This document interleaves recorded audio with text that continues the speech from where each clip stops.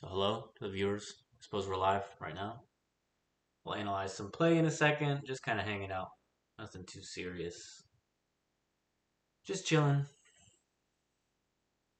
I remember you used to see me drinking the Ghost Energy drinks for a couple months, but those definitely are no more in the rotation. No more Ghost Energy drinks. No more energy drinks in general. I don't recommend them. Drinking this stuff, this orange strawberry juice, pretty good. Not an official sponsor, but very good. I think it's, I imagine there's quite a bit of sugar the way it tastes. It tastes really good.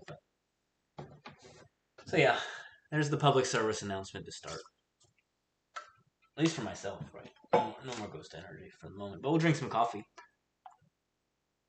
Coffee with some water in it. So, we'll get the video started. Analyze some stuff. Not going to be anything that interesting, I think, but why not try? See what we can do. Alright, so let's play it. Let's see. Let me do a countdown. 10, 9, 8, 7. Alright, now I think I'm really live. I almost didn't press the go live button, so you let me know if the stream's working right, if the stream's not working right. You know how it is around here. Technical difficulties galore. That's just how it goes, alright? Trying to find a good way to have my windows a little better organized, but it's not working. So give me a moment. Classic streamception give moment. Me a as moment. I sit here and listen to myself talk. How about we skip ahead a little bit to the actual playing? But every time. It's kind of not necessarily how you want to hit the ball in VR all the time, but if you learn how to hit the ball properly in VR, you can hit it in so real if you're life. viewing, let me know what you care about. Pay attention to a good way to hit it. If I should just stop doing these streams entirely. So, over here, I think you can see it. There's a screen with the spade and the spin. So I'm explaining about the game right now. This is 11 VR on MetaQuest 2. I'm explaining how that screen you see past the table shows you the speed and spin in the game of each ball you hit.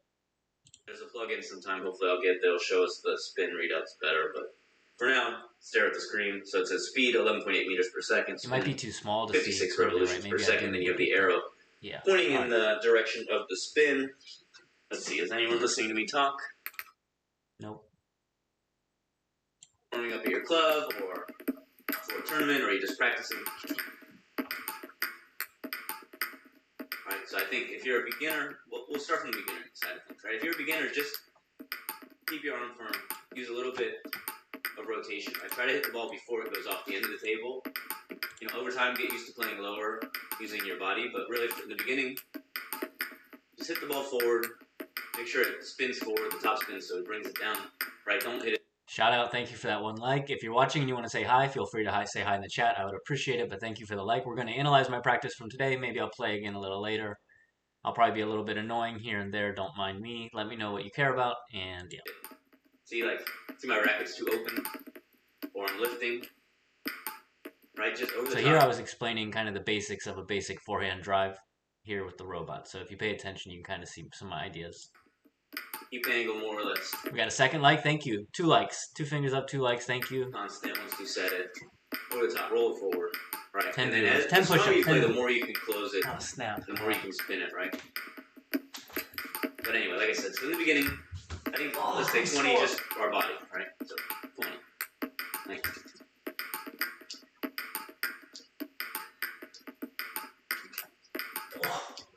Oh my gosh. This warms up your body, warms up your eyes, warms up your brain. Alright, I'm getting the weight transfer down. So that was 10 push-ups for 10 viewers. Thanks for being here, everyone. I think my back's a little sore from playing the ranked matches and training this morning. So. The rate's a little bit slow, but that's fine. So one more. Alright, try to incorporate the other arm a little bit.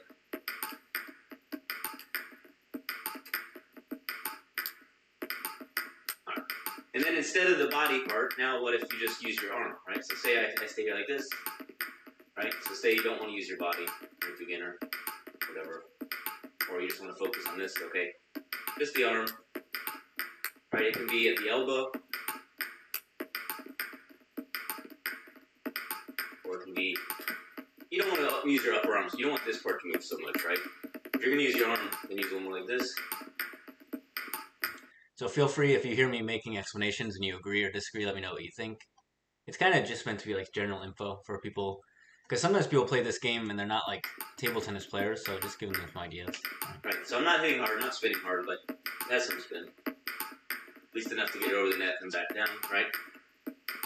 So, different ways to use your other arm, kind of boom, boom, boom, boom. Some people just keep it tucked. Some people keep it up the whole time. Right, you gotta find what works for you. Alright, so that's the basic one. Right, and then if you're gonna change directions and kind of open up your body a little bit more, play down the line. So always practice them diagonal, and then practice them down the line when you practice with people. Right. You see, I kind of open up my body a little more here. I forgot about that. The audio is probably echoing, right? Let me find this. You can sit here and do this, but it's weak, but maybe you misdirect. Anyone that's watched more than one stream would know that there's always something to be fixed each time when I gotta do something. So here, sorry about you do some forehands and you practice kind of one and one. Alright, that's the basic forehand. So one more. I recently moved this table back behind me so I have more space. Hopefully I'm in the frame. Now I can't hear the headphones.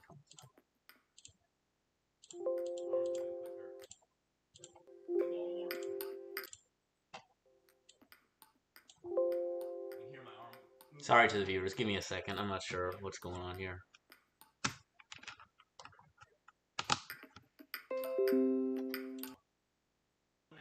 Okay, there we go. So now I've got the audio in my headphones. One sec, I gotta turn this desktop audio off. No.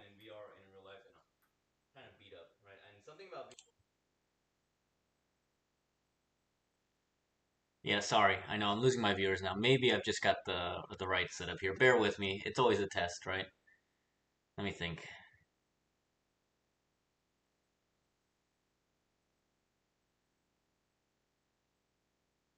Bear with me. Let me double check to see what this sounds like on the stream.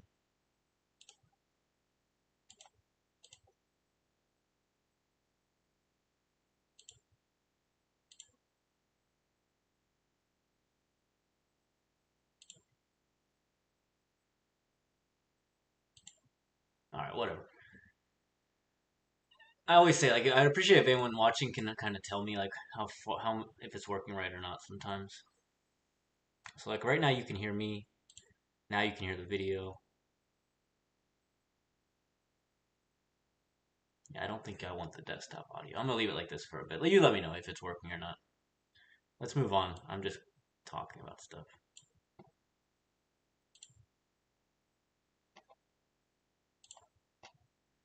Okay, he's chatting. Alright, backhand.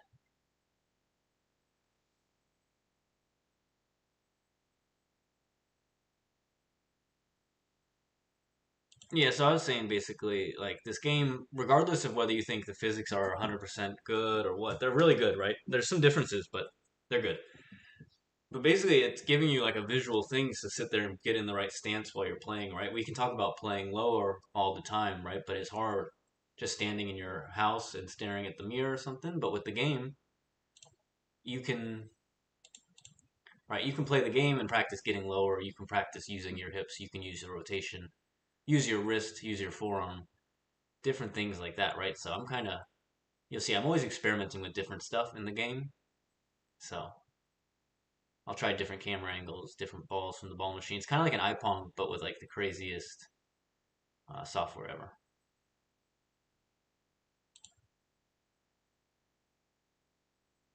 Yeah, so if you're watching, let me know if the audio seems normal now or if you're hearing twice, like an echo of me, an echo in the game or something. I think I have it set up properly right now, but I have no idea really. Oh, now it's echoing. One sec.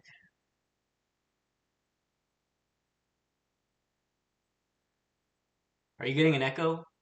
Sorry. It was echoing before in the game, I think. That's what happened. There we go. Okay. So look, I'm going to explain the forehand a little bit.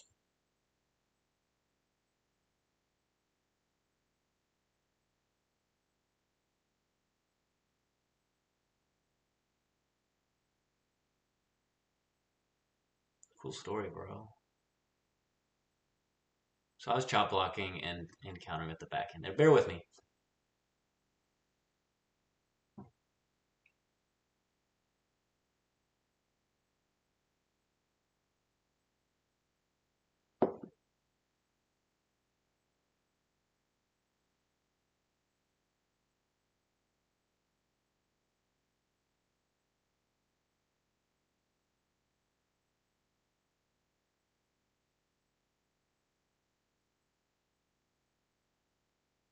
So I talked about this today.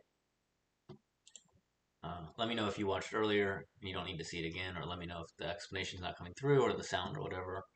Or just let me know if you're kind of bored of my streams. It'd be good feedback. I can go do something else. Anyway, I'm talking about my non-playing arm. Trying to use more of this follow through now, kind of bringing it up towards the head and keeping it in front of the shoulder and stuff instead of letting it twist behind me, right? If you watch kind of a lot of different level players, maybe more beginner players, intermediate and advanced players, and you watch their non-playing arm, you'll see like different trends. Like beginner players are not going to really have their non-playing arm incorporated. It's just going to be down by their side or kind of flopping around. Intermediate's going to be using it, but maybe it looks a little awkward. Sometimes it adds power, other times it throws them off balance, and then the pros are always kind of balanced, always using it when they need it. Very rarely are they not. Yeah, it's not. I think this non-arm playing or non-playing arm thing. I was watching a lot with Miwa Harimoto versus Hina Hayata, but you can like learn from a lot of different players. Like, so I think if players aren't as physically strong, then they're going to find ways to generate power other ways. If they're really strong, then maybe they find ways to have to like control the ball because they're so powerful. If you can't move, you're going to learn to control and things like that. And if you move well, then you're going to get in position a lot. So you got to figure out who does what well.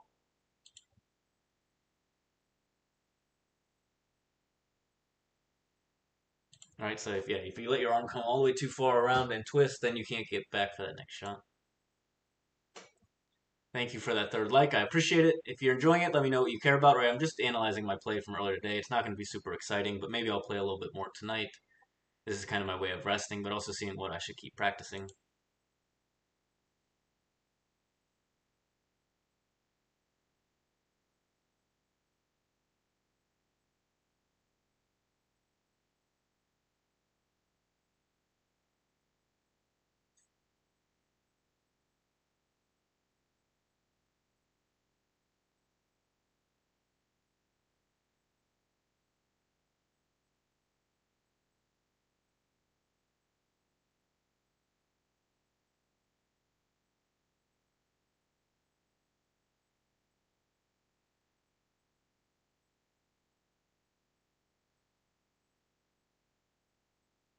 So if you're watching, let me know if you play 11 VR, if you care.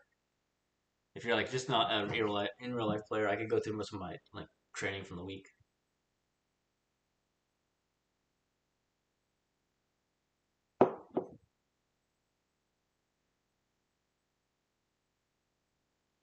Let me show you what I'm talking about here real quick. So, yeah, you can hear me. Talking about the different ways to use your non-playing arm when you are playing your forehand, right? So you can go here, you can go here, here, right? Everyone has different ways. Some people like swing it up and go there, right? Some people rotate and just keep it there. Other people like this, right? I'm just trying to avoid swinging it so far like this that I'm off balance for the next shot. I'm trying to keep it here. Same with the backhand, right? Some people kind of keep it next to it. Some people keep it lower. Other people keep it higher. But either way, it all matters, right? It all matters. So if you're just joining me and I'm showing things that don't matter, hey, thanks for joining us. Let me get out of the way.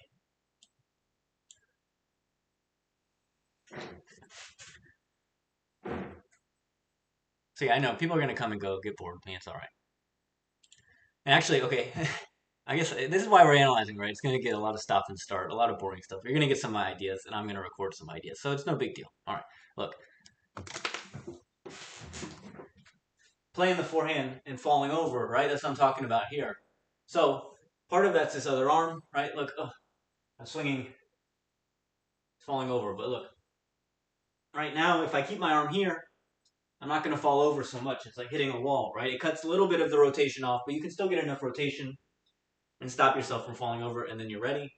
And think about what else matters, right? If you're always swinging this way, right, you have to build this way to stop the momentum, right? So you're always swinging here, but not strong enough to go back or falling over, so you got to get stronger here, meaning you need to be able to hold weight here, right, and build that up. So when I was on my bike, I actually carried my bike a little bit on my left side, like a waiter carry, just to practice building that up a little more. Cool story of the day, but there'll be many more cool stories today.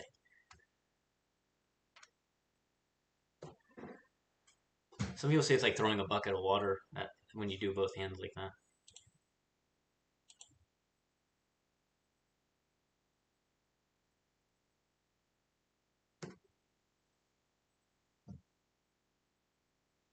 But you see how, like, so here's a good example. I'm just doing backhand, forehand from the one spot, but when I switch to the forehand, I'm kind of like shifting my hips over, leaning over instead of rotating in place, meaning I didn't get far enough to the left on that first move, and then I'm having to move and shift while I'm hitting instead of just weight transferring through the ball, right? My body's shifting over. Look, here, ready? But instead of hitting right from here and rotating, there. You see that lean? See how straight my leg is?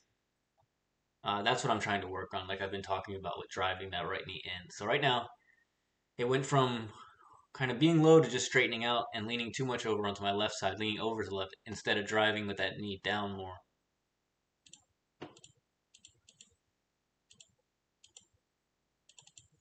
See, it's in the middle, and now it's leaned, and I haven't even hit the ball, and I've straightened out. Now I have no power to work with. So I can see it. The wall's actually a good thing to have there because it's not letting me go further over, right? But I have to train myself. Instead of straightening this leg and leaning over to hit the ball, I need to rotate from back there and catch the ball a little more in front of my hip. Right now, I'm catching a little bit too far back and carrying it. I need to rotate it and smack it. That's all right. All right, I need to move a little more. I get a little more outside of the ball, but it's getting there, right? So you can see a lot of my weight's still on that right leg. It's bent. My left leg is kind of just drifting out there a little too much, and that's part of like a lot of these things I'm running into now. I see are like more physical limitations, right? My mobility of my hips and strength of my legs and core. So I got to work on that. Little by little, I'm going to try to incorporate that into my training more, but also into the stream, so you can kind of see my process there. Like I won't promise that the results are going to come in terms of like doing really well in tournaments or getting really good, but at least I'll show what I'm working on. We can see what works, what doesn't. And if you're kind of beginning intermediate player or something, or you just like this stuff, maybe it'll be interesting, right? See, when I play that backhand, see how far back my arm ends up, the elbow and stuff? It makes it hard to recover, so I got to be careful. Same idea. Okay, look, I'm in position, right? So if that ball was right there next to my arm, my non-playing arm hand in front of my knee and stuff, it'd be good. But I bet I shift over a little bit first. Look, yeah, I lean over so much while I'm hitting because I'm not in position. So I need to be further. I'll show you. So basically, instead of being here to start it, I should be further over already, right? Further to the left, a little more forward. Hi, Vlad. That's my VR coach, Vlad Pimentel. Shout out for being here. Appreciate it. We had our training yesterday with a stream on my channel. I might go through some of that at some point, but definitely recommend people check that out. I look forward to more training. Coach Vlad Pimentel here. He's one of the top players in VR, and I've been watching him play for a while, and I like to watch his game. And now he's helping me improve my game here. And some of the stuff's going to transfer over to real life too. So we're here working, doing stuff. Let's see each time, yeah. So here, like, it looks like a good position, but then, watch, I'll shift to the left, and then my leg's straight, and I have nothing to work with. So it's good that I'm getting further over my left knee and toes and stuff, but that straight leg, I can't really recover after that, right? If I play this, it's weak, and then how am I going to cover the wide forehand after this with my leg so straight like this? I mean, I just have to practice getting my weight back then centered and rotate, but still.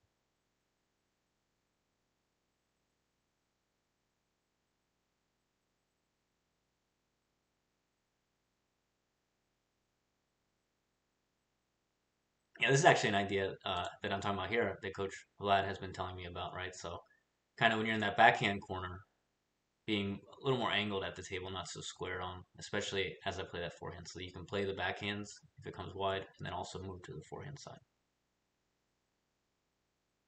Yeah, good point. So, Coach Vlad Pimentel says more rotation keeps you in better balance and gives you more power for sure.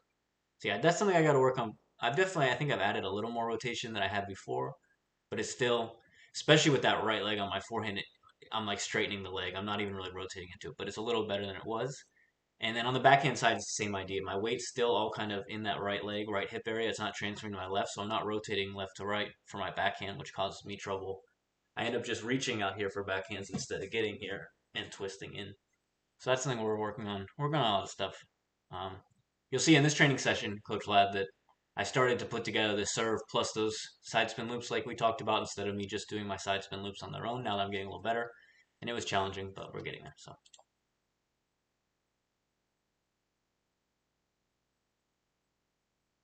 yeah.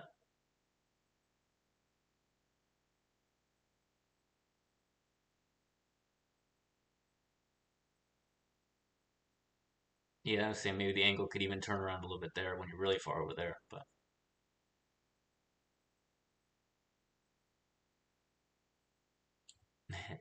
so you'll see. I make pleas to the audience every so often, like tell me what you want to see because I don't know what people want to see, but I do my best.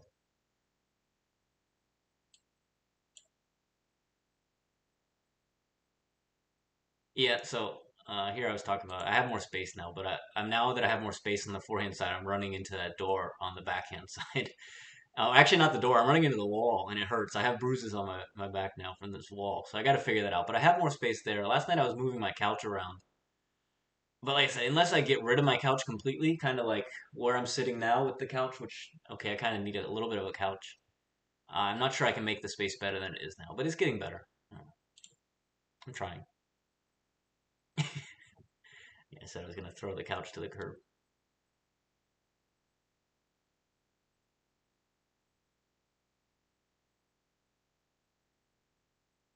So yeah, we're just chilling, watching my VR training from today. I'll probably practice some more later. I tried to make an agenda of things. Okay, we'll do two and two.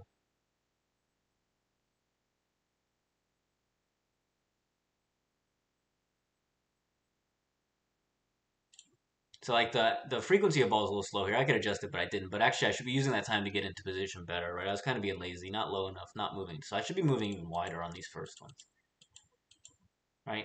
Instead of being there and reaching out, I should be over further and playing more outside. And then same.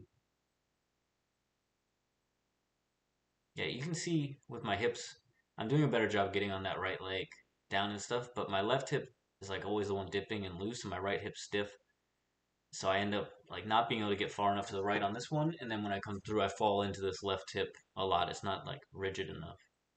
Here's what I'm saying. That's it. Like I'm like this, right? Because I'm not in this hip. I'm on this one, so I'm here, and then I'm falling over like this instead of being more like here, right? More balance.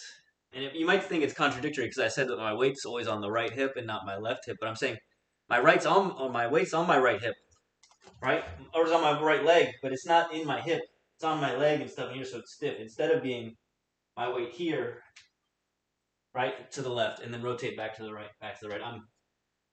I'm here, weight's here, but not rotating there, and then just pushing and falling to the left. So I can feel it. That's why, like I said, this game there's many good parts about it, but regardless of the ball and how it reacts to your racket, you can train your body to move a certain way for sure.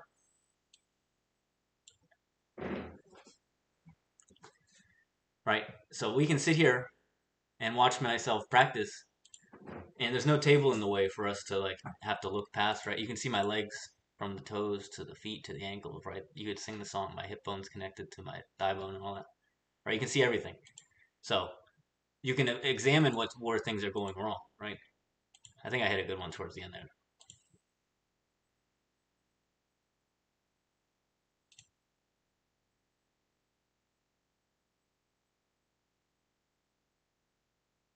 So yeah, I think I hit like 140 on each side without like overdoing it so much, which I was happy about. But then, like I said, it's a balance because I'm trying to get better, but I'm also not. I don't want to hurt myself playing too much in VR and in real life, and I have some tournaments coming up and stuff. So I just got to get better. But it's like 6 months in the future, got to be better, not like 1 month, 2 months. Who cares? What is this? This is the two and two, but it's from the other side now, I think, or maybe not. Maybe it's the same thing.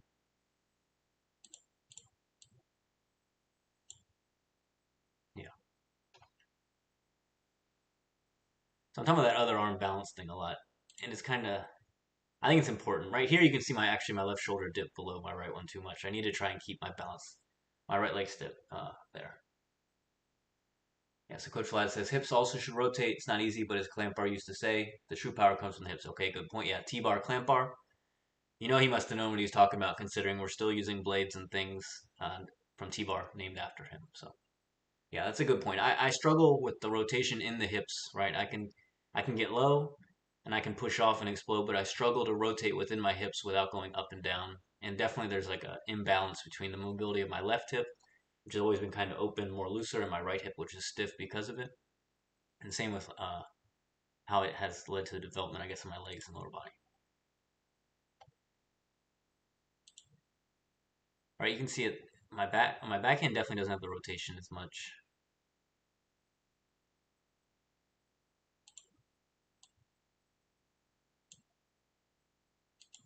So yeah, here's how I was saying with the other arm for the rotation.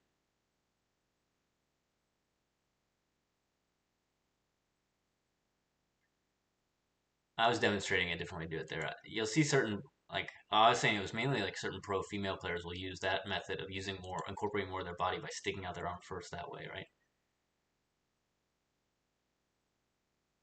Uh, Sometimes people talk about like how like if you only watch Fan Dong and Ma Long and stuff, you're watching like not only the top of the game but physical specimens. People have been training physically so hard forever, so you kind of got to find sometimes like watching lower, not like the highest level player or like the medium level of like top tier pros, but also maybe some of like the mid tier female players or younger junior players, right, who don't have that physical power that like a lot of normal people don't have also. So right, you see it kind of the adjustments they make, right? You see how shorter players how they manage to keep their rackets higher, or players who learn when they were kids they play with their rackets high and kind of just over the ball like this. They aren't doing big looping swings, and then same, you know, you just see how people's anatomy influences their game. Let's say, right? If you struggle to generate power, then you're going to get creative on how you can generate power.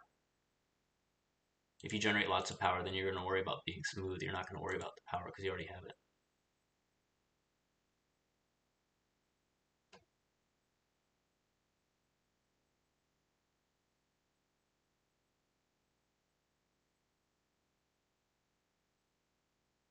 Yeah, so I'm talking about trying to get outside the ball more, like move my body a little more to the right for the forehand, a little more to the left on the backhand, and then get my racket on the outside top of the ball more to spin it. Because I have a tendency to play on the back of the ball forward and kind of struggle. And see, it's one thing for me to keep this other arm up and tight while I'm playing like this. It's harder when I'm playing hard in a match or something and I'm really swinging because then my momentum takes that arm. But if I train it enough, I'll fix it.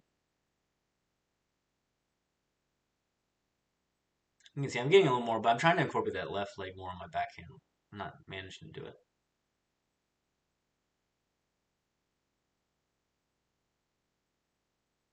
I was in kind of like a not frustrated mood this morning, but I was getting annoyed about kind of the shots that I'm not as good at. And so you'll hear me kind of complaining at different times that I'm not good at certain things, but we're here working on them. We're playing a ping pong, not at like sometimes when you're in the gym, we'll say like even when we're upset, we're in the gym, right? We're playing table tennis, or you're at a tournament, you're losing, but you're still having fun. And you're playing table tennis. Now it's one step further. I'm sitting at home playing virtual reality table tennis, right? Life can't be that tough. I can't complain. And so Coach Vlad says Fan Dong is a good example. You can see him hitting forehands with his right leg slightly in front of the left and still rotating shoulders and hips very powerfully.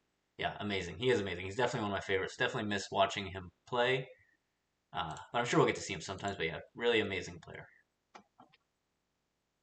And definitely, he was kind of the motivation for me to start trying to play some forehands a little more square to the table and still use that rotation. Because before, when I would play square to the table, I'd always get stuck just blocking, just padding because I wasn't used to it. Now, at least, even if I'm square to the table or right foot slightly ahead, I'm still rotating and sometimes still playing a good shot. Not always.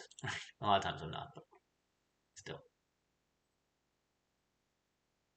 So something I see here is like now I'm doing a better job of tilting this left knee in for my backswing on the forehand, but it's causing my hips to get no more level, right? My right hip's too high when I dip that left knee in, so I have to fix that. Let me see if I can show it to you. Right, look. So now I'm doing a good job dipping in the left leg, but because my right hip's so stiff, now it's like my left hip's dipping in and my right hip's all on top. And what's going to happen is I'm going to straighten out my right leg and I'm going to rotate over like this too much. You know, it's okay to have some degree of that, but I think I'm falling over too much. Okay, yeah. So Coach Flat says I've been playing more aggressively on for sure on both sides. Yes, that's good. And definitely seeing better shots come from my racket, especially like we said when I'm loose and in position and playing it well, right? So okay, that one last one was good as far as my physical form. I'm definitely gonna get that plug-in running so we can see the speed and spin a little more. But for sure, I'm getting more confident with the shots. I think the backhand it's come a little more naturally now because one, I focus more on the backhand in VR because that's a weakness of mine. So that's like been my whole point in the beginning working on here, and also even like my return board back there. Most of the time I spend just doing backhand stuff because I have to try and bring it up to the forehand. And then like I said, my forehand form, maybe it hasn't transferred quite to VR yet because I'm kind of like, it's a little stiff, a little bit hitting the ball, not spinning it with wrist as much. So you can see I'm talking about something here. Let's see.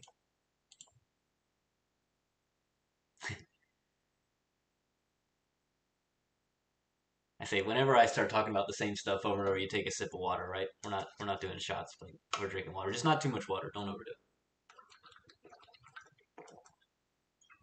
So if I call myself like a little teapot because I'm falling over, pour me out, then you can take a sip of water or tea. Let's see. What's up, Koo?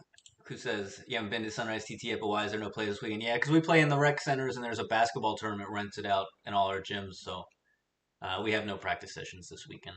So that's why when the gym's closed, I really try to make sure I'm playing some online, and that's why I'm doing these streams a little bit and stuff. But it just happens. That's the nature of playing the rec centers. It's both. We're very fortunate to play in the rec centers because otherwise it wouldn't be so affordable, right? Our membership for the year and the gym fees, but at the same time, we're at the mercy of their schedule sometimes. Now I'm swinging the ball or swinging the racket. So yeah, so you can see like my standards for speed and spin are going up more, right? So I'm just getting pickier. That's kind of why I'm getting angry too. Right? Because now in my head I'm like, oh, I should be able to get 120 every time or something, but it's not necessarily the case, right? You see, I was getting frustrated, but I was telling myself, don't be a baby.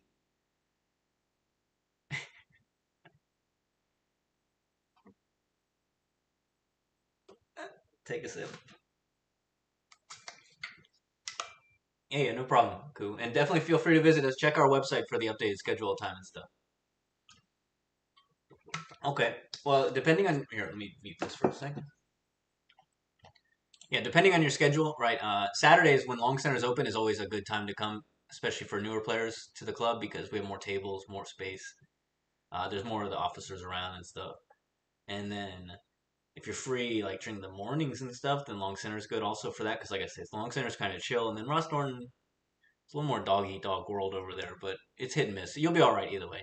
Feel free to say hi to me or Coach Gary and anyone you recognize, and just don't worry, just be patient. Sometimes we're a little busy, sometimes we're not so busy, but we're getting to the time of year when it's not quite as busy, so that's good. Like during the winter, so many people are here that the club is like overrun, but it's good. That's a good thing. It's a good problem to have, right?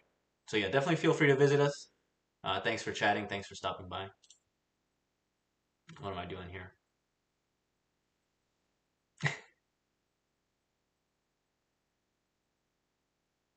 Okay, George. You might know if it's the George that I know. Yeah, yeah. George is one of my practice partners. He trains with my coach.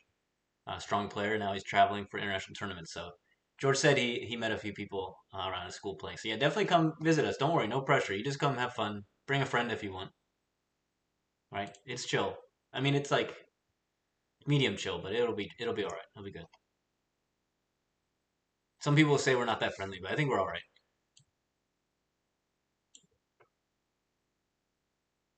I see these shots look nice.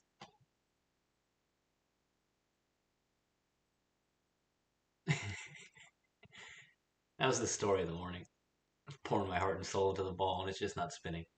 So yeah, definitely visit us, Koo. Don't worry. I'm like in the middle of niceness, so if you think I'm reasonably nice, then you're all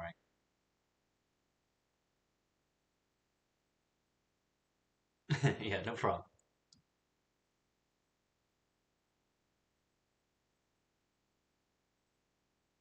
Yeah. The eternal dilemma. Should I do backspin or topspin, right? I'm just sitting there with the ball machine. Okay, yeah, so if you're free on Tuesday morning stuff, definitely go. Yeah, bring your buddy. That'd be good. Tuesday mornings are good, especially now because there were a few open tables last time, and it's pretty relaxed in the mornings, right? The morning crew is pretty chill. Sometimes I'm there too, so say hi if you see me. Usually they're practicing with Coach Gary Freeman.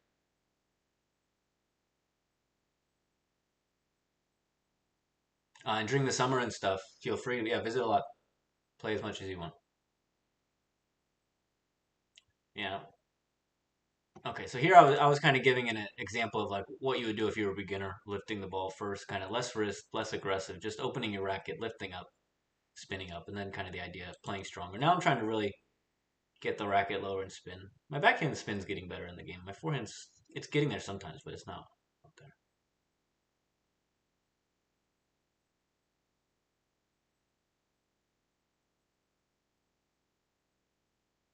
Yeah, I'm kind of lifting too much up, I think.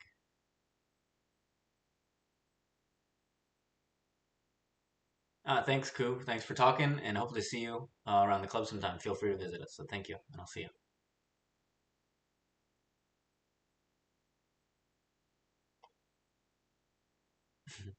Take a sip.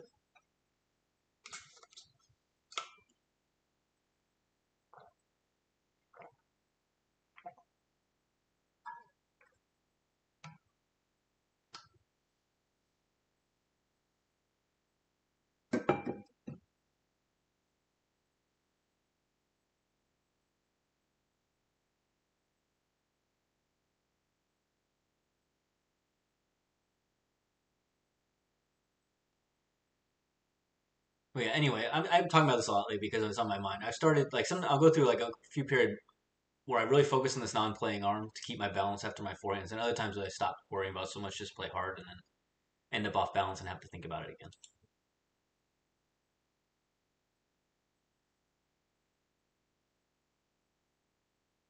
I have to figure out what's going wrong here.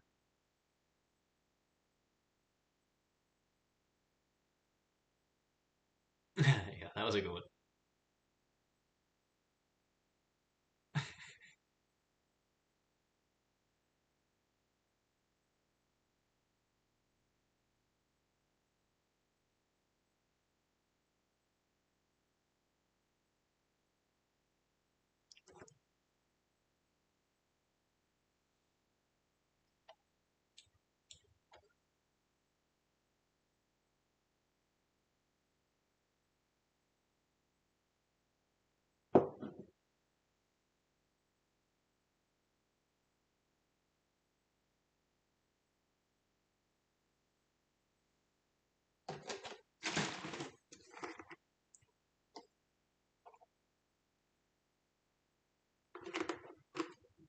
This stuff's really good. I recommend. I mean, it's expensive though, but we're not like. I mean, it's not like.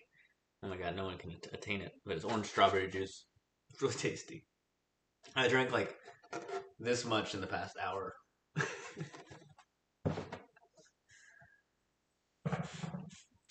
Yeah.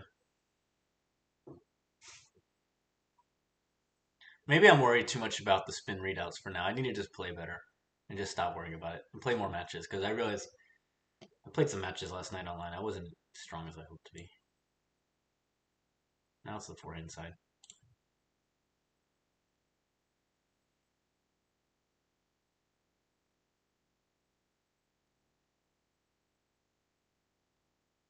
I kept saying forearm today instead of forehand. What was I showing?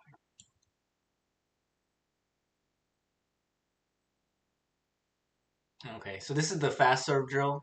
This ball machine I'm using is Coach Vlad Pimentel, so he's been here chatting with us via our table tennis Vlad. I'm using his ball machine. This is the fast serve drill. So it's serving me a fast serve in different places on the table. You got to react and spin it back.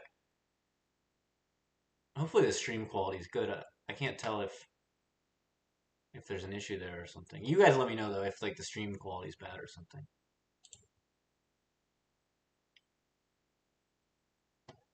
Seems like there might be an issue.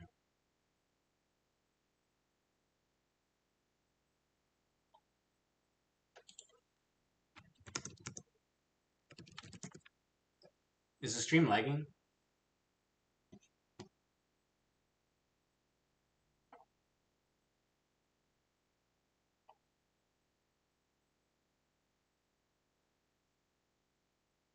I'm always dealing with some technical difficulties, but we persevere. Look, you see that how my legs straighten out when I misjudge the one coming close to my body?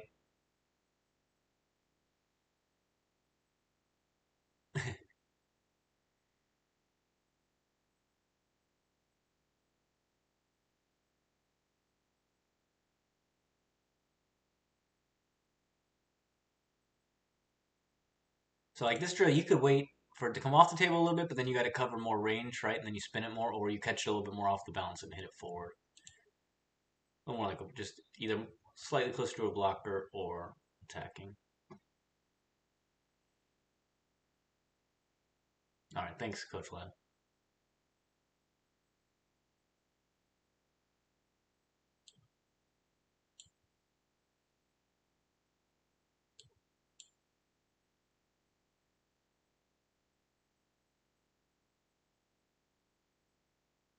Today I use push to talk for the audio, and you can hear me breathing a little too much. Or I mean, always talk.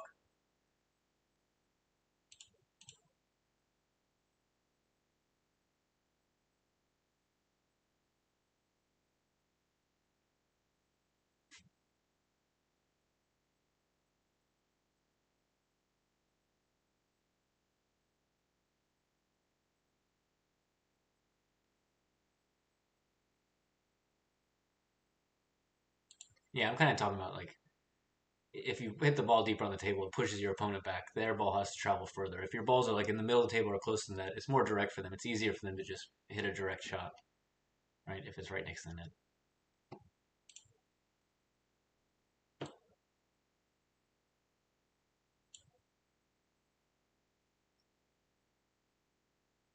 Okay, yeah. So now I combined. I did a side underspin pendulum serve, short, and then that long fast serve. So even though it's like serve and serve, it still was, yeah.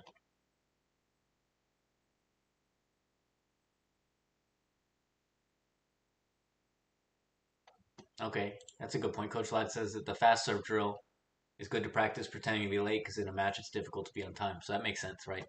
Because it's true. Like if I really lock in on the fast serve drill and stay close and focus where it's going, then you're going to be early and do that. So you kind of, yeah, it is.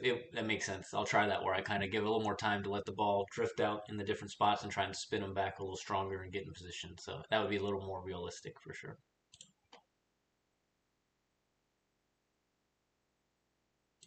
So like today, I tried to combine things a little more, right?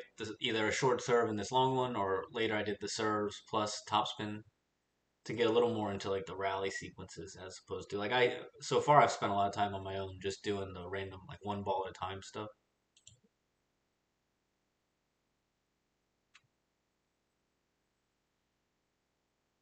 But yeah, take a drink.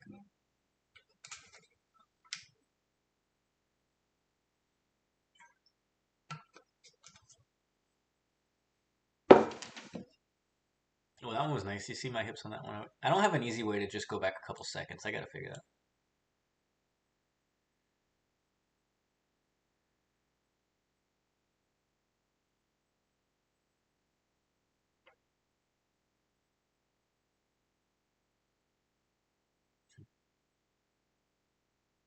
See, I try to incorporate more stuff working on stuff that I'm working on with Coach Vlad here in VR, stuff I'm working on in real life with my coach Gary Freeman, and stuff that I believe is important as I watch different training videos. Yeah, let me go to the next one where I combined it a little more realistically, I think.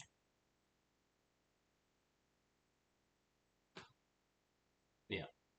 Yeah, so working on my in and out movement. I'm dealing with the serve, and then I got the side spin, top spin ball out to my forehand, which is tough, right? It's the right side spin, so it's like a strong side spin loop from a right hander. So if the serve brings me in, I play, and now I'm getting attacked.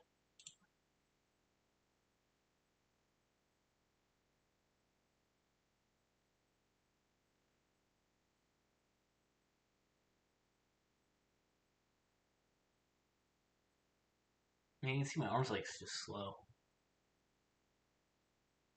and then like nothing. In this, now that I'm moving in and out, my arms on its own too much.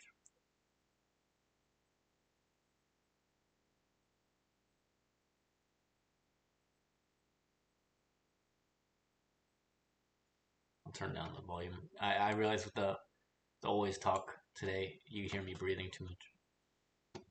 If you're watching, let me know if you like would want me to use the 11 music when I play on these. I turned off the music for streaming. Actually, I turn off the music all the time, but if people want to hear it, sometimes I could turn on. I wish I could play my own music. I'm trying to figure that out, but copyright stuff for the streams and YouTube. But I got a few ideas. I don't know. I'll figure it out.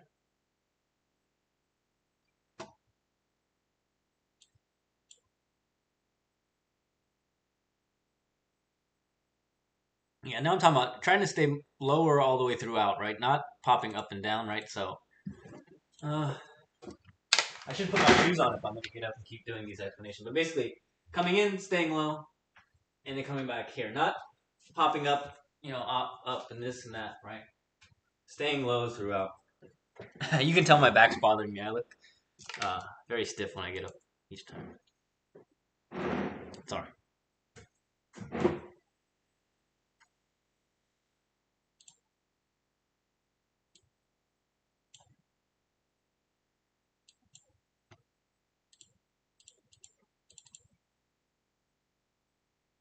Yeah, now my left leg's so straight on that. I would rather have my feet a little closer together. Not so angled down the right one and kind of more balanced in my knees. So I could rotate on my legs. Not This is just gonna be just my right leg stiffening in my right arm. See? There's no left leg to use there. There's no way to transfer the left there.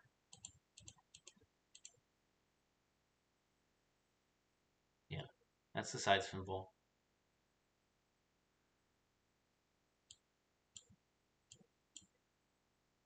Yeah, this was hard. So now I put the two side spin balls together. And I think I said, yeah, this is hard as expected. So flick, you get.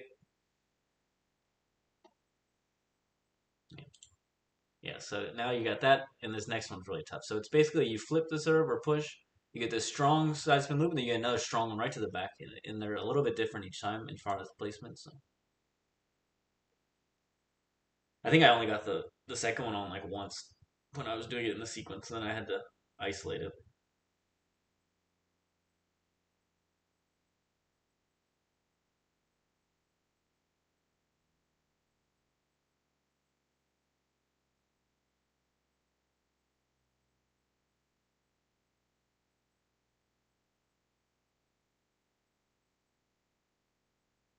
Yeah,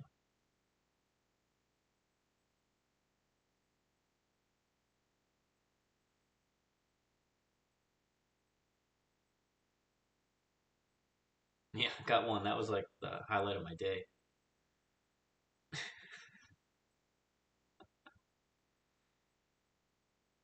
I was struggling this morning for sure, struggling to stay positive. I was playing okay. I was just like really annoyed. But that's just how it goes, right? In my mind, I'm thinking, oh, I should be able to spin all these balls, put all these balls on the table, play hard, move around, this and that. It's not always the case, right? It's okay. We're practicing. That's what practice is for. Mm.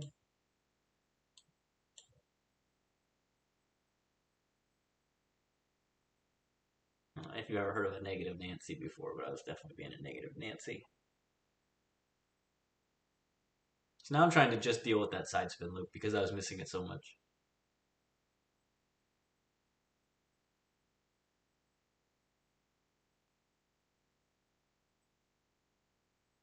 Yeah. So like once I took out the in and out part, then I was doing better because I'm already back there. I'm already balanced to deal with the strong shot, but with the in and out movement, getting back and covering it was like it's not happening.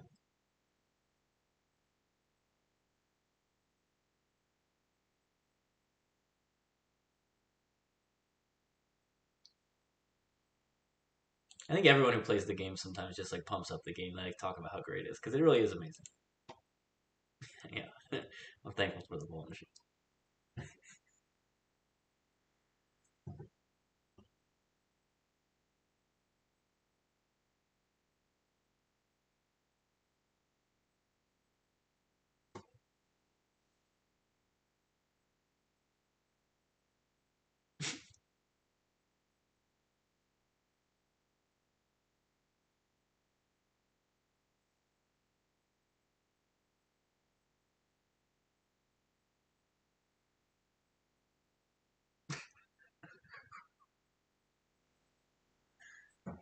It's one of those mornings. That's why this game's good too, though. You can get some stress out just playing with the ball machine, playing with the AI, right? Just play some balls. Eventually, you wear yourself out. Oh man, I already know where this is going because of the shirt. Let's see if I can find where I talked about the shirt. I'll talk about it. If not, I'm not gonna worry about it. Okay, so I can see this color shirt blends in with that background too much. I need to change something.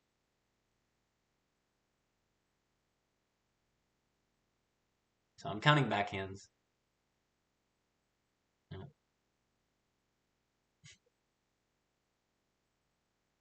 And what's funny is I keep looking for my table tennis shirts and think that I misplaced them somewhere. Did I lose them? But no, I'm going through so many shirts because I'm playing in here and you sweat so much and have to change. So it's like I've got like a Hugo Calderano wardrobe worth of table tennis shirts, and they're all dirty at this point. I need more.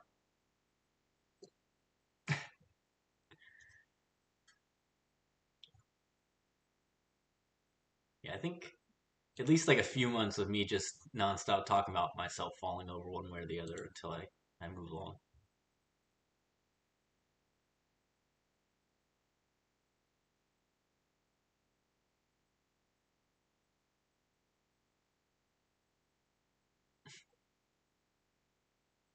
Yeah, I'm really struggling with this today.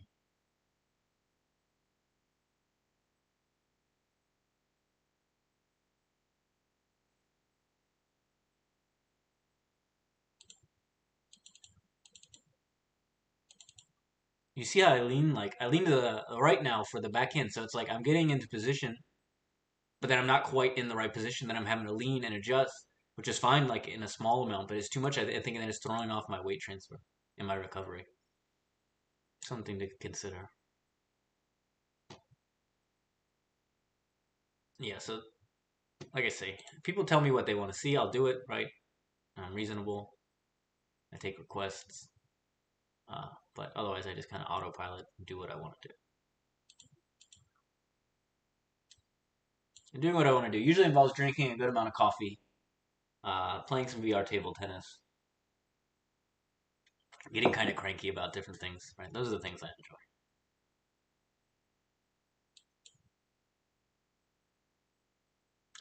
It was there and then I missed it. Sorry.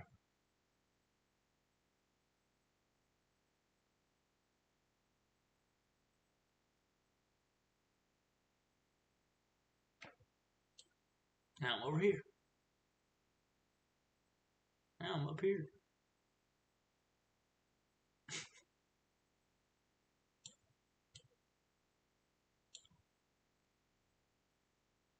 Where can I hide that I'm not in the way? I can hide over here.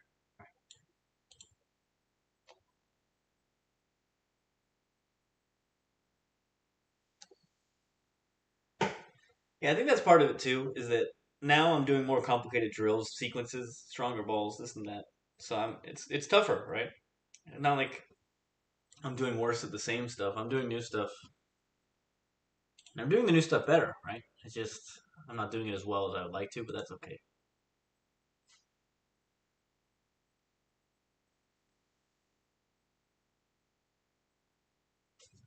See, it's getting there. I'm gonna have to improve my. I see it. I have to improve my hip mobility, like I've talked about, and my back mobility for the balance stuff, and then my shoulder mobility. Right? Like I need. Oh, I need to. I need like an entire new body, right? Maybe I could piece that apart, like get some pieces off the internet or something. Look at what is going on.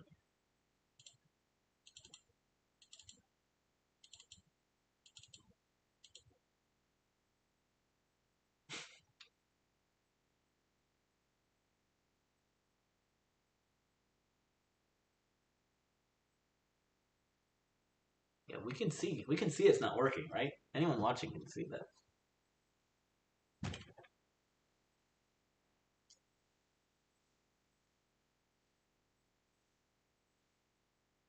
So tell me what you think. I really appreciate Coach Vlad Pimentel coming here, chatting with me a bit. He's my VR coach. Go check out his channel at VR11 Table Tennis. There's a video on my channel of us practicing, and there's a video on his channel of us practicing. Uh, in those videos, my name will still say my nombre, but I've made a name change on the 11 platform. Now it's 11 USA underscore TBTT. We're taking that TBTT acronym now that it's free and clear. So now we got 4 likes. Thank you. Appreciate it. 11 USA underscore TBTT here. Tampa Bay table tennis. All right, let's see what I'm talking about.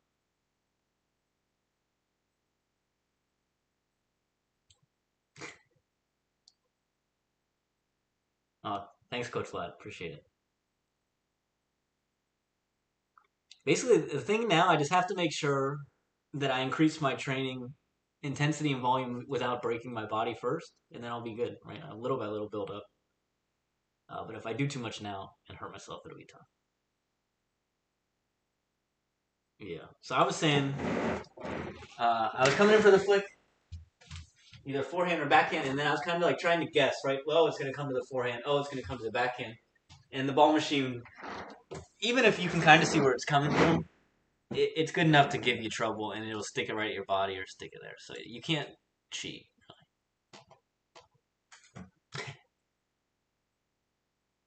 You can see I'm in a better mood in the afternoon than I am in the mornings. Even though, what was it? I started at like 11 a.m. Not that early. I think there's no excuse there. 11 a.m.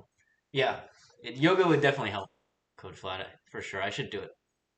I used to be good about mobility and stuff like that, and then now it's been like a decade since I've done it, so I'm stiff, and I'm realizing like more hunched over from using the computer. My hips are more in their natural out of alignment, let's say. And from playing table tennis so much, like table tennis is very repetitive and kind of in one direction on certain things. So like certain parts of my body are like overdeveloped, and other parts are underdeveloped from twisting to the left so much for forehands, for example. Or I mean, playing. Think about it, we have a racket in our right hand. At least in VR, you have the other controller in the left hand too. But in real life, you just have the one racket, and your other arm's just kind of there along for the ride. So here, yeah, I was trying to come in for the flick. Yeah, my headset was like falling off. Yes. Maybe that's true. I'm not sure. I'm not willing to accept it yet.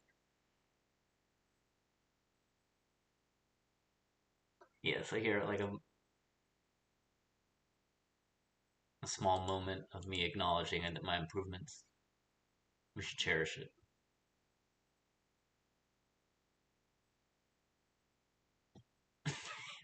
Okay, so we had like 10 seconds there where I was satisfied more or less with what's going on. Let's see. See what's next. Okay, I took a break. Oh, hold on a second.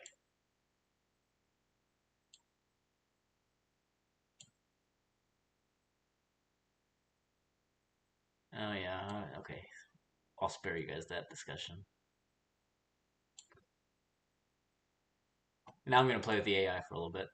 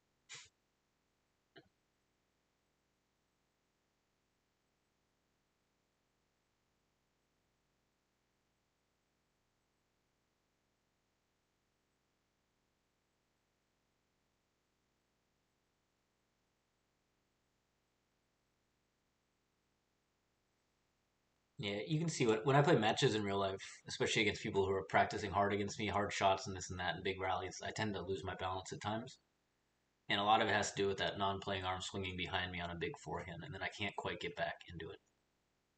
So I think this is gonna work. There's a few players I've been watching a lot lately with the recovery and how hard they're hitting the ball, but still recovering. So I believe in it.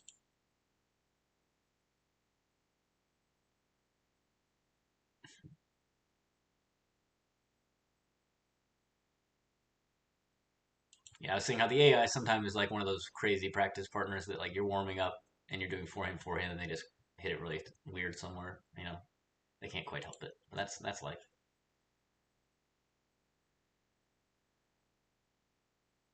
Trying not to step in with that left leg so much because I do it. Like my knees are moving pretty good there, but my hips are still tilted right hip too high.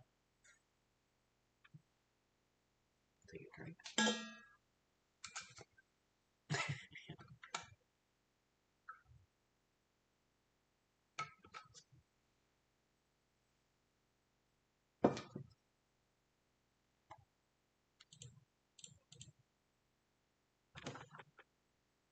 So yeah, this is good. I'm turning my knee in more on the left leg to get there.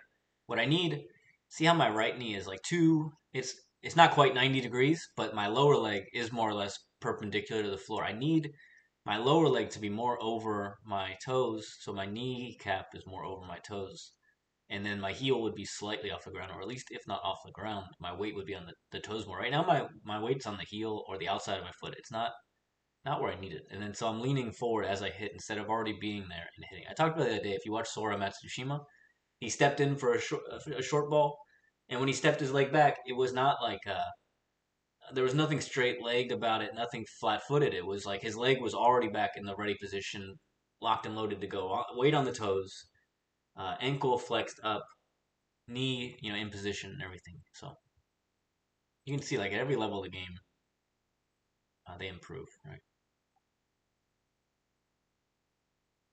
What am I gonna say? Oh yeah, okay. I was saying like sometimes if you apply more of your own spin or speed to the ball, it actually reacts better. Now I switch to the backhand side.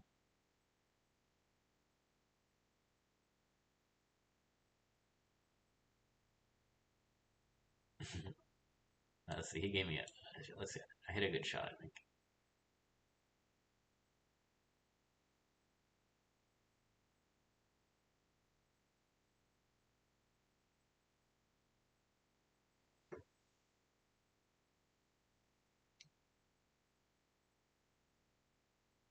Yeah.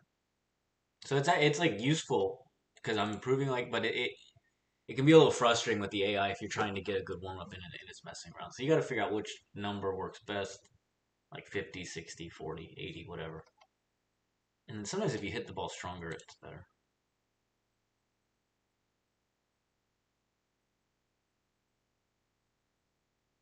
Oh, yeah, I ran into the door there again.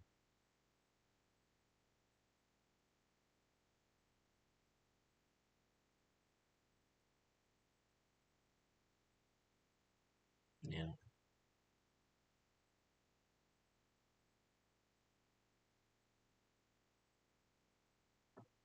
Basically, I was looking at the top players a lot on this one, and obviously people say like, "Oh, a backhand is just like a forehand from that side, right?" But if you think when you play your forehand, your playing shoulder is lower and you're inclined, but when you play a backhand, you're either square or still kind of with that non-playing shoulder high, right?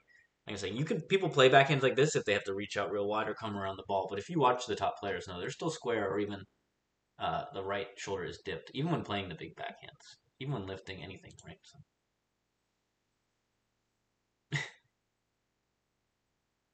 oh yeah, I think this is cool. I don't know if anyone else shares my interest in this particular use of the AI, but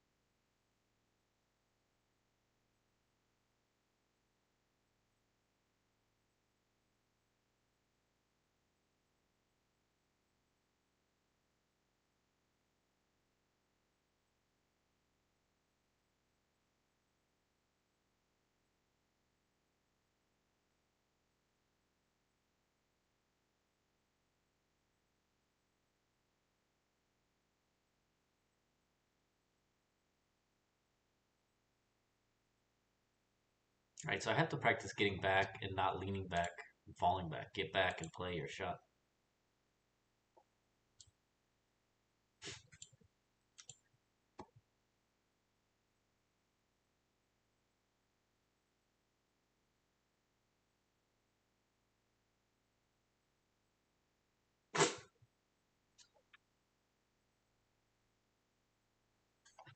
At least I entertain myself, right? I don't know if anyone else finds it entertaining, but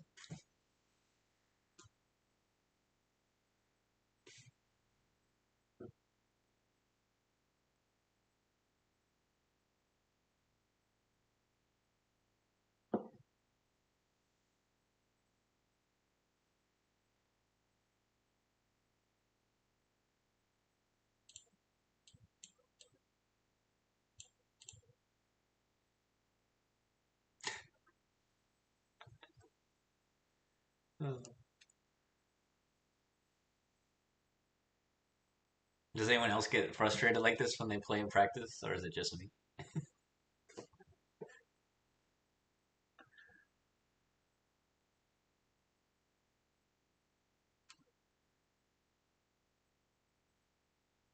So let's see. I need to improve my serves in this game for sure. So I can see that I'm kind of being lazy when I serve with my body and everything. It's a good one.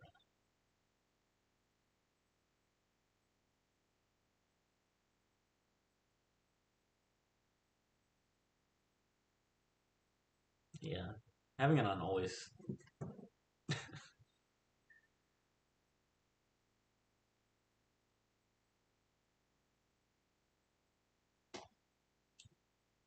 Who is this guy?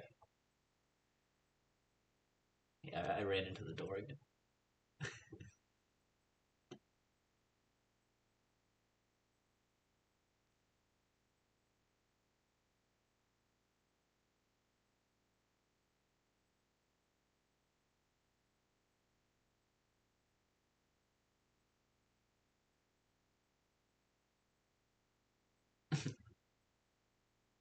Yeah, I literally was like on the verge of just getting rid of my couch last night, so I'd have the whole room to play. But then I was like, well, what am I gonna sit on? How am I gonna watch TV? I already moved half my couch to my bedroom, right? So this is my living room. I moved half my couch out of it, but I can't move the whole couch into there. I have to like stack it up.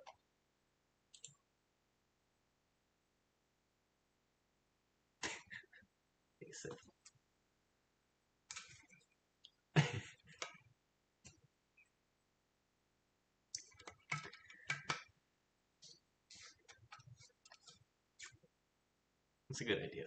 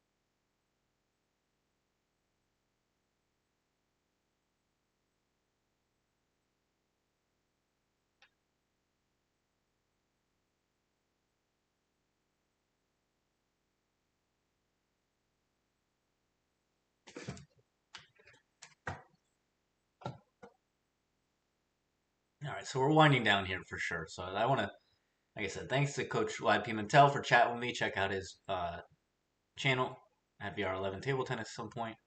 Check out our practice videos on my channel and his channel. He does coaching, so you can get in touch with him if you're interested. Probably play some later night. We'll see. But this AI session was the end of this one, and we'll see. I mean, maybe I'll do a little more. Maybe I won't. I don't know.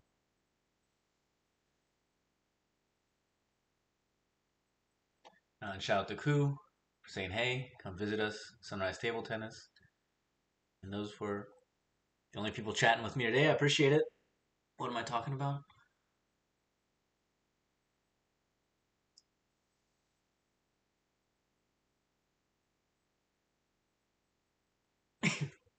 Yeah, sometimes you like I'm about to say it, but you play your best, and then the AI just hits a shot by you. That's just like, oh my gosh, what in the world?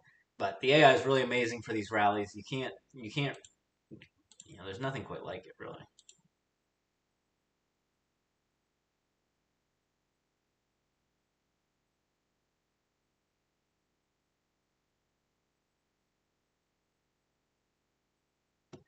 Yeah.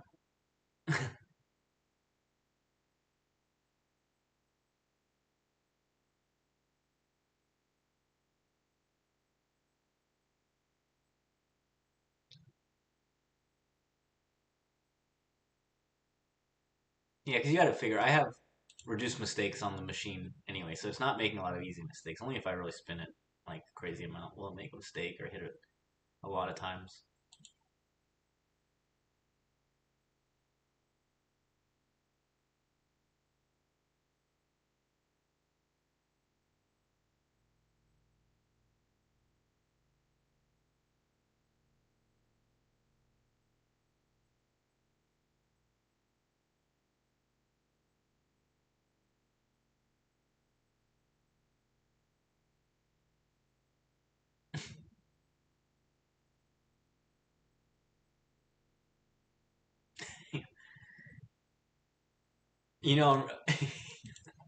You know, I'm really struggling if I have to take off reduced mistakes for a little while just to explain to people that I can get points on the AI if I have to, and that I'm not just completely useless.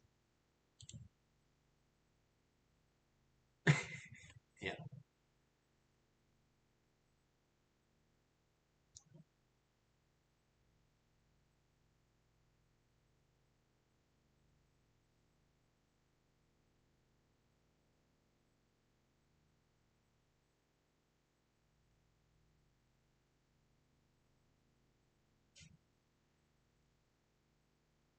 it's kind of the idea that like most people are trying to attack my backhand, right? They figure that out pretty soon.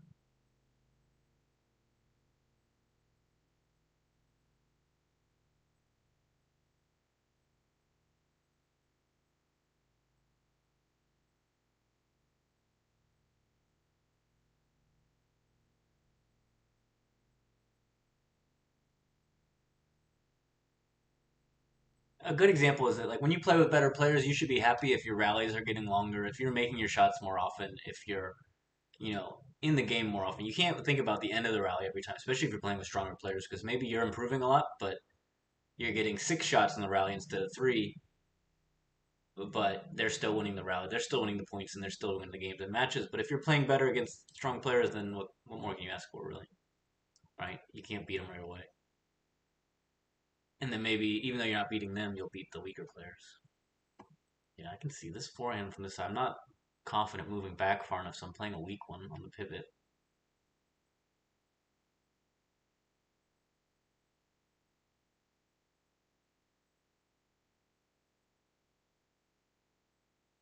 Started using the reverse pendulum in the game a little more. I was testing it out last night.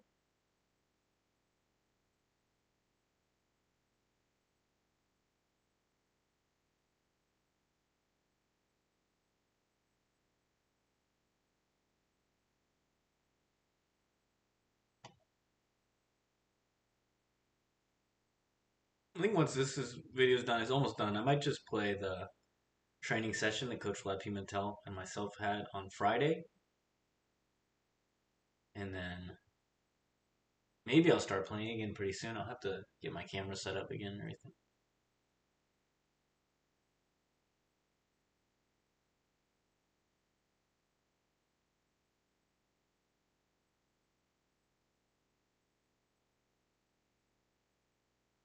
So yeah, if you're watching, let me know if you play the game, if you play table tennis. You know,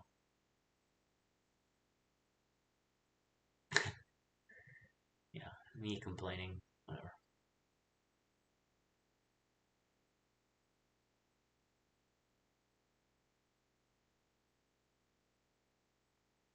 What's funny is I changed my outfit on MetaQuest, but I've still got my same look, so whatever.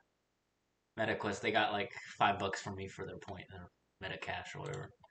They didn't make it easy to use. They definitely were trying to get me to give them money without making any use of it. so I could buy a new shirt in the game or something. But now it doesn't work in the game, I see, so whatever.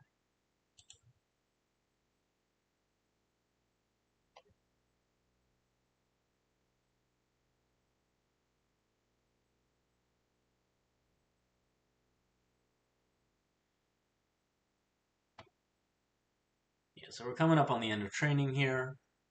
Let me know if you're interested in anything in particular, right? I can either find the other training videos I had from my practice that I've recorded uh, from the other days with the ball machine, but I think I'll try and play my YouTube video in here. I don't know the exact best way to do that because I accidentally, of course, I didn't manage to save that session on my computer, right? There's always some technical difficulty.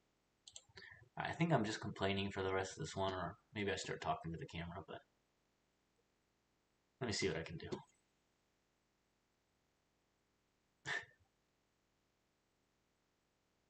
All right, 12 viewers, 12 push-ups. 12 push-ups. All right, whatever.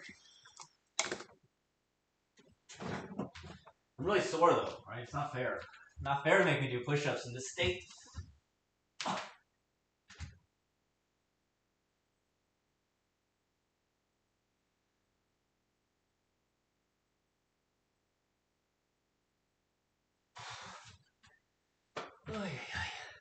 Anyway, 12 viewers very briefly. Now we're back at 6. Did some push-ups, scared them off. Anyway, that's the end of this one. Let's see what I can manage here. 10 viewers. Well, I'm not going to do 10 push-ups right away. Yeah, let me put it back here for a moment. Let me figure out how I'm going to show this other one.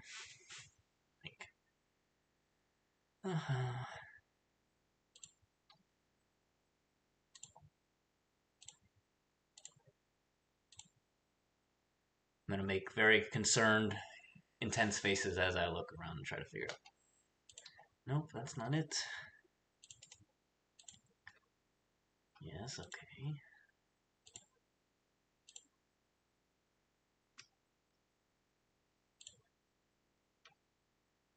All right, let's see. Right, here's a test. We're always testing stuff out around here.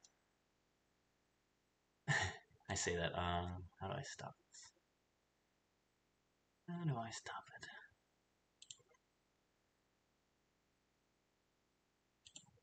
Okay. Next up. Oh, come on. Sorry. Boom. What is that? Oh, okay. Bear with me. We're new to streaming, let's say. Right? For some reason I can't move my browser. Why? Oh my gosh. Sorry. I don't know. Give me like 2 seconds. What am I hearing?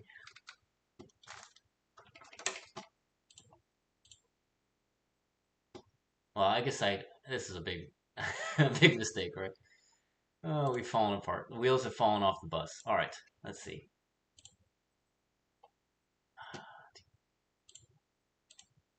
Why won't this get bigger?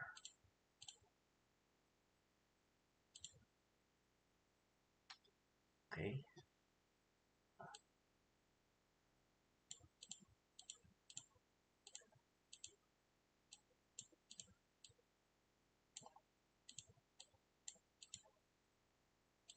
Oh, okay, well, there goes this stream. All right. You have to bear with me a moment. So we'll go like this.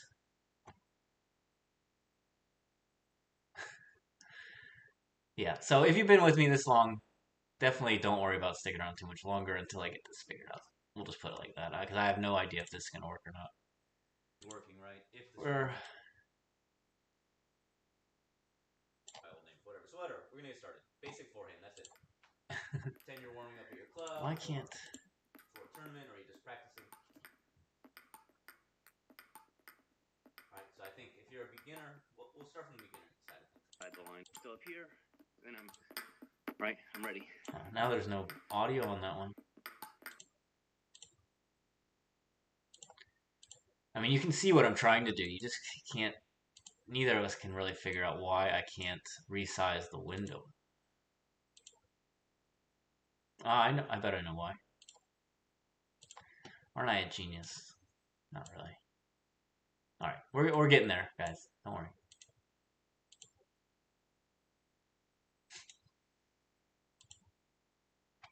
Okay. I mean, we're getting there very, very slowly. Let's see. Very slowly.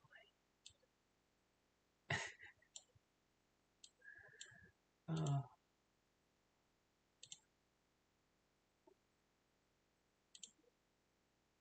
is there sound?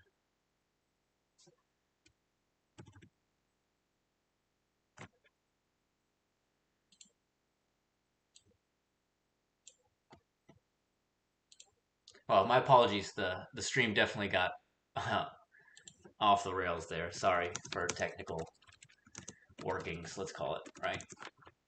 It's not a word. It's not proper, but I don't know what else to say. So let me figure this out. Now we got this, but there's no sound. No sound. Why wouldn't there be any sound?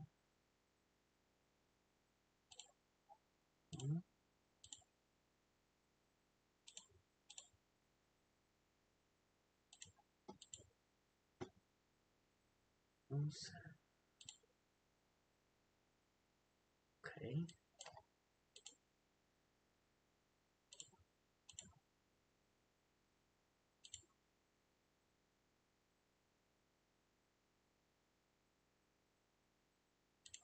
Ah. We're learning. We're learning on the fly. That's how it goes around here. If it doesn't, we're good. We'll see. Nearly. Keep Or maybe in we're not. contact with the ball for longer because you don't. No sound.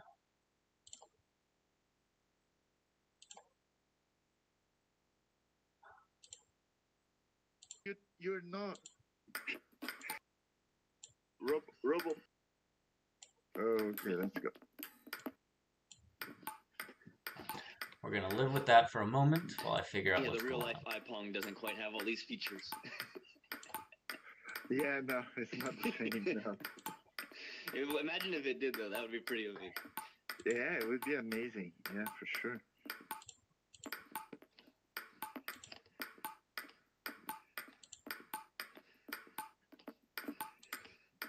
My first job as a coach, I was 18 Anyone years got old. any ideas? Any stream masters And out there the that only could tell me thing I why this asked for YouTube the video club playing is through OBS would have no sound, robot to even though when everything else play. seems like it we should have had sound?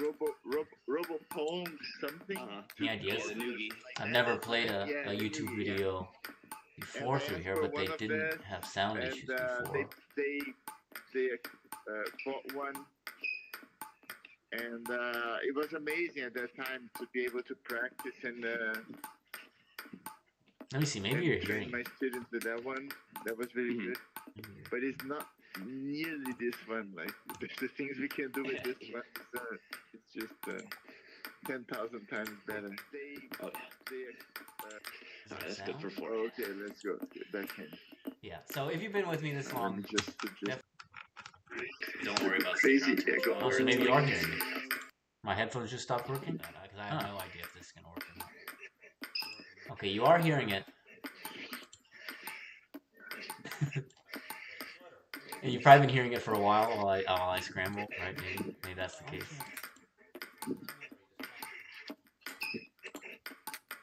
Let's see what this looks like. I'm not sure if this looks good or not.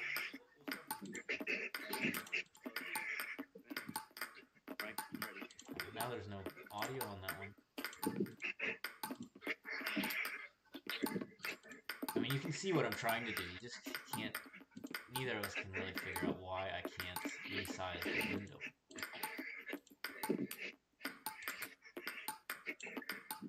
Is it working? I think it's working. All right. Kind of working, right? It's a really good backhand. Wow. Great. Getting better, Let's right? go for some. Oh yeah, 130 spin is So, in a flat ball. I think like you can this. hear me right now, and I think you Let's can go hear the for video. some, So this is a video of my lesson with Coach Vlad Pimentel from Friday. The actual video is on my YouTube. And there's another practice session on Coach Vlad's YouTube at VR11 Table Tennis on YouTube. So you can check out his channel. It does, yeah. Should be good. Yeah. Where would I go to Yeah. mute this?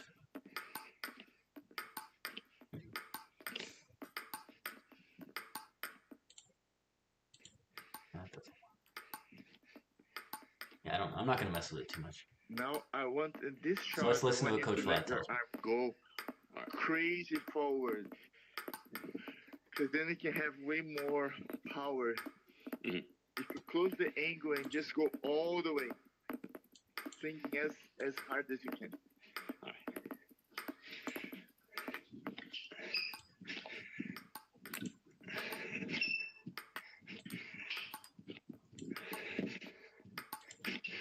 So I think for this day too, for the lesson, I had always microphone always on, as opposed to push talk. So you hear me breathing again. I'll work on it. I'll just like stop breathing for the lessons.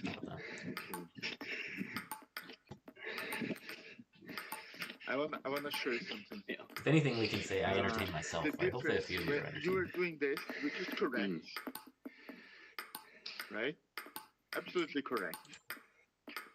So the arm is hitting the ball, doing some impact. I definitely just closed the window. I shouldn't have And driving closed. the I ball don't know forward. what I closed, That's but absolutely okay.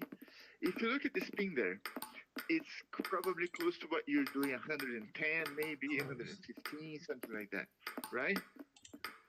Okay. Now I'm gonna start at the same point, but instead of I'd closed my of streaming doing window, so I wasn't able to see this, the stream. I'm gonna close the angle a bit more and do this, like all the way. It's not only this, So Coach Vlad is explaining all the way. If I wanna letting the if I arm wanna go keep more the for the contact with the forehand. ball for longer and throwing all my I'll be honest, arm this is and kind of my like a body trial run forward. here. I wish I would have recorded the video Because so I could actually if I move control my it. body forward this way, This and you isn't, do isn't it, working that well. it increases the spin or probably the speed a bit more.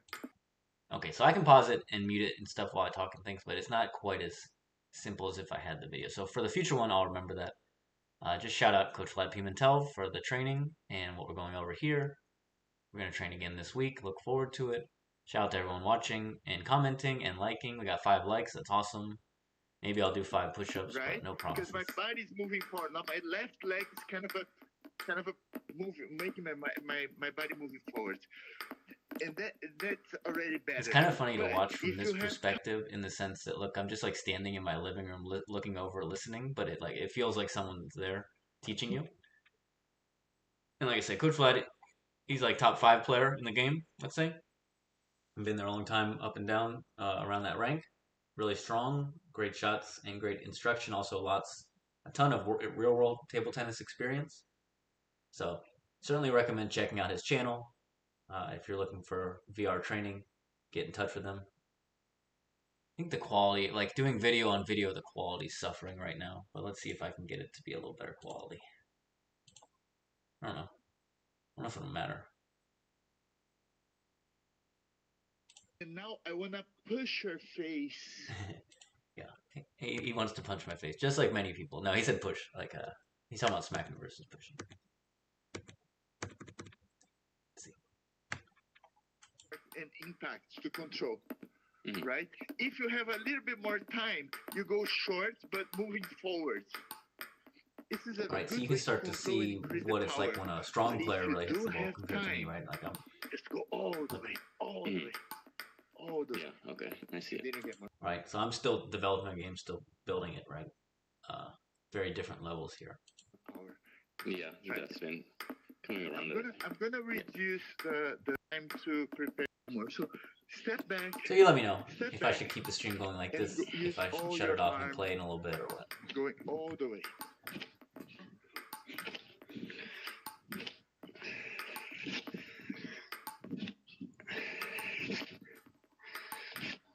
That's already 130 Alright, spin. I'm all out of Yes. coffee. 133, 139. Out of water.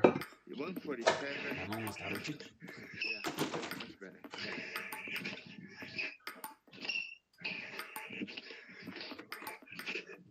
Yeah, that's really good.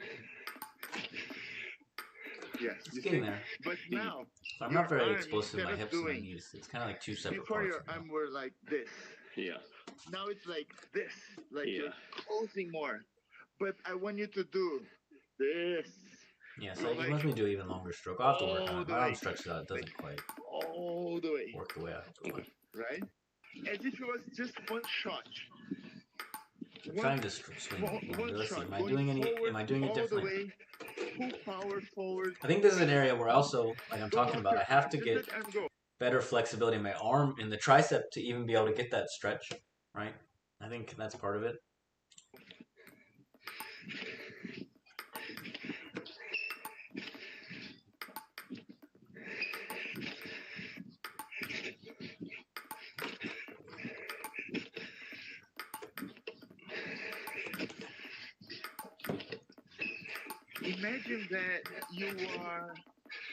Imagine that you were throwing a small stone in a lake, like that kids do, like throwing to see how much how long this stone goes, like hitting the water, or like a baseball player just throwing the ball. It's not like this. It's like whatever, and then like you just go all the So way. that's Coach Vlad's If it channel was kind of a at smash BR11 that you have Table to Tennis. finish the point, so you're not holding anything back. It's just like throwing everything. Think about this moving forward, and just like Yeah, if you're watching, let me know if like the audio is working the way you think it should. Or... finishes. Right, all that stuff.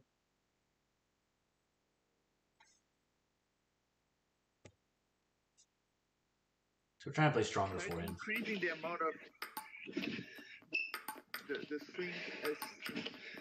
Yes, that's it. Go all the way. That's it. That's it. Go. Well, the good news is that the ceiling fan is now safely away from where I'm standing when I play these forehands, so I can have a little more confidence swinging my forehand, and hopefully that'll translate to a better forehand, let's say, and not being so scared of the ceiling fan. So look, here actually, I'm kind of happy that if you look, my hips are at least level, or even my right hip's a little dipped down, so that's good.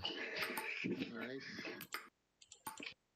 Actually, this is good because on YouTube, look, I mean, now we're really going to get into the nitty gritty, right? Now they gave me the ability to go into slow motion, so boom, boom.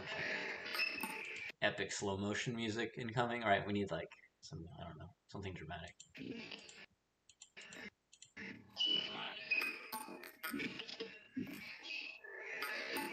Yeah, I mean, it's getting there, but I'm not driving that power. That power is not translating to my arm. Play with your arm more stretched.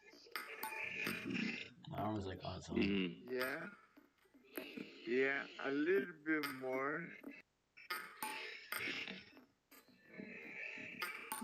Let them go. Yes, 136, 139. I wonder why the sound went down when I went to slow motion.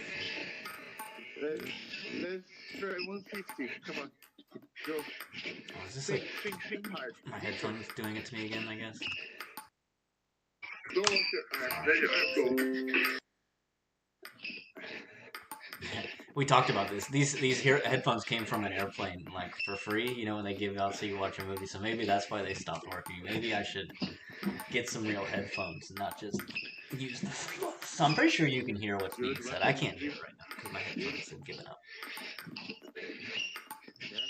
Okay, maybe it's so the left earbud doesn't work. All right. Well, so if I was going to review those free airplane earphones. 3 stars, right? They were free. They worked for a little while. Now only one side works. 135, 141, great. So now my spin's getting up there, he's saying. Coach Vlad was saying. So getting stronger. Look, those ones, even though they're compact, are good.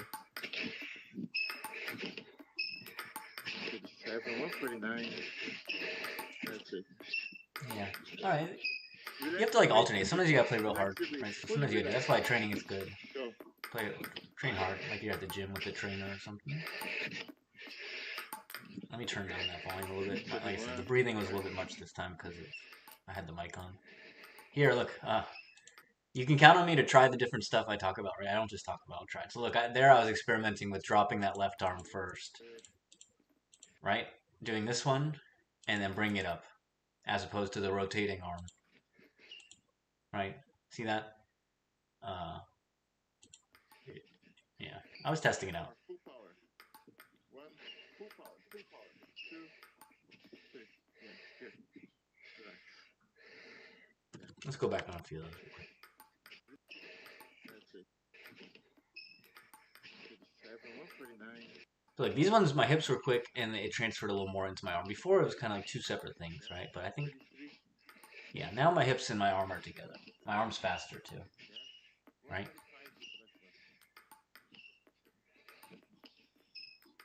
I think there's another area where it doesn't really matter if the ball is coming off the racket exactly like it would be in real life in your club and stuff, but doing these motions over and over and over again, thinking about the chain of, it's not chain of command, but all the kinetic chain maybe, I don't know, all your body parts and how they have to go one after the other to play the shot. You do all these reps here, definitely helps. Yes, I mean, that's not my method of using the non-playing arm. I was testing it out. So here I'm not really rotating enough, but that's more like the stable side of it. Right, so that's kind of the normal one that I'm trying right now. Relax the wrist a bit more. Relax the wrist. Fully relax. Alright, relax the wrist more. Coach Vlad says. So you can see, I'm still not really letting my arm go through. I understand what he's saying. I think I have to work on the flexibility there in my shoulder and my tricep. 1 second.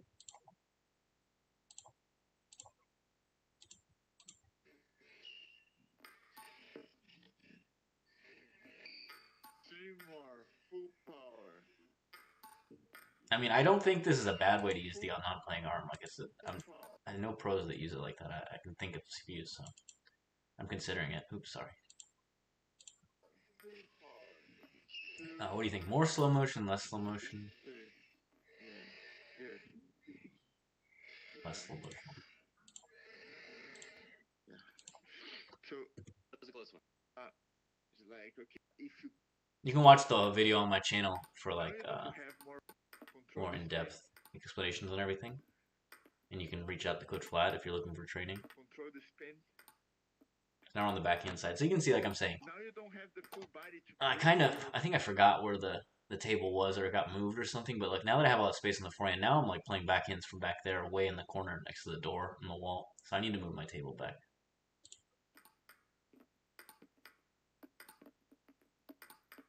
Yeah, my backhand's way better in VR than it was before. It's coming along. It's getting stronger. Now, mostly in a rally, I'm not in position to play these good backhands. I'm kind of blocking, punching, reaching. But it's coming along little by little. You have to figure, you have to make it so that like the end of your forehand and the beginning of your backhand and vice versa, next shot and stuff, like they have to be from fairly similar spots. And you use that by using your body rotation, using your lean, using your weight transfer, right? If your shots have to be played from way different places, then it's hard to chain them together.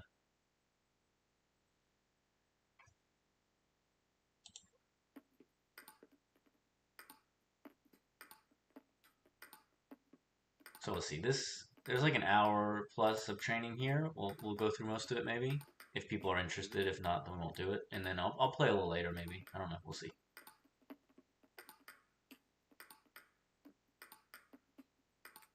Okay, I can see. So when I hover over there. Random loop. So the ball is gonna go.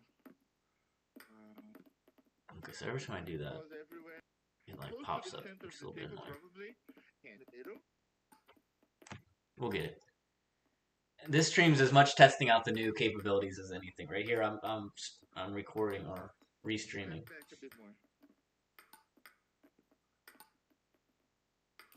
So here, I need to move the table forward for a drill like this so that I'm not in the wall door.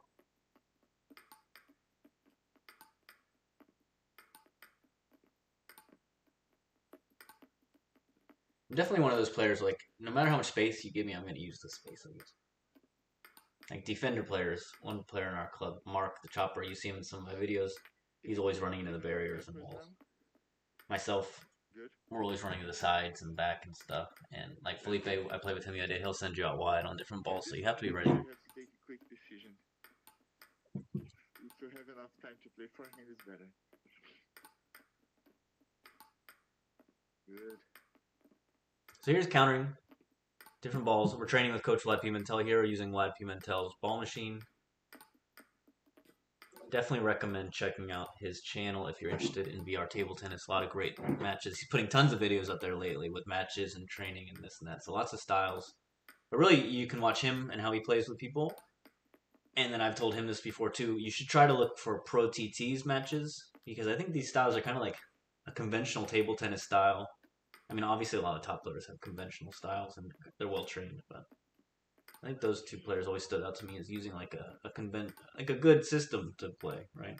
Good serves that aren't relying on like real fast or crazy tricky serves. They're more like setup serves for the next shot and then the next shot and the next shot, right? They have systems in place.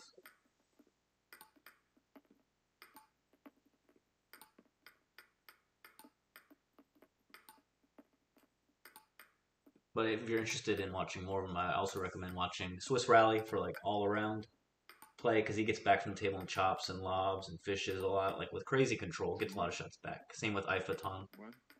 And then for kind of the traditional attackers, you got Anto, who's been #1 for a long time, very traditional game, closer to the table, good topspin stuff. And then Nat Ping's playing really, really well lately, very aggressive, right? And then the Shane player from, I think he's from China, he's really fun to watch. We're drawing off a little bit. Thumbs up for the camera. Let's see. Thumbs up. Whoop, whoop. Watching. Thanks for being. I'll check in every once in a while. We're going to keep playing. Just drying off towel break. Thanks.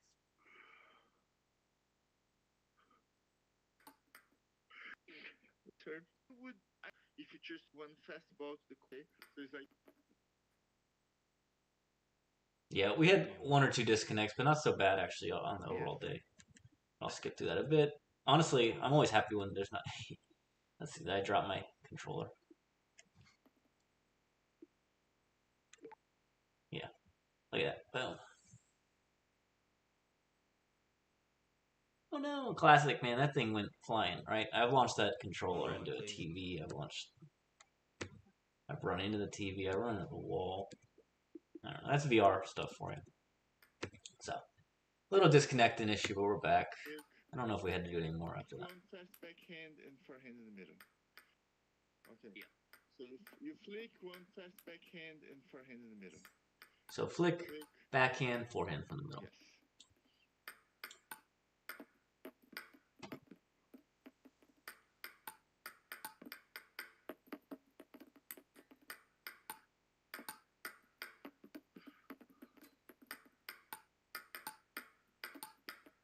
Good.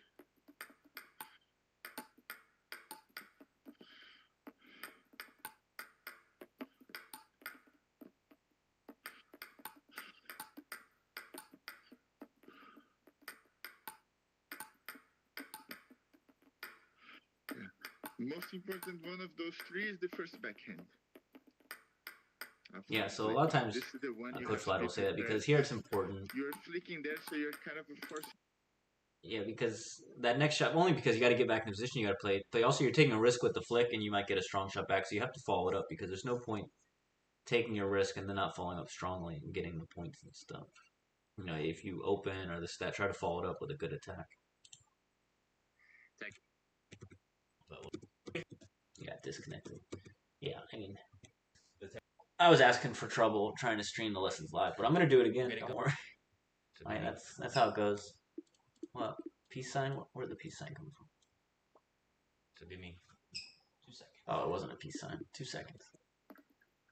You can see that piece of artwork on the table there, or on the wall. I had 10 viewers there for a second. I was almost gonna have to do 10 push-ups, but it was so brief that I'm not gonna do it. I'm gonna pretend I didn't see the 10 viewers. First backhand is the most important one. So do you see my mouse? Get off the table as soon as possible. Get ready for a good backhand. Yeah, good. Trying to keep the pace, using the wrist, spinning. That's good. So check the chat if you're curious about what we're watching, what we're doing. Let me know what you think. We're going to do a little slow motion here, because that's how we do things nowadays. We do what we do, what we do. Alright.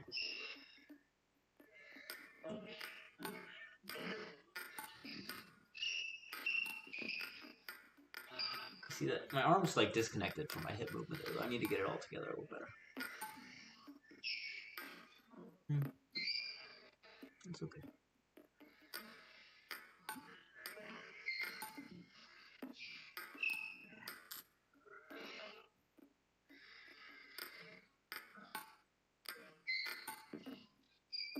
So, if you're just joining me, we're watching in slow motion my training from the other day. The cook flat pimento. And then if you join us a little later tonight, I'll watch it even more slower motion, right? We'll just we'll take it down 50% speed each day until eventually we're not even sure if it's playing or if it's paused. And then we'll be able to really analyze the biomechanics of table tennis, right? Once you're at like 0.0000025x speed, right? I think that's the appropriate speed to analyze it. And then we're also going to do it, sometimes we'll do it on like really fast speed, like 10x, just so you can see it as a whole. Right? You don't want to miss the forest for the trees. Right?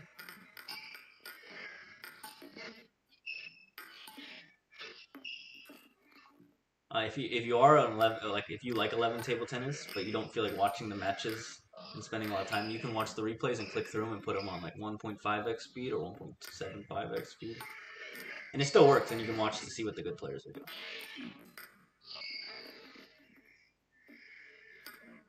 So yeah, if you're watching, tell me. You can say stop doing the slow motion. I take requests, but I kind of like seeing it. It's actually kind of cool because you get the VR stuff in slow motion too now.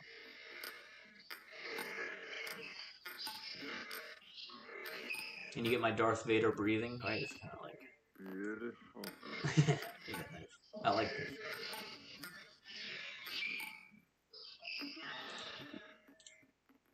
We'll go a little slower, right? Why not? 0.25. Can I get a 0.25x, please?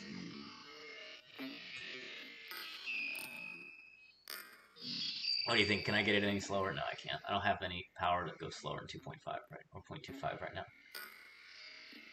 We won't stay here too long. I know some of you are probably insulted that we're watching myself in 0.25x. It might be maybe I've gone too far this time.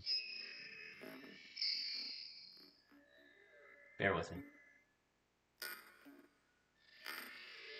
So we're in, we're back, over the top, there, right into the net.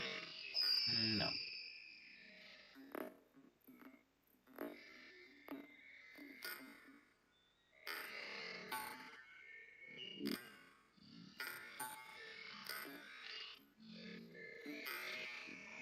Yeah, you see, I kind of like bounced up there. I need to just drive through the ball, over the ball. Okay, 0.25x is too slow. I think we can agree on that. I think we can agree on that. Well, 0.75x.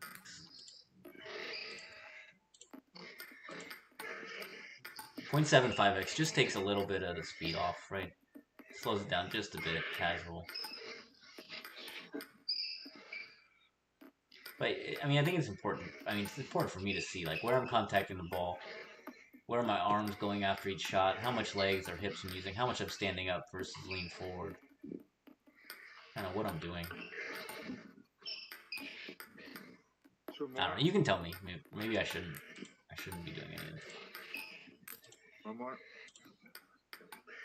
Now we're normal speed again, right? Almost like sped up. Once you go slow motion, then you come back, it's like you're in fast speed. Cross skirt there. Okay, we're changing the drill.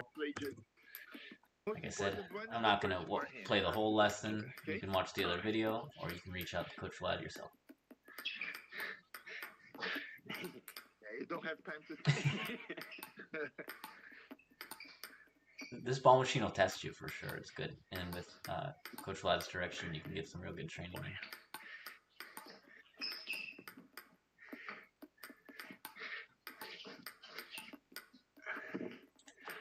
You know what's coming next. We're going back to 0.5x.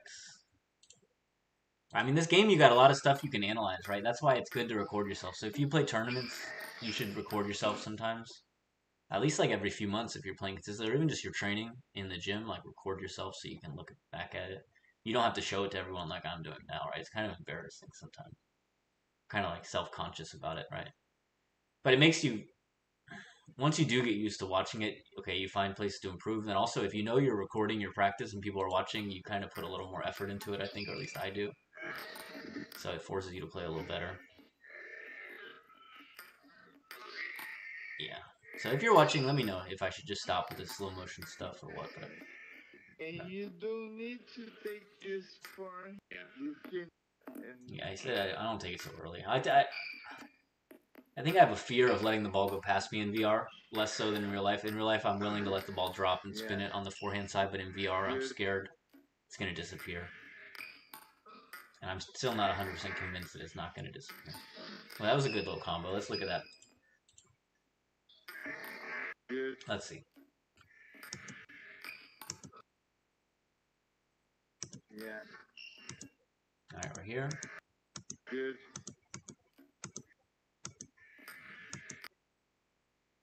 So this flick's not real strong because it's a side topspin serve. You just have to spin it a little bit over the top on the table. Play the forehand. Let's see. Yeah, I got kind of stretched out there, right, because the ball came kind of wide. I wasn't quite there, but that's all right. But you can see I'm starting to get a little off balance. Let's see if I recover it. Okay, I kind of got back to square. I jumped well. So you can see I'm getting better. I'm getting better at being lower, but see how my left leg is kind of straightened out a little bit. It's not really engaged. I'd rather have that left foot slightly more under my knee so that I could have a little more bend in my leg and knee and be able to use that to go left or right from there. Like imagine if I had to go wide right from there, it'd be hard because I'm already extended pretty far. Like I'd be able to get a step, I'd lunge, but it'd be hard to really move, say two big steps to the right from that position. Whereas if I was more balanced and my legs were closer, I could do it. I think, I don't know, maybe I'm just making that up. Maybe I'm full of it, right? More likely, more than not. More likely than not. All right, let's look here. I play my forehand good here. What happens? Okay, I'm kind of forward, but I'm kind of flat on that back heel. Yeah, and I didn't really do anything with that ball. No wonder it went in the net. If you're watching, let me know if you think this is reasonable, what I'm doing, or if you think it's highly unreasonable. Yeah, kind of falling over, leaning down. I gotta figure that out.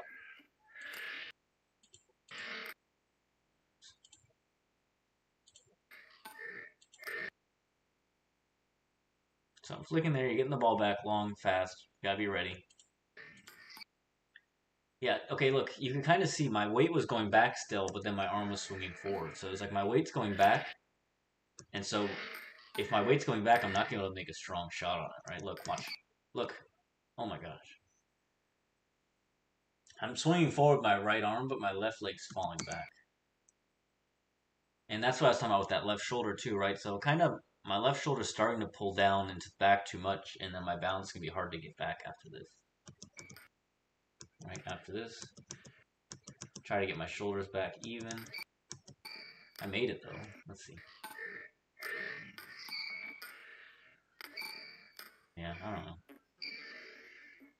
I don't know.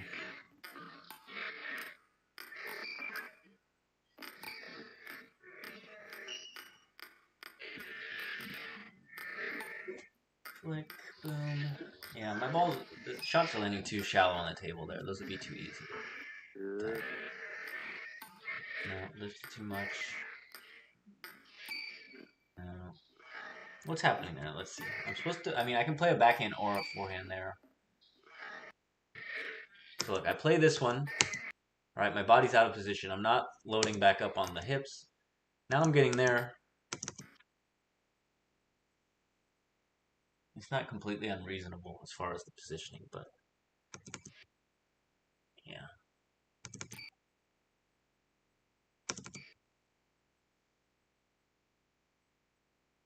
Yeah, so I think it'd be better if I had kind of reloaded my hips a little better on that one, kept my left arm and shoulder a little higher. All right, watch. Boom. That's not a good one, but whatever. Get back.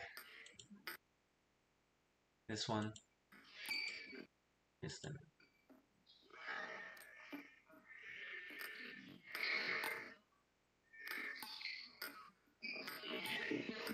So what do we do different there? Playing that first one really weak. Yeah, I did a little more with that one, I guess. But it looked like my arm was already kind of too bent, yeah. So look, this one, my arm is already bent by the time I'm hitting it. There's nothing to work with there.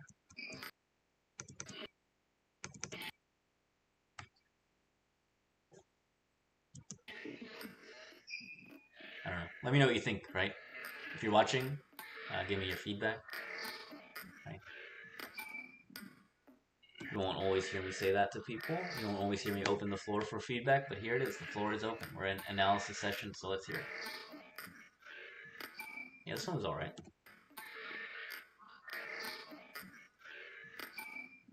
The forehand was good.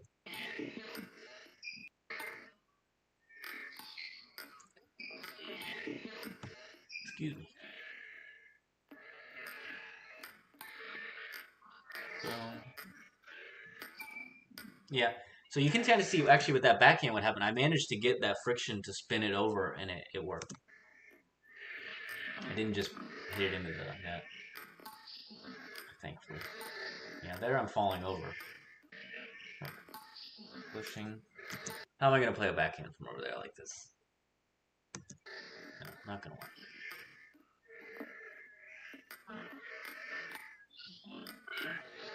You know, I should put the camera or the thing near the camera so I'm not staring away from it. Let's look at that. Why am I reaching so far away from this ball? Because it's a wide ball, but still. So I moved over, I flicked the backhand, kind of dangerous, but whatever, here we are. Yeah, okay, look. This happens sometimes too. I mean, being out that wide, maybe you have to, but I flick, and then I jump back so far, and then the ball's out wide, right? Look, what if I just stayed there? Right? What if I just flicked, stayed there, as far as the distance from the table and the wideness, and then played it from there? Right? Instead, I jumped backwards and had to reach. It was no good. This happens to me a lot in the middle of the table. So this is how I play in real life a lot too, right? If just kind of flicking over the table, and then if I stay put, it's easy to crank the next one this way. But if I flick to that side and move this way, then they play out there kind of wide. It's kind of a pain. Oh, I feel all right. We're not gonna say. Not sure I feel up for playing today, but more for the say. It's 50-50 whether the earbud that I put in my ear is working or not. All right, let's get. I think maybe that's enough slow motion for now. You guys have been patient with the slow motion. Let's isolate only the serve. I was struggling with the serve, so now we're gonna do just the serve on something. Okay. If you try to go left, it's also possible, but it's gonna. So Coach Vlad gives me some pointers on returning the serve. Simple and sometimes just let call it, right? Like I say, go watch the video if you're really interested. It could be good straight up and then just simple up. Yes. So now we kind of isolate the flick, which is important because I use a lot of backhand flick in real life, but in the game I don't really have the feel for the backhand flick. So I have to get better with that. And then once I do that, then I'll be able to start incorporating my forehand with the flick. So backhand flick plus forehand will be good. You can try to brush, but very firm and short. So yeah, if you're watching, let me know what you think. I know I say that like a million times, but I mean it. I guess that's why I say it so much. But we want this ball to land to the other side. We want this ball on the forehand. Because you're calling for a forehand shot. If you do this, like if you go that way, you never open the body. Okay, yeah. So Coach Vlad's telling me, so we want you to you know, if you play to a certain spot, sometimes you gotta be prepared for what's next, which is normal in this game, right? Because you can't anticipate everything. You kind of have to force your opponents to play certain shots, but you also can't play certain shots and then anticipate something that's not going to happen, and that wouldn't make sense. Yeah, that's it. So yeah, here I'm practicing. I'm flicking, and I'm going back for the forehand, but I'm not flying to the middle. All right, I'm still staying there. Cannot be too soft. The wrist is firm. You have to offer some resistance to the ball. Yeah, very good. Let's go for the full drill. All right, now we'll go back to the drill.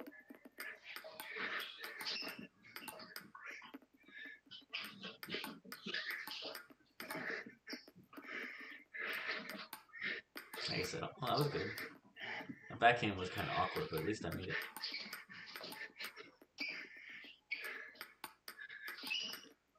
See, now I'm making some good shots. Practice makes perfect. right? In theory.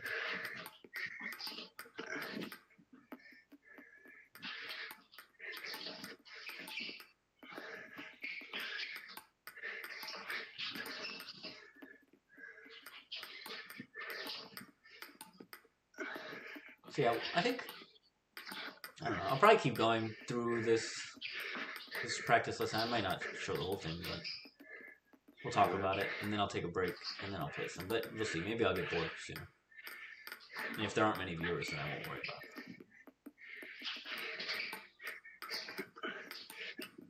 That was good.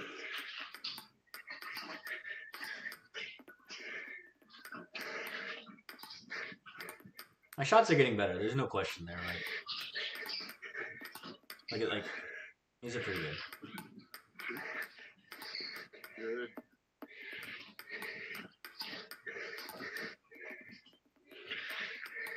Let me turn this down a little bit.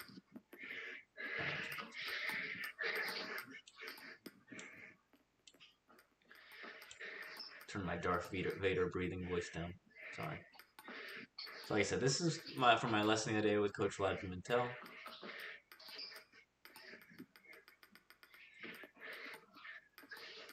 If you're familiar with VR table tennis, then you're probably familiar with Coach Vlad. If you aren't, then get familiar with him.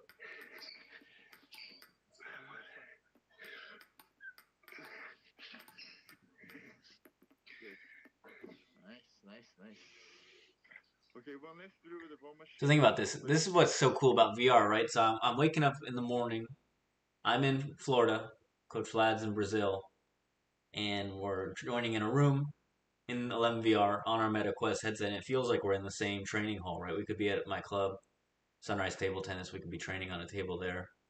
It feels like that, right? And you're getting instruction. And you got the ball machine that doesn't have the physical limitations we have here in real life, right? In virtual reality, the ball machine, you don't have to pick up balls. You don't have to reload balls. You can train it to do so many different things. It's like the most advanced robot you could ever imagine. And it's in a VR training space. It's cool. Should be good. Okay. Let's see what we got going on here now. Push. Oh yeah, push and block, right? So this is useful. And I'm reviewing these things because this is what I'll train later. Right? I think I'll get on that train later. I don't think I'll play matches today. I'm kind of beat up. But I need to play matches each day for a little bit. Because I have to... When your shots get better, you have to get used to how the balls come back then, right? So you play stronger shots, but then also the ball comes back faster or spinning or this or that. Same with serves, right? Your serves might get better. And you're forcing more mistakes, but when it does come back, maybe it's coming back with more spin or at a more extreme angle because people aren't controlling it so well. So you have to get used to that. Yeah. So push, block. Have to play over the top, off the bounce. Gotta be firm on top of it, I don't know. This falls in the category of things I don't have the feel for yet. And that's actually a problem because I'm like, in a lot of rallies, I'm going to block and control the ball and angle it so I can get a setup for a higher forehand. But I don't have the feel for these blocks or the pushes or anything really in the game. But it's coming along, whatever. You'll hear me say that a lot. I'll complain for 3 minutes and I'll be like, whatever. Gotta erase it. Fresh start. So let's see.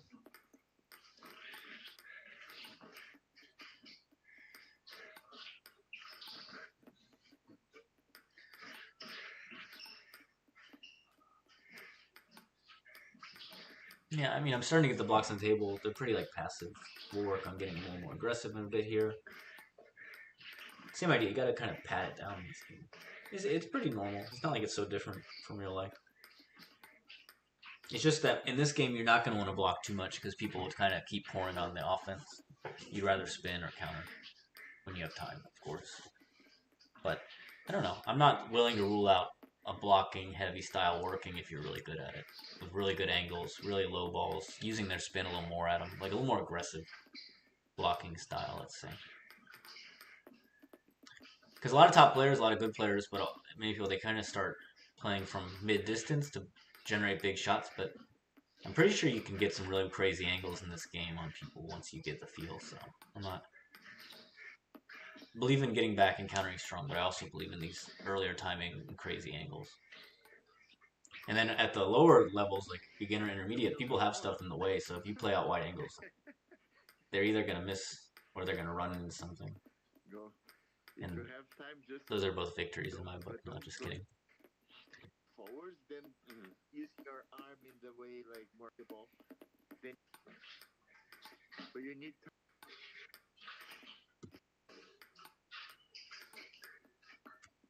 So this forced me. You know, you're playing under the ball for the push, over the ball for the block. That's the nature of it.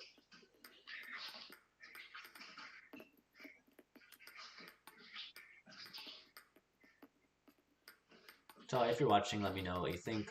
If you're enjoying it, please give a like. Consider subscribing.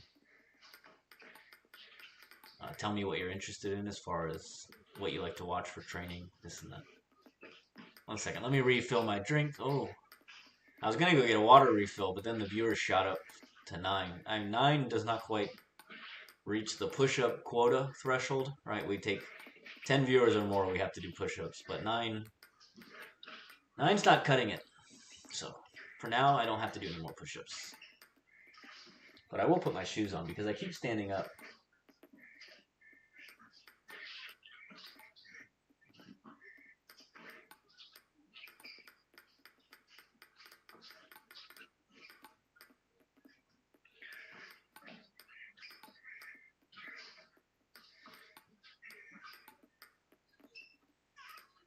So yeah, let me go get some water real quick. I know I hate to walk away from the computer when people are here watching, I know, but I need some water. Please. I'm a living being. I need water. Oh. Sometimes you got water nearby, right? Look at that. Wasn't that convenient? Let's give you the torture machine. Alright, don't have to go anywhere. Keep going. Saying hi. This goofball. Got my Felix LeBron shirt on. Fresh off AliExpress. Alright, now I'm gonna serve long to middle to your forehand, like spin serve. I'm gonna let this play now for a bit. Right side spin like this. I want you to loop this ball. If you choose to loop hard, brushing hard with more, then you go cross court. If you choose to just open the angle and control a bit more, just go more towards the center of my backhand. And then I'm gonna block. So if you attack this way, in general, prepare for cross court block. So you attack hard and open your arm again to play the next one. If you choose to play this way, move towards the backhand side, saving space in the middle for the forehand. Right? Because if your opponent is on time, he's gonna try to block all the way to the corner because you're away from the ball, so you're already moving there. If your opponent is late, he's gonna try to block over there, the ball ends in the middle, but then because you attack and move anticipating, the middle is already for him. Okay. Right? Let's go.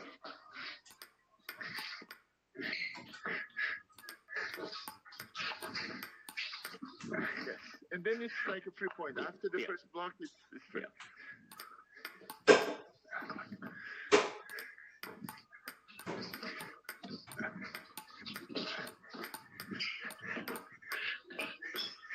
Nice. Good one.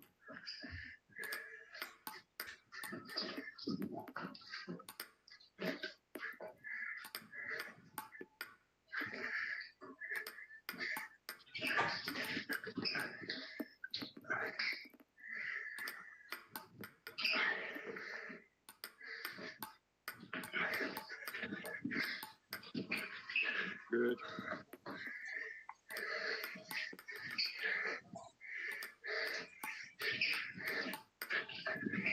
Nice.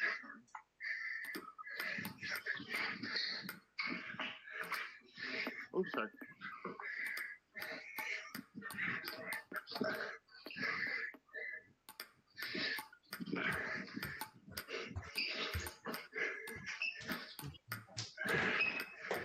Good.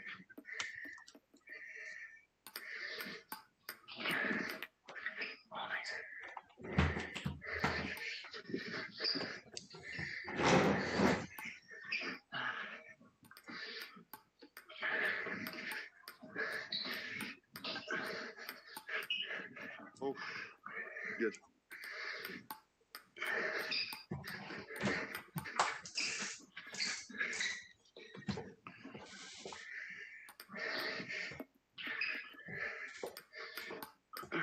I'm putting my shoes on, but I'm not gonna put. Can't walk around in socks all day, especially if I end up having to do more push-ups. Right? I can't do any more push-ups in socks. Although it's good exercise. The second shot, because you're spinning. Mhm. I'm blocking. You have to keep spinning. Yeah. So I have a problem Even if like you're blocking, late, punching if you're in late, just let the the ball rally drop because I'm to too have more close time or and keep spinning. out of Because if you play position. too flat the second one, the ball's gonna be too unstable and it's easy to miss. Yeah. So you gotta spin in this game, but you gotta spin anyway. I spin up. Now I try to counter strong. Good. Good one.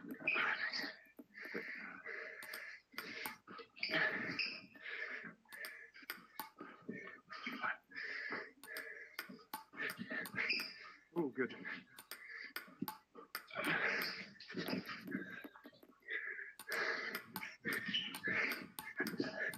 Good.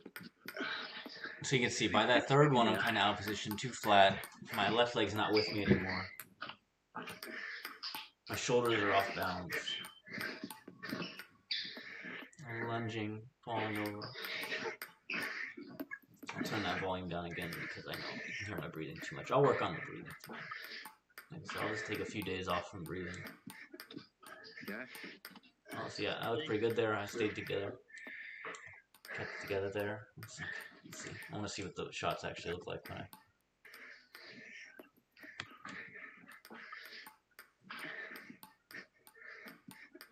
Yeah, that was alright. Getting somewhere.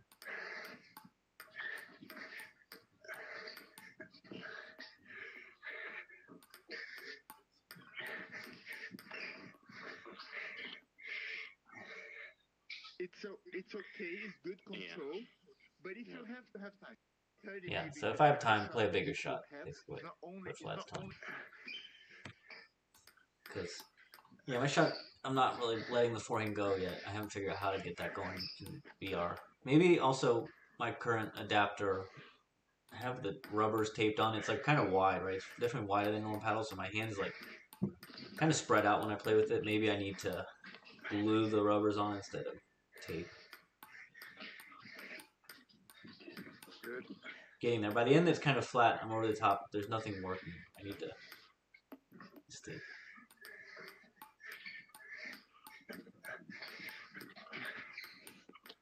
You see what I'm saying as far as being able to record yourself and then analyze your body movements without a table in front of it, right?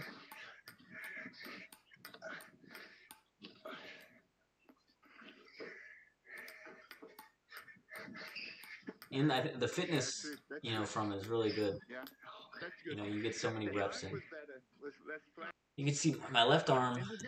Let's look. Only because of the spin, because the spin is better. But if you generate more spin, that means you're breaking my spin. Yeah, so he's saying like the more spin I put on it, it overrides the other spin, which is important. Now we're trying to return this serve. Or maybe that's what I was doing before. Never said my memory was the best. Throwing a chop. It's like AI.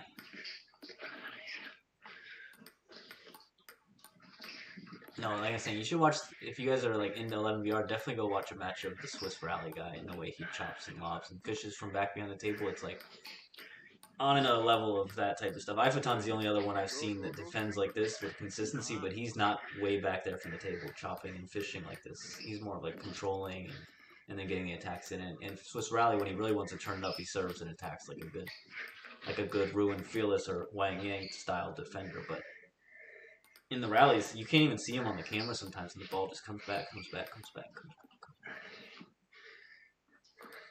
Did you like that? How I trailed off there as if I was like going somewhere.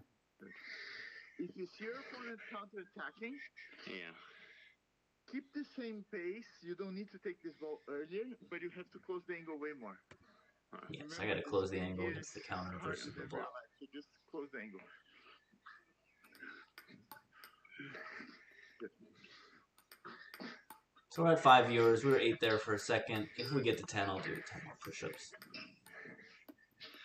That one ended up being strong. I kind of lunged forward like it was my last shot of my life or something, but maybe it was. Right, sometimes you need that shot to be the last shot. You need to finish the rally. You don't have another one in you. Or sometimes it's the end of the match. You just got to win. I got a touch. I saved that one. That was good. Let's go watch that again. Of course, I messed it then, but let's see my movement. Look at that. That's pretty good. It's like, I don't know. I would say a jungle cat, right?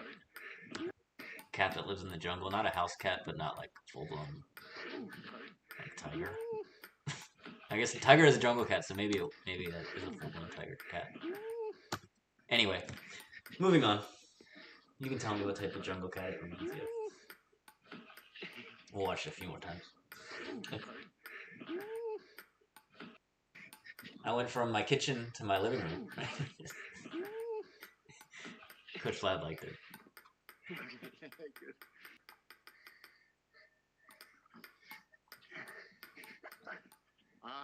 That's a good one. Yeah, that was a good one. I made him reach and I play it, and then it came up there, and then I had already kind of dropped my racket, and I didn't see it. Yeah, and I kind of came around the bottom back of it instead of just being over top the smash. I'm not confident in these high balls in this game.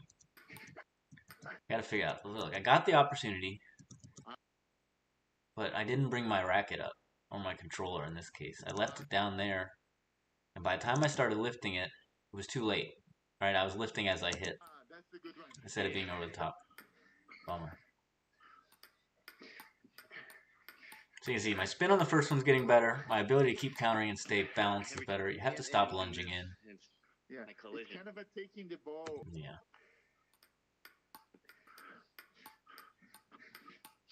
That's good.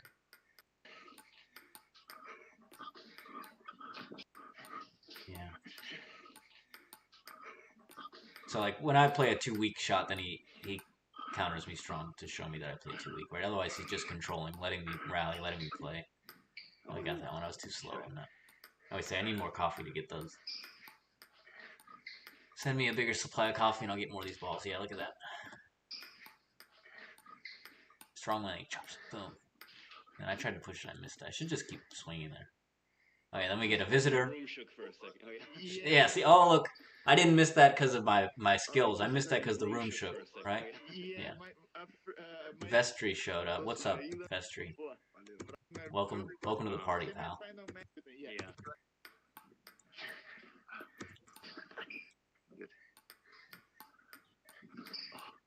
Well, that was good. Let's see where I fall apart here. One, good, strong, and then what happens? Yeah, this ball came on me quick. Look, that ball's already on me. I'm lifting. Look, so that wasn't a block. He countered that one a bit, just a little bit, and just because of that, it shot back at me strong. All right.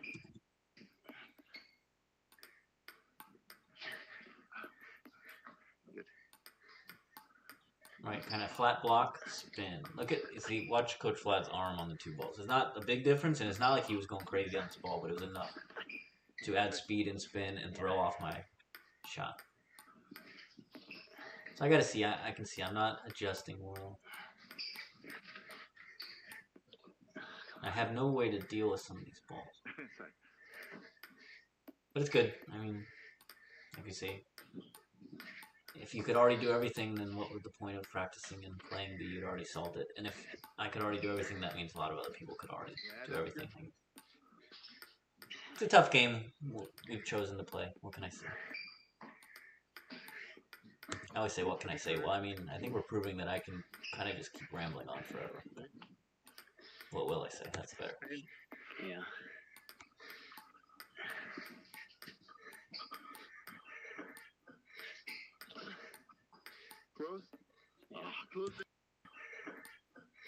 Good spin, strong ball, and I hit it flat. Look, not only did I hit it flat, I even opened my angle as I was hitting this one because I kind of misjudged it. Oh, patty cake. Oh, yeah.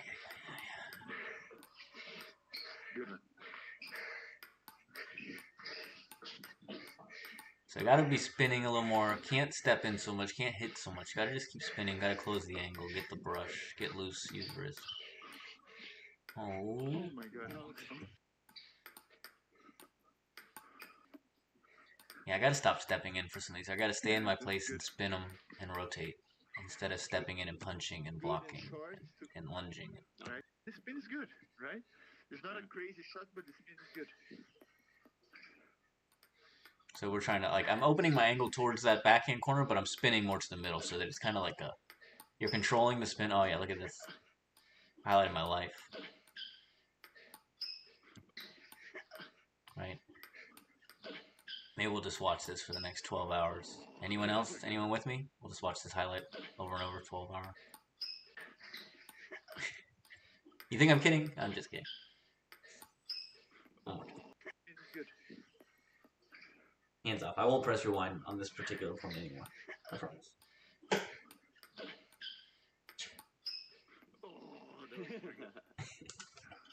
Sometimes you gotta enjoy the good shots, right? I spend most of the day getting angry about the bad shots.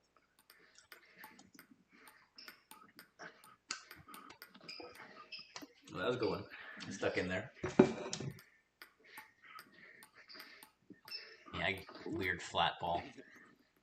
Against some people, these things would work, but obviously against Coach Flat, it's not going to, but also in general, I shouldn't be doing that so much. It's because I'm getting stuck. Just wait for the curve. Yeah. I'm blocking this way. The ball curves a lot in VR. The spin takes it real strong curve, so you gotta get used to that curve. Side spin, right? Stronger angle, yes. You can even use side spin, right?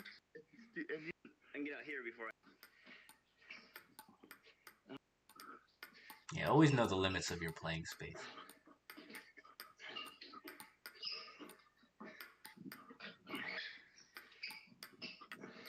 Nice.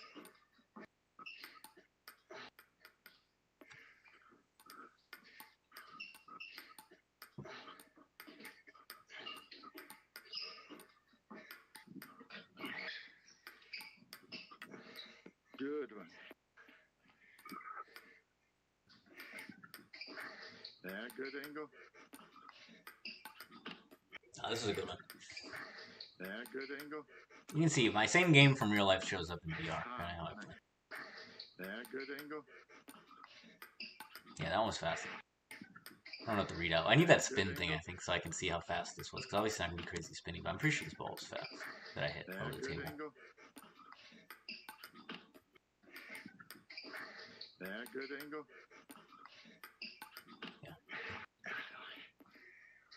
Because, like, those are shots that kind of my real life game is based on. Getting a pop-up over there, short forehand, just jumping up and smacking it. So.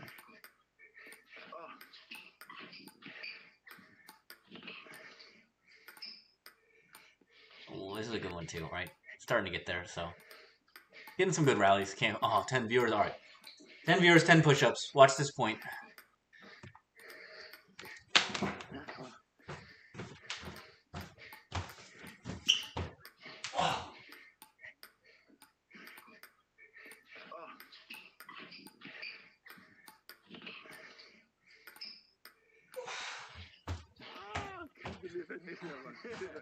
You have to forgive my push-up form. My back is really sore today. I think maybe I've been playing too much VR table tennis. No, we won't blame the VR. We'll blame table tennis in general. It's like, was it a good rally though? I want to see it. Look, I look like a... No, I'm just kidding. I was gonna say I look like a pro player, but not really.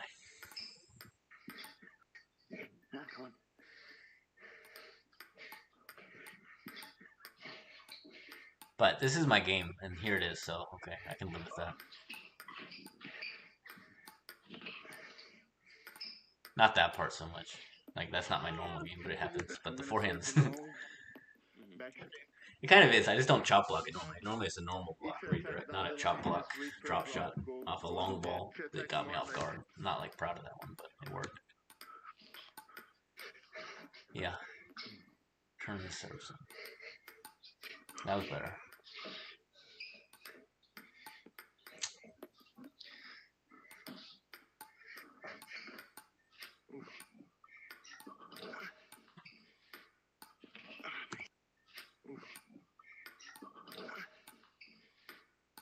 So you can see Coach Vlad's working on his chops.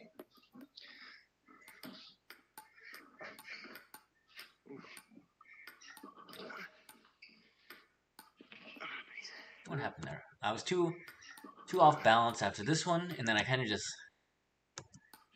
put too much in it. It was like a chop, but it wasn't a crazy chop. This one, I just tried to overdo it.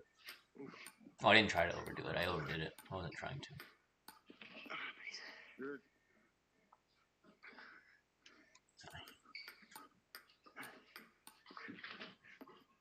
Yeah, you can. Let's look at that one again because I kind of get stuck out there. Yeah, this happens. Let's look. I mean, ask yourself which part of my body is supposed to be like adding something to the ball or lifting. I'm flying left. It's not that I'm falling, but I didn't rotate. I kind of stepped, and then my arm has nothing to work with. The player backhand. Okay, this is good. I get my weight on my left. What's up, Oblivion 007? Appreciate it. I know we're not weighing blades and rackets tonight. We're not assembling rackets. We're playing VR. So here we are. Look, this. But then what happened here? Yeah, it went further right than I expected because of the curve. So then once I positioned, I had to reach instead of just swinging. I see it. All right. So look, if I had done this one better, right? Okay, I get this ball. I need to take an extra step here to the left, to my right, instead of just leaning. All right, if I just take an extra step there, I would have had a split second to do it, and then I could have played it, but I didn't. Live and you learn. So yeah, shout out Oblivion. Thanks for being here. Coach Vlad here. I don't think he's here right now, but he was here checking in, giving us some advice. Exactly. Yeah. Be practicing with him again this week. Are you familiar with Coach Vlad Pimentel, Oblivion?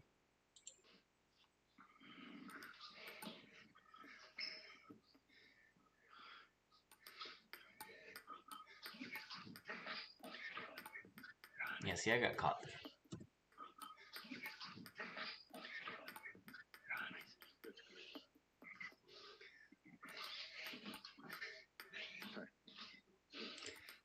That's me. Right, so I'm in red with the hat and the glasses. Coach Vlad's in the black, and I'm here in the blue, right? So this is my camera of me in real life, and then that's the recording of us playing in VR. We're doing a training session. This one. Yeah. Rotate.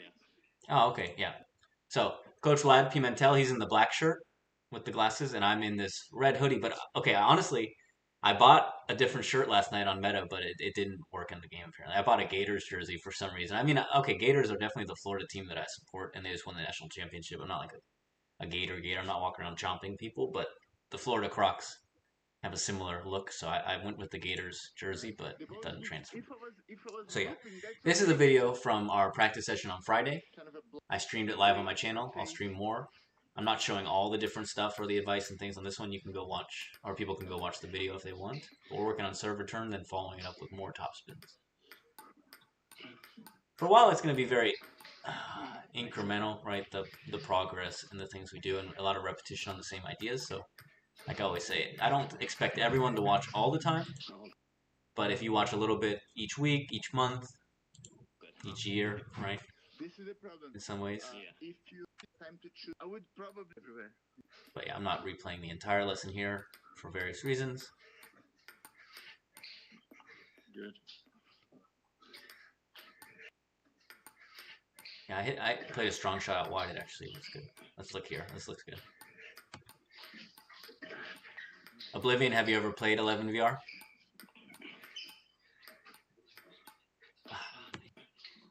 Look, this is actually a pretty good rally. So we can see I'm getting... Let's watch a little bit in slower motion. Let's call it.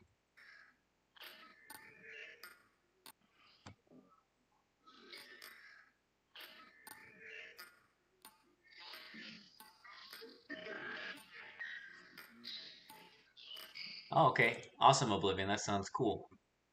Keep up the training. Hope it all goes well. I'm sure you understand what I talk about with the ups and downs of training and things like that. But overall, it's fun to be able to practice a game like this, right? Yeah, like this is good.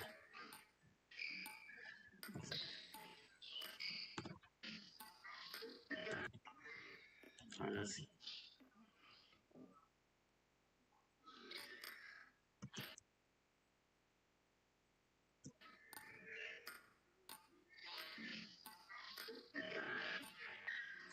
I want to see that move to the right I made there.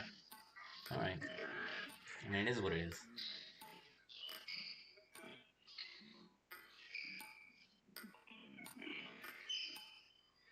So you can see I stopped myself on both of these from flinging myself so far forward on my steps. I stepped forward, but I didn't fly through like I often do, and I hit the ball. Because when you play with someone like Coach Vlad or stronger players, there's a lot of spin on the ball, a lot of momentum.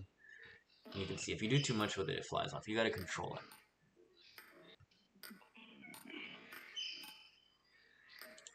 Yeah, Oblivion. So I definitely think it's important, right? I think it's important for a few reasons. You know, think about how people recommend shadow training or in front of a mirror and all that.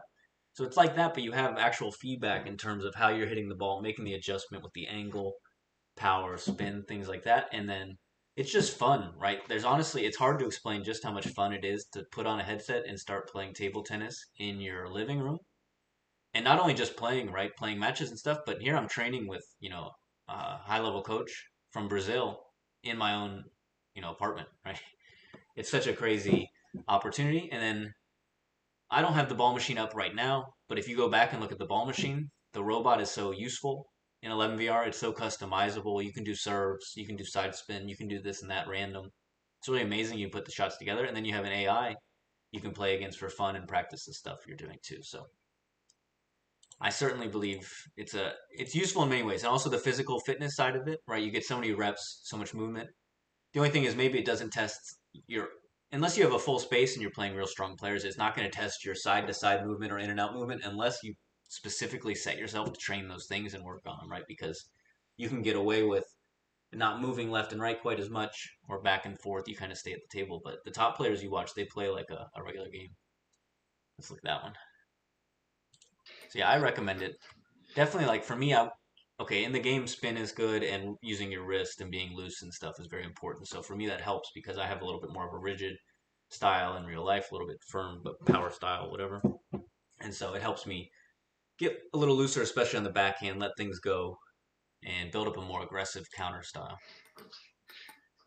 I am looking forward to the T-Mobile game. I don't know so much about it, and I'm not sure if it's like that good at the moment. This stuff takes a while to develop. I think that's why this game's so impressive because they developed it a while ago. They keep improving it. But now there are other games coming out that are supposedly just about as good in physics. I don't know so much about them, right? But I'm happy about that because it's good to have more options.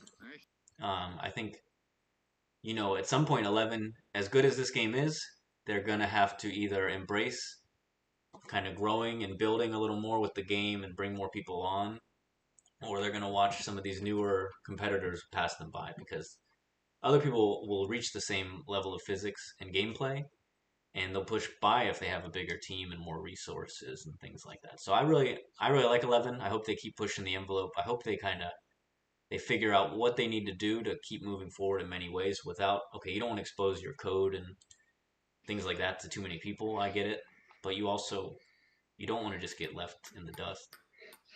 But I think the game's so good. I'm not saying that I expected to get left in the dust. I heard T-Mobile VR is very elementary at the moment. It's not the same idea as this. This is like an epic simulator. But I know there's a couple other ones with good physics, but they just don't look good yet. This is kind of the best total package by far for now. So I really appreciate 11VR for having the game, making the updates. I hope they'll keep pushing forward. They put on a monthly tournament that's really awesome. They're building a platform for us to play table tennis with people all around the world, right? Like my gym is closed Saturday, Sunday, and I'm here practicing online and now analyzing it and things like that. So yeah, I recommend it. The game's $30. If you have a headset, then it's a no-brainer. If you don't have a headset that works with it, then it's a little more of a consideration. But if you figure $300 for a 3S plus the game, it's about the average cost. That's pretty good. Backhand to backhand. You have to keep. So yeah, about the rigid thing. So it's good because in here you can practice using your wrist more, or you get a ball that's in the same exact spot, so you can kind of just a little touch here and there. if I'm blocking, And also, then there's no way you I'm get gonna block. feedback in terms of if you hit the ball a certain way, it goes out, goes in the net, and then you change how you hit it, and it starts to go in. So But the as biggest soon thing as is just the reps and training your. It definitely trains your mind to track the ball a little better and adjust your body. Right, like the side spin loops from the robot are really good, and it's hard to find a way to practice against side spin loops over and over and over again in person. It's not easy for someone to sit there and give you a bunch of side spin loops, but they happen in a real game when people play hard and are out of position, this and that.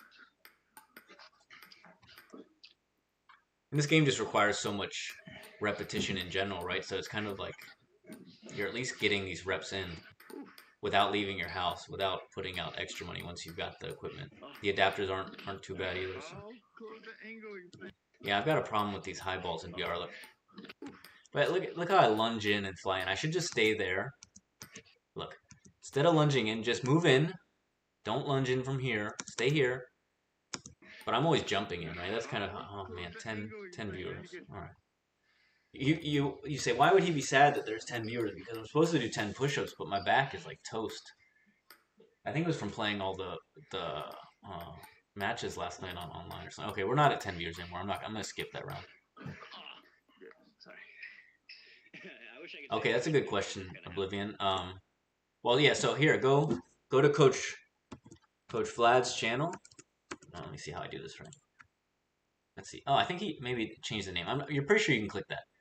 All right. Or maybe that's just how the name is supposed to look when I type it in. But if you click there, he's got tutorials on all this stuff. All returning serves, playing this ball, that ball, tons of stuff. And then also you got match videos from things. So he's got the best tutorials. Exactly, right? See, I knew you would. I knew you could appreciate Oblivion. Because that's what I say a lot too, right? Yeah, there's no table in the way, so you can sit here and look at your knees, your hips, your feet, right? And you don't have to have it from a certain angle. You can analyze it. So yeah, I'm fully on board as far as like I always say, I wouldn't be here playing the game and then analyzing it and sitting here if I didn't think it was pretty useful. So I believe in it. I'm glad you're kind of seeing some of the stuff. So check out Coach Vlad's channel for the tutorials. Um, I don't think there's any like advanced in-game training outside of maybe a basic tutorial on serving or playing, but I'm not sure. I haven't checked. They have a few different little like mini training things, but you can find coaches or you find good players to practice with. Um, yeah, and I think almost everyone has to adjust to VR a little bit, but for the most part, like if someone's a solid player and skilled, they'll move up to a certain point and find their natural level. Usually, it's like 700 to 800 points above their USATT rating for like a lot of players, but it also depends how your style switches into VR, right? If you have a good spin-based style, balanced, controlled, and you're a strong player, it's really good, right? If you have a funkier style, this or that, it'll take some adjusting, but it's definitely possible. And a lot of these players in Brazil, they've started playing because it's getting more popular with Coach Vlad promoting the game, and they're doing in real life VR tournaments. And so these players are, I mean, I would estimate they're probably like, well, 2200 USATT plus, but let's say even like 24 to 2600. Some of them they're really good, and they just shoot up in skill and in rank here in the game up to past 3000, 3200, whatever. I've seen it. I played one in March in the tournament. I was like, I played with a different adapter out because I knew I was going to lose to this guy. I already had seen how he was playing and I saw his rating. I was like, I'm not going to worry about this one. And then, yeah. Anyway, so I think he won that one. Then he won the next division up this last one too. But he's good. No problems there. A lot of good players.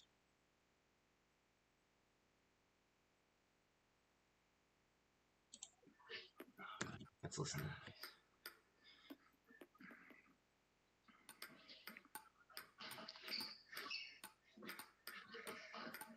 Yeah, so those were some good backhands off the bounce. Not super punchy, but fairly aggressive. And yeah, and so for coaching, I mean, you definitely look for different videos because you see the ball machine, but you can also do like a coach could do multi-ball in the game, or basically you serve. And since you don't have to pick up the balls, you get a lot of reps. Um, there's no pips in the game, but you can change the rubber settings to act a little more like a lower friction rubber or a lower bounce rubber. Or look at that. Every once in a while, I make a good shot. So I've been working on this forehand from the backing corner down the line more because I like to play that in real life, so I have to get that down a little more. I appreciate the 7th like. That's a good one. That's my lucky like for the day, I'll call it. So thank you to everyone who has liked the stream. Thank you to everyone for chatting with me. Thank you, Oblivion, Coach Vlad, and Koo for being cool. All right, got a little more here. So yeah, I recommend it. Recommend checking out the game if possible, playing online, doing some training. They have monthly tournaments. There's gonna be some more in real life tournaments. Yeah, you see? Yeah, look, I'm getting better at this forehand pivot and then down the line. Oh, played a strong one out there and there. Yeah, Boom. you see? We're getting somewhere, right? Little by little. This is definitely like, if you watch my in real life videos, that's kind of how I play.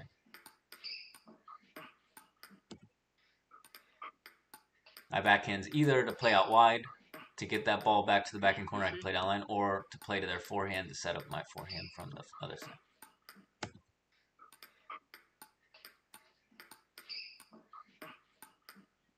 One more time. Last one, I promise. Yeah, You see? I can work on the different stuff. But like you said, it's cool. Okay. All right, thanks Oblivion for stopping by. Definitely check out Vlad's channel. There's a Discord for the game as well. And have fun with your training in Ohio, I believe you said, and keep it up. All right, I'll see you around. Thank you. And we'll weigh some stuff next time. How about that? Oh, look at that. I spun it. He wasn't ready for that much spin. No, just kidding. Okay.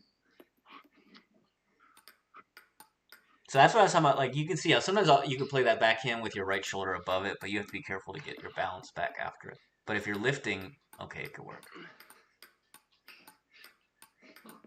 Okay, that was pretty good. I didn't fall apart till like the fourth backhand open, or I mean fourth backhand comma open, backhand, backhand.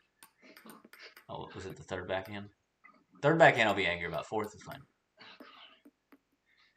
1, 2, 3. All right, we're fine. I made 3 good ones. Fourth one fails. I can live with that. I like that. So here's a good one. Look at. I play here, I play there, good, but I need to recover and be ready for the next shot. And I forced him way out there, so you got to be ready for a big shot to come back with the curve. Either move a step left and control it, or just step back and counter it again with the forehand, right? Like, I see it, I see it.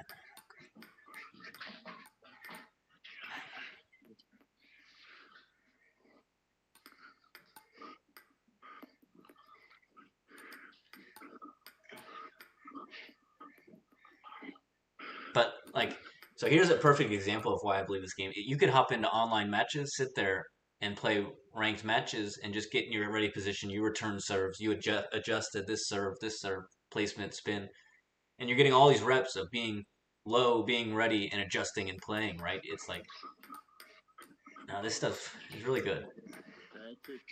Yeah, here, let's watch this one. So sometimes it's good to get some lobbing practice in there. Or smashing, I guess, for my case. Perfect.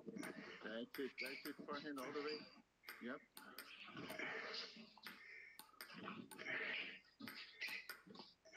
Yeah, once I start getting this forehand smash down good in the game, it's gonna be trouble for my opponents because I'm gonna set it up with my spin, right? You set it up with spinny opens, and then you start smashing and attack. That was good. So let's watch one more time. Coach Vlad's good at lobbing, obviously, getting it back. Top players have amazing control and getting it back on the table, and obviously my spin and speed doesn't really concern him. Let's see.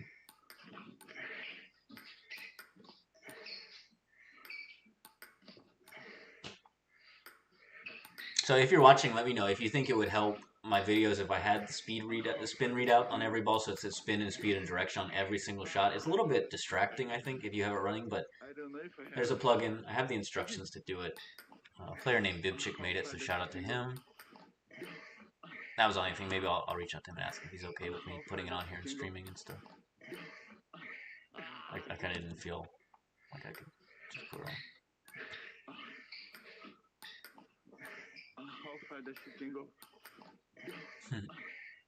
It's good when your racket's kind of like jumping from one part. It means you're moving the racket fast. If you watch Pro TT, I realize his racket moves so fast.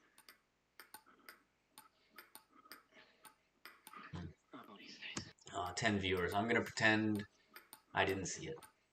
Right? I didn't see there's 10 viewers. I'm not gonna do any more push-ups right now. I don't think my back can handle it. Maybe it can. I don't know. We're gonna find out. I always say when people make me chop, that means they did a good job because I'm not a chopper. So every once in a while, if Coach Vlad chops, It means I at least made a few good shots, got him out of position a little bit, made him back off the table. Or maybe he just wanted to practice his chop, but still, same idea. So if you play me in real life and you got me chopping, it means you're doing well. Maybe. Or maybe it means you can't deal with my chop.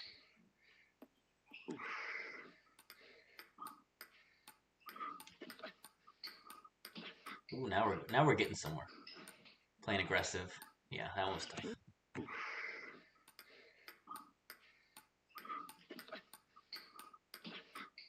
I want to see if in real life if my hand was so closed like that. Because sometimes like the body in VR doesn't look quite the same. Sorry for... Yeah, okay, look. You can see actually the handle of the controller come up really flat. So that's interesting. I did a good job closing it. I mean, this is the position we've been talking about for a while now. So we're getting there. Look, my right hip is still a little higher than my left, meaning I'm not into my right hip. I'm into my left one. And I'm kind of falling forward and over. But it's not bad. This is actually a pretty good spot. Now, I would like to see my left arm, yeah, a little closer up to my shoulder to keep my balance a little higher and forward, right? So I'd like to see myself a little more inclined forward at the hips. As far as like my back leaned forward. Not quite as squatted down, maybe. But squat's good. I don't know. You tell me. You tell me what you think. That's why we're here.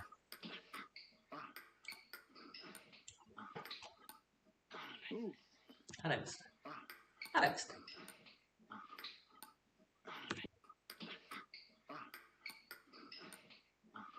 Yeah, I did my classic. I didn't even lean over that far. I just missed it. Right? No excuse. Oh. Missed that. Okay. That was good. So I've got to make a good open, then you got to follow it up strong. That's the name of the game at this point. Beautiful. Oh, that was good.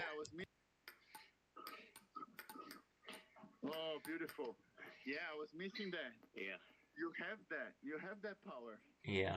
No? I'm one of those people, I guess I'll make these shots like consistently for a bit and they just kind of all but disappear and then they'll come back here and there. So Coach Flat's kind of pointing out that like even like a week or two ago I was starting to make this shot more often, right? Often it's after my forehand open to the backhand, then it comes back cross court, then really just ripping it off the bounce. But like here, boom. I didn't even put like a ton of power into it. It was just good timing, good strength. Let's see. Yeah, look. Boom. That was good. Oh, beautiful. Yeah, I was... You know we're going slow motion for just a split second here. Give me a break.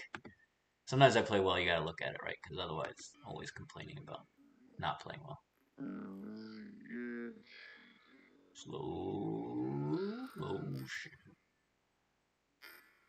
Bada boom. A little bit high. Fine, whatever. Spinny though. And then I got this one right off the bounce. Closed.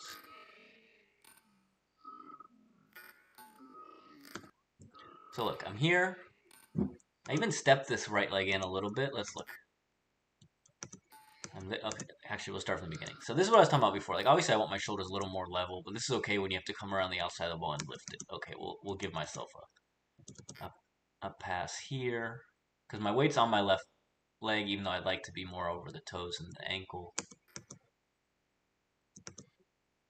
Okay, here. All right, but this is the one I'm happy about. So I stayed here. Stayed forward. I ripped it pretty good.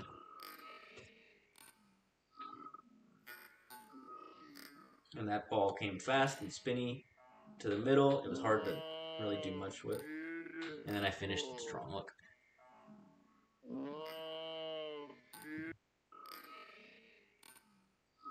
It's the small victory. You have to find some small victories here and there, right? If anyone who watched my morning stream knows I was complaining like the whole time. So let's at least enjoy a good shot every once in a while. Sorry. Last one. No more weekly. Hands up.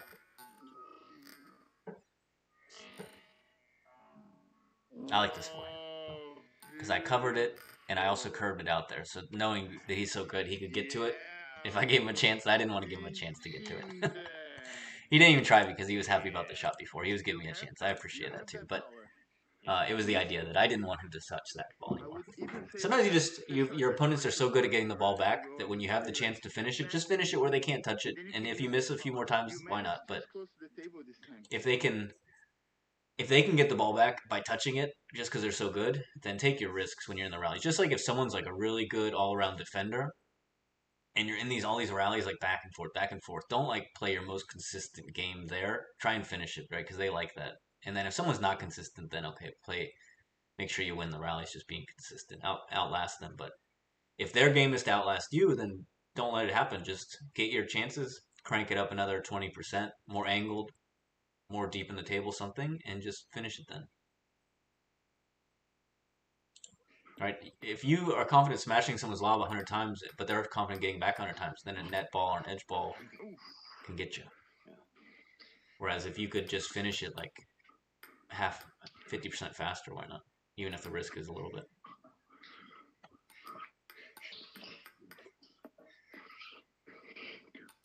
So shout out to all the viewers, all the chatters, all the VR ping pong players. Oh, close angle. That was good. Yeah. Spinny one, yeah. Oh, missed it. Ooh, that was good. Well, that was good. It was good till that last one, but look, this backhand was good in the middle. Let's look what it looked like. So you can see, look, this ball's there, but look at the angle, look at the height of where I hit that ball versus me. It's like at that middle square logo on my shirt. It means I'm standing up too tall, right? My chest should be closer to where I'm hitting the ball in my arm, right? Less distance here. That's what I've realized lately. I'm playing like kind of here, but I want to be here with the sound effects and everything. You know what I mean? Good. That was good. I tried to change it back to the other side, and I just carried it too open and got stuck. Good. Let's see what happened. What did I do? Good. Yeah, I just cranked it too much top left. Like I did that one, but then I did it again, and it was too. I needed to get back after this one. Look, boom, too much, but it worked. But I didn't get back. And I got back, but this left leg's like too straight. I need the weight on my knees, on my toes, on my feet. Right now it's kind of like sat back on my right hip, but not in the hip. It's hard to explain what I'm trying to say with this hip thing, I guess. We'll get through it. Eventually you'll understand what I'm saying. Good. That's it. That's it. 7 viewers, 7 likes. I owe you 7 push-ups. How about that? 7 lucky 7s. But It's called 11 VR. Coach Vlad Pimentel. Cutting a promo. So yeah, anyone watching, the game's called 11 VR. Practicing here with Coach Always Vlad cutting Pimentel. promos out here. You know how we do. So yeah, anyone watching, the game's called 11 VR. Practicing here with Coach Vlad Pimentel. Check out his channel. I put it in the description. So we're gonna play some unranked matches here. If you need a promo guy, hit me up. People are asking the name of the game, so I had to tell them. Oh, that's cool. All right, let me make sure. You need a hype man. I'm not your guy, I guess, but alright. Few matches to end it here. Unranked matches, of course. I don't want to take all of Coach Vlad's rating points. It wouldn't be fair. He plays more of a controlled style. Yeah. Oh Lord. I'm nothing if not predictable, but sometimes it works. Spin. Boom.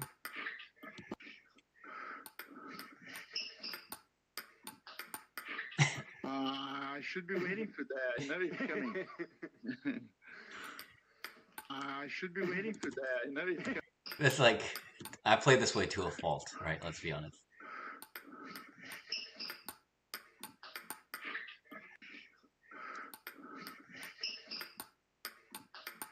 That is good. That one was good. I'm happy about that. Alright, I'll be quiet first. Too much spin on this ball, and I was angled the wrong way. I needed to angle that to the backhand side of the middle, but I was off balance.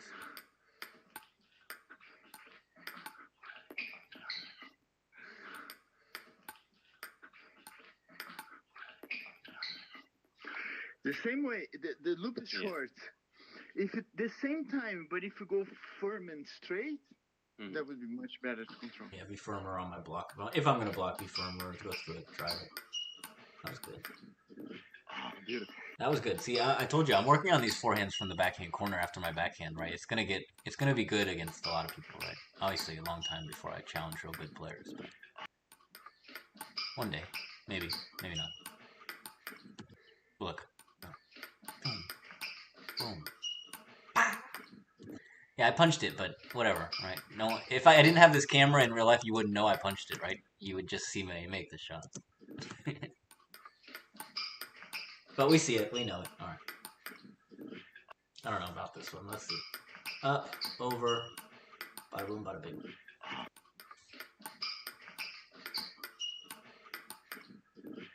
Beautiful.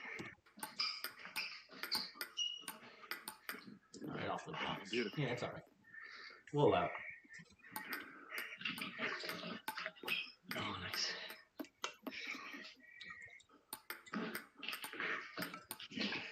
Ooh. Short return, long return, right? Tested me on both ways. I failed both. Spinning ball, blocked it. I got it back. Right, blocked no one, got it back. Yeah, eventually the blocks are gonna break down if someone keeps spinning it. So you gotta figure a way out of that. Sorry, I'm gonna pick my teeth in front of the camera. Good.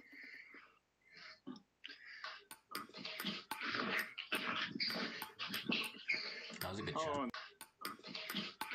Like little by little, you're starting to see kind of my shots come through that I like to play. Right? Okay, I push one, I get the push, now I'm attacking. Mainly down the line for it, right? But I'll attack wherever I need to. And all right, I mean, I don't know. I'm not unhappy with this one. I lunged in pretty good. Look, I covered a lot of ground there. I'm not sure why I had to cover so much ground like that. Maybe that's the question we should be asking. How did I start so far away from where this ball ended up?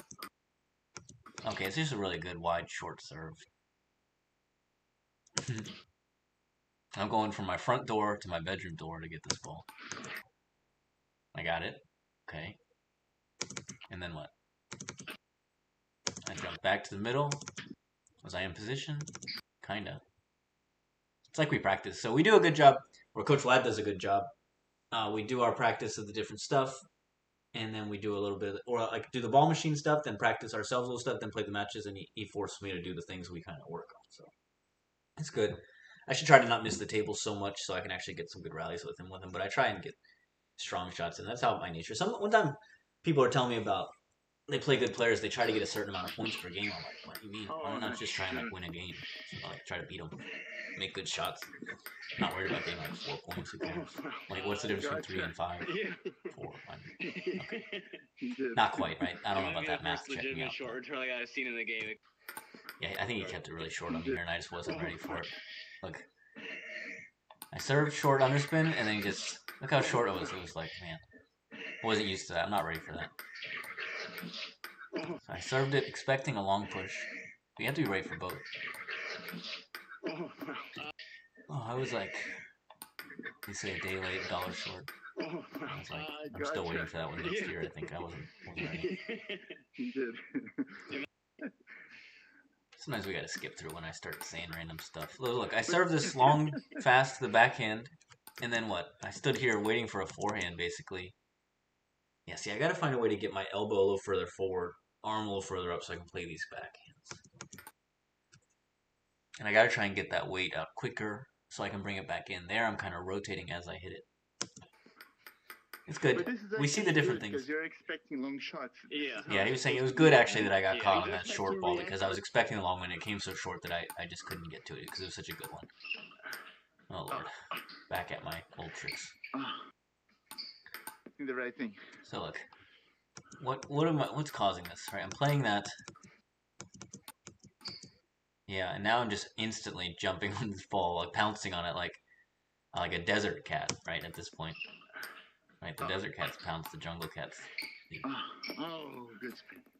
Yeah, I haven't watched any animal shows in a while. I'll have to get up to date on those. Big cats, little cats.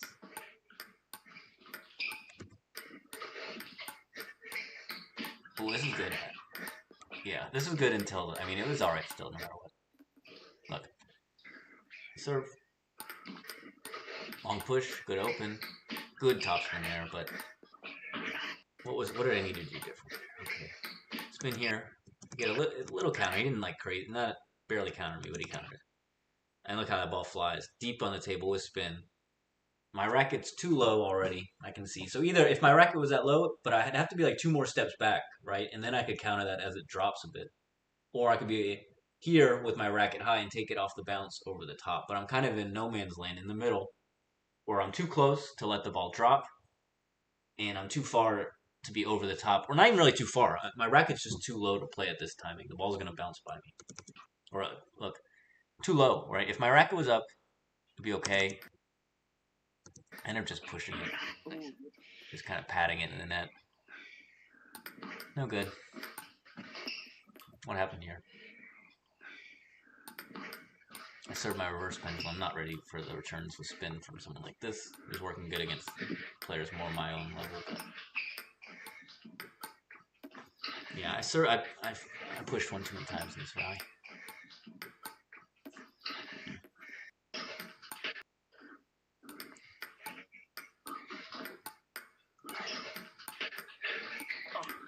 See, like, look, I struggle to get these balls back anywhere besides just down the line because I don't have the mechanism to get around the ball spinning when it's out wide. I'm always playing flat forward.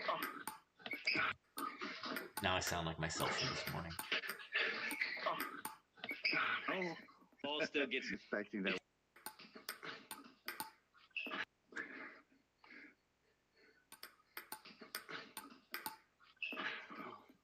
Where'd I go wrong here?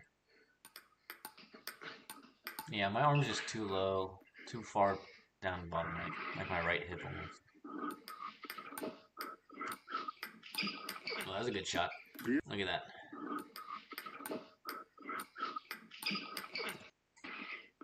Let's watch that one a few times. Moved in, good chop. Yeah, this was good. We're gonna watch that in slow motion.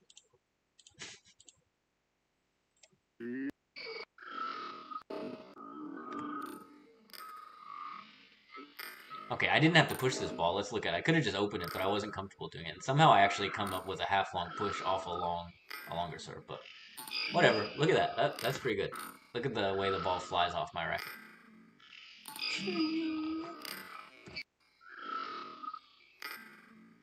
That one's good. Okay. See, every once in a while I make a good-looking shot. That's what keeps me alive in this game.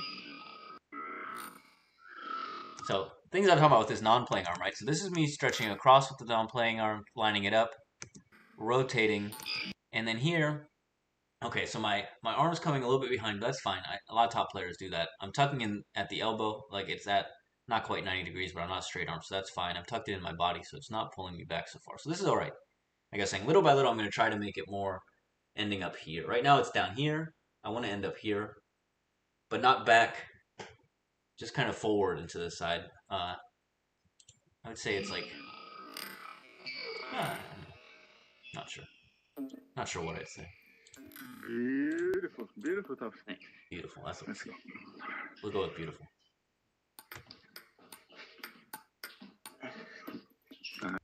Look, my opens are getting spinnier, more consistent.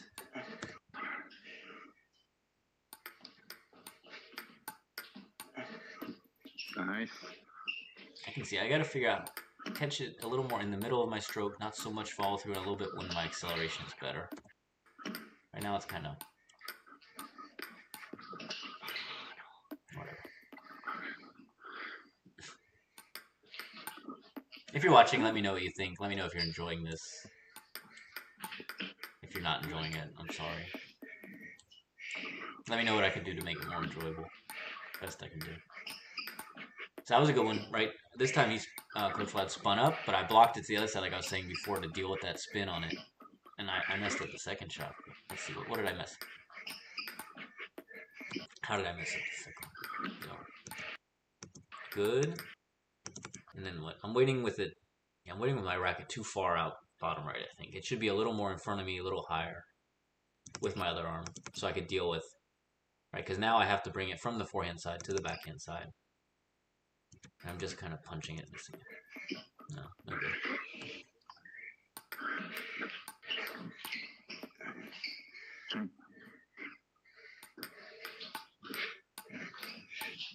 That's good. The shot's getting better. I need to play that one stronger.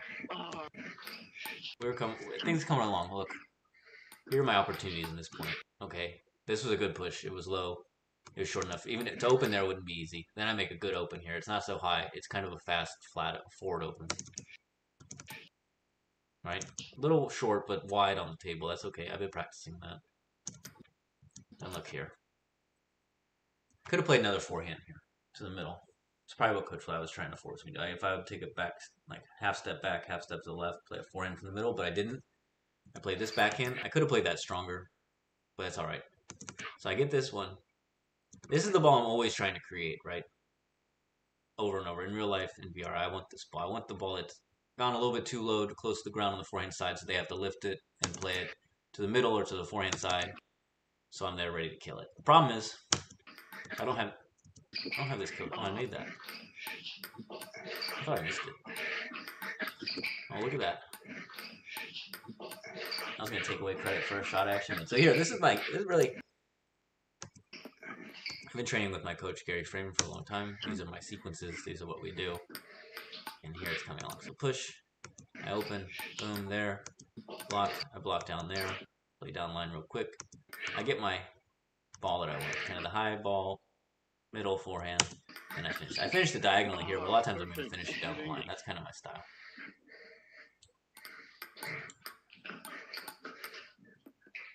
Got a little lucky on that one, but that's what I'm saying. I'm getting better with these reactions on the backhand side, right, as I practice. Look at that. So he played that forehand thing. The block would have to come to the middle of the table a little more so you can play another forehand, be ready. I got a little lucky because it was late, right? So it just kind of went out to the side with this spin and stuff. I didn't deal with the ball, let's say, but that's life. Sometimes you get lucky.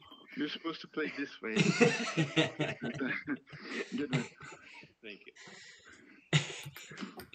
That's what you gotta tell your opponent sometimes in the matches, right? When they play where they're not supposed to.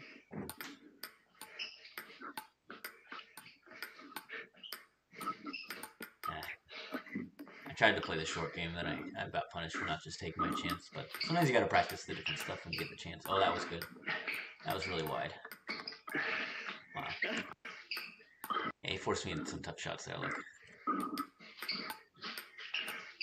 So, look at this body movement here. I actually had a shot like this the other day in the club, so it's good. But I was blocking. Here I'm actually opening up somehow. Look here. Alright, so I'm at the front door. Now I'm in the TV room. That's good. Yeah, it's like all this stuff. Think. Even, like I say, even if the game is not one-to-one in physics or something, look at all these movements I'm having to practice. Look at how I'm having to read the ball. Left and right backhand, forehand, topspin, underspin, side spin, serve return, right? It's like something here for sure. I know Coach Ladd sees it. I know many people who play the game see it. Wow, look. My mind had like a sixth sense there. It said, if you go any further, you're ending up in the television. So stop.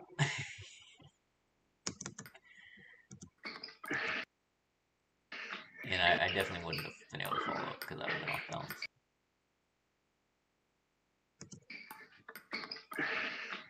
This game's fun. And training's fun. I'm glad I'm training in real life and training in the game. It's kind of a good routine I got at the moment. Trying to stream them so people can enjoy them with me. Let me know what you like, don't like. Ooh, darn it.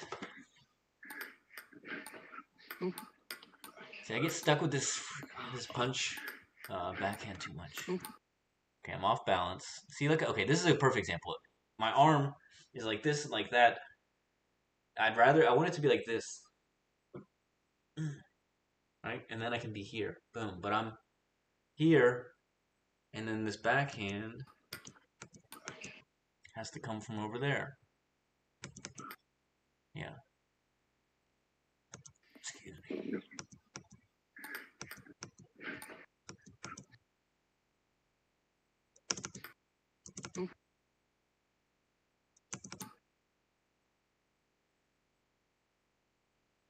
So this is something I'm definitely going to work on, improve. I think part of it's like the shoulder mobility and internal rotation of the shoulders, bad posture.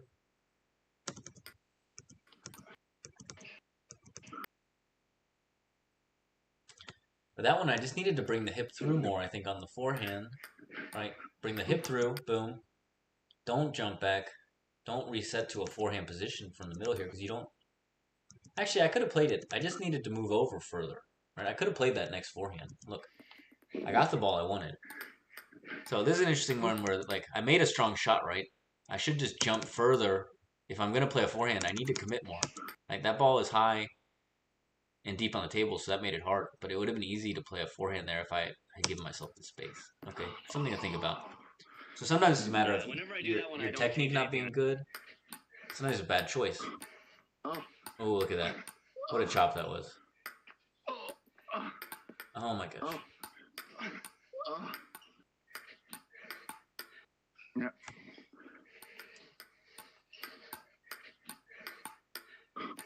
Oh, oh, oh. How do you save that one? Oh man. And then I got pinned there. All right. Next game. Next match. You'll all be very surprised that I did not win that match. I know. We're all like, what? Look, this is a good rally.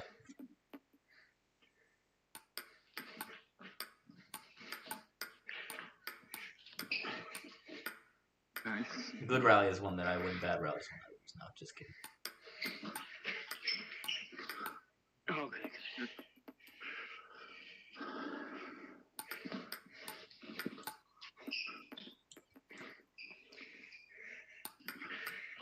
We're here. We're watching my practice from the other day. We're hanging out. Say hi if you want.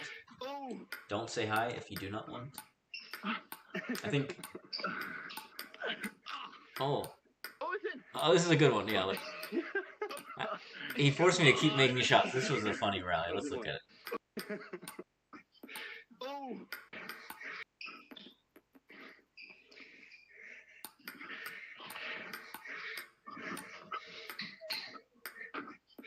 Oh.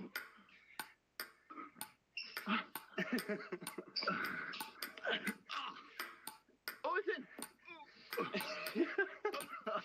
Come on. Look at these shots. Unbelievable. This is Coach Vlad Pimentel.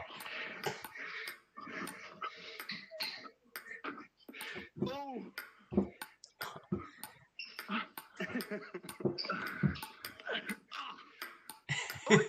How do you save that one? Look at how did he save this one? I don't even get it. The curve on that. Oh, it's in.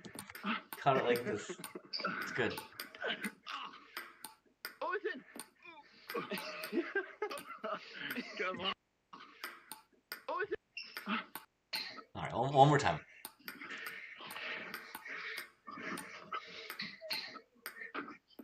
Oh.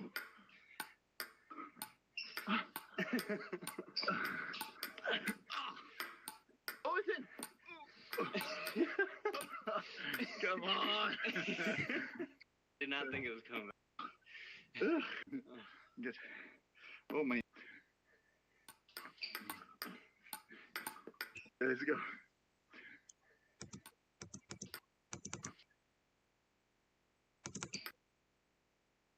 So I think this is one thing I've looked at a lot and talked about, and people tell me so. I think I'm stepping in too much on these serve returns, maybe. Okay, let's go. I'm not reading long or short well, so let's look. What can I read better? I mean, it bounced close to the net, just ended up long, and I stepped in very aggressively. I didn't need to step in. I could stay there and rotate and spin it from there. It's all right, though. And then this one, what happens? Played there. Still falling back kind of as the ball comes. My weight's all on that right. All to the right. All towards back right. And so I have nothing to work with on my backhand. All right.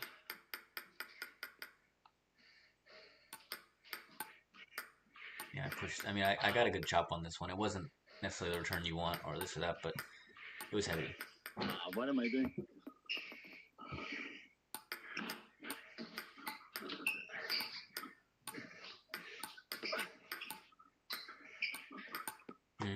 It was good.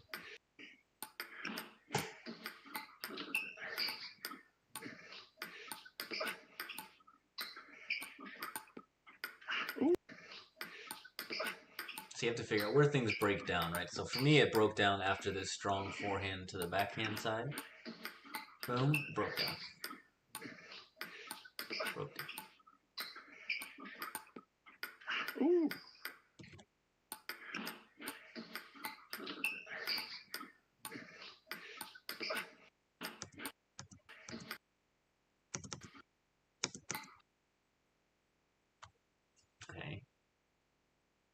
I like my right knee being down and into it. My left arm's a little bit too far back, a little too low with the controller, but it's alright. So I'd like that controller more towards my chest. Arm a little more bent on my left hand, but that's alright. Playing there. Okay. I jump back, but I jump back, my arm's kind of just left out there, right? So I can't do anything with it, really. I just end up blocking. I mean, this is kind of my game, so it is what it is. Does it again.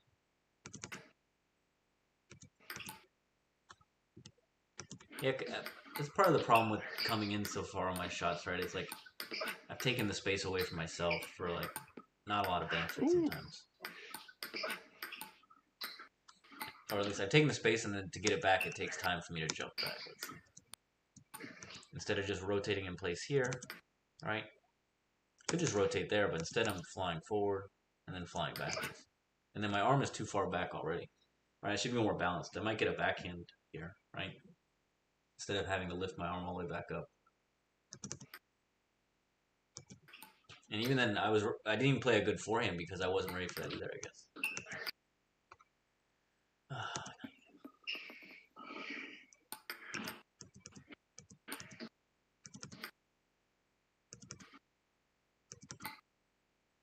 Okay.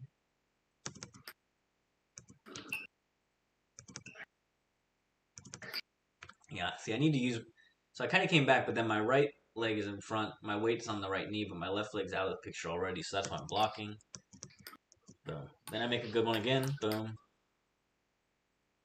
But now my arm's kind of up, chicken winged a bit.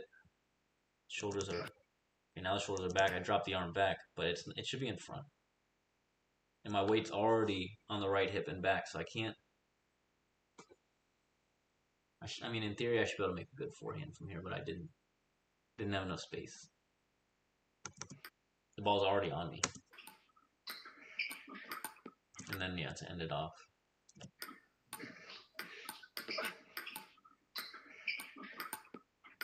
Ooh.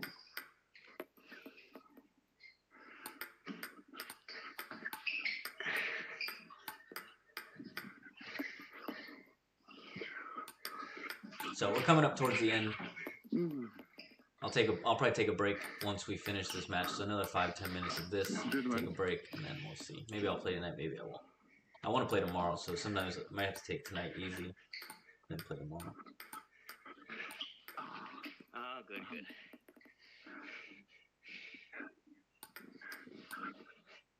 No, oh, come on, good.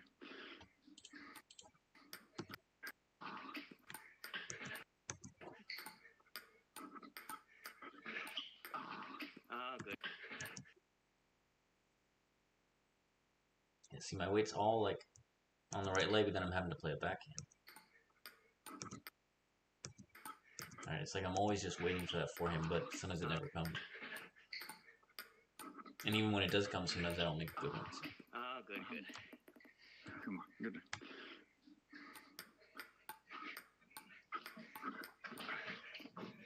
I mean, I made a good one there, but I wouldn't have been able to recover.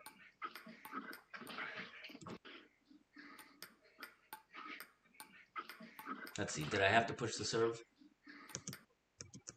Yeah, okay, I had to push this one. That would have doubled that. So and my push is kind of, it was alright. Beautiful. That was a good one.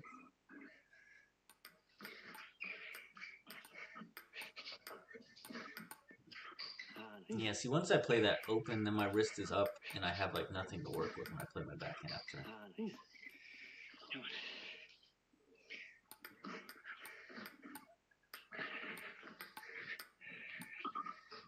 Oh, really?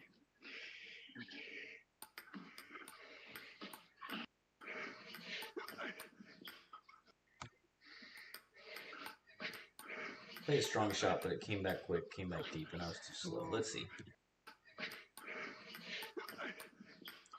Yeah, look, I mean, I don't know. What's the problem? Like, I play that, okay, I play this, I jump in, I get back, and I'm too slow on this next one. So I don't know. Either get faster or don't do this big jump thing. Stay just where I am. Same with because this left arm is dropping and the elbow is going down towards my hips and knee, my right shoulder is coming up so high. Oh, that one needs more space. Yeah, I need more space after the strong shot. He said my shots are getting stronger, so I have to adjust by when they block or counter. I have to have a little more time and space. That was good.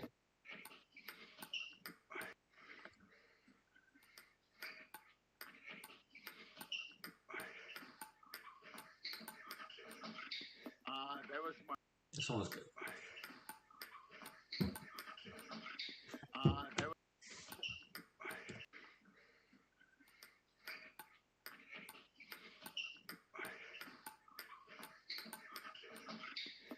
That was. That was my. That was waiting.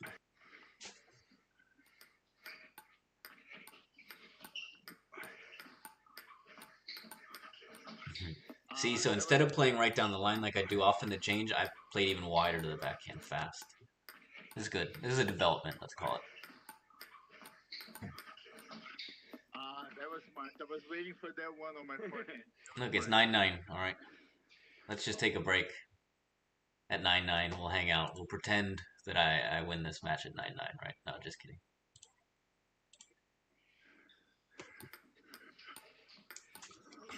What happened? Let's see. I serve. Yeah, I mean, how am I going to play a backhand when I'm waiting for the ball like this? So basically, 3/4 of the table, I'm going to play a forehand. 1/4 of the table, I'm not even going to be able to play a shot. So that's on me. Coach Ladd saw it.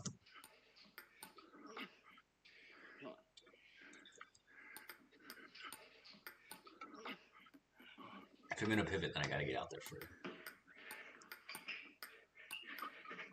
Yeah, what happened here? Played a weak shot here, and then I moved to the right, playing defense, bouncing out of here. Oh, nice. Yeah. If you want to play slowly, Yeah, here. Down the line is not the best. Well, it's not anything is good if you play too slow, but down the line is not as good, especially on someone else's forehand.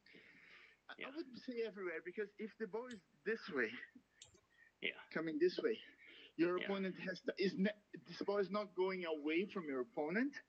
Yeah, it's right in there. And he has the whole table literally. Yeah. If you play cross court, at least that corner is not as easy. Yeah.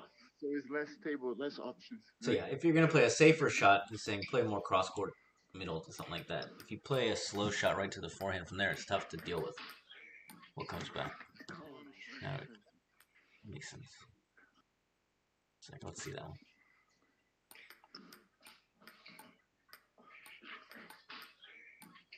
So I had a good block there. I mean, not that I should be blocking with my backhand from the middle. You can kind of see I'd already decided. I pushed, and then I was getting ready to play block, and then it came to the middle, so I just like moved over and played whatever. Coming up on the end here pretty soon. Bear with me.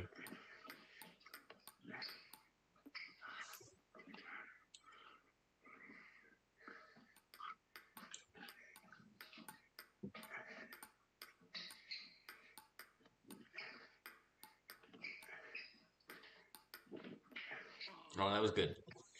Let's look.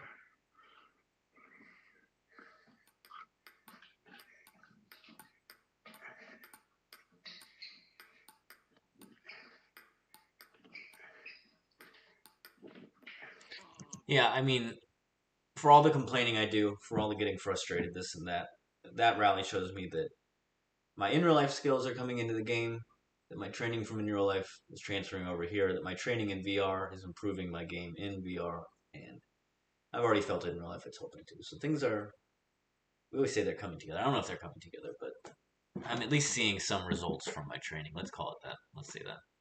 I'm happy about that. Beautiful. Beautiful shot. One time someone said, you can't be angry if progress is slow, right? At least you're making progress. Get angry if the progress is stopped or something. Okay.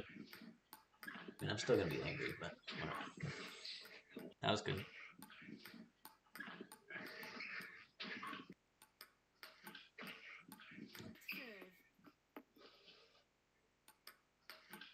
Push, counter, block.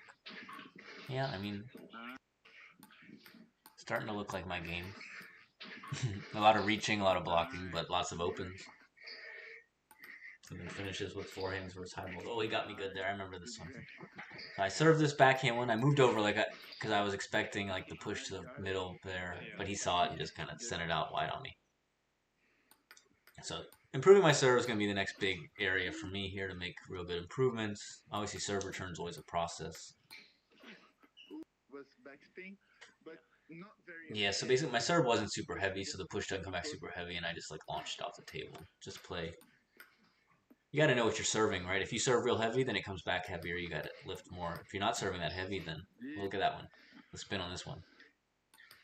That was a spicy meat to ball, right?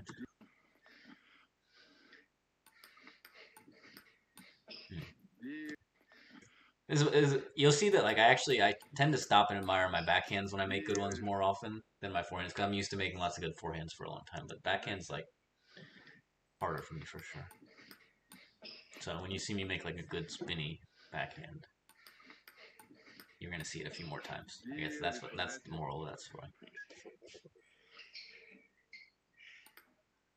Yeah, I've been missing too many serves lately. I'm trying to serve stronger, but it's causing me problems too. Okay, so I jumped up, spun that one. Woo. Yeah, Coach Vlad caught on to my patterns at this point. That's what I was talking about before about I play a lot of those balls to the backhand corner. If someone doesn't have a strong enough backhand to punish you for it, then you can do it a lot, right, to set things up. But if they can, then you gotta make sure it's a better shot. But that was just a really good shot. I can't. Most people I play aren't gonna make that shot. Yeah, same idea here. Let's see. I'll push. Well, first, let's see. Did I have to push the serve? Let's ask ourselves. No. I don't think I had to push the serve. No. Alright, so I pushed this long. So I should just open this one to the back from the backhand side. But I pushed it. He spins it kind of easy on me. Still good spin, though. And it's got a little bit of that side spin, so I should have covered it more, played more in the middle, punched it there or there. But let's look.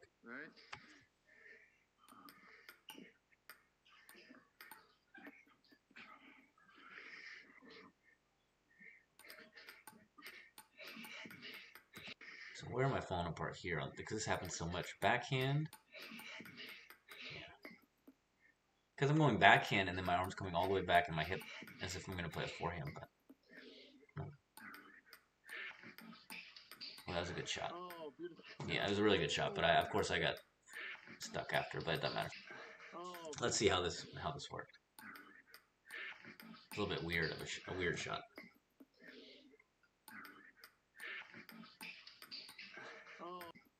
But I mean, you could describe a lot of my shots like that.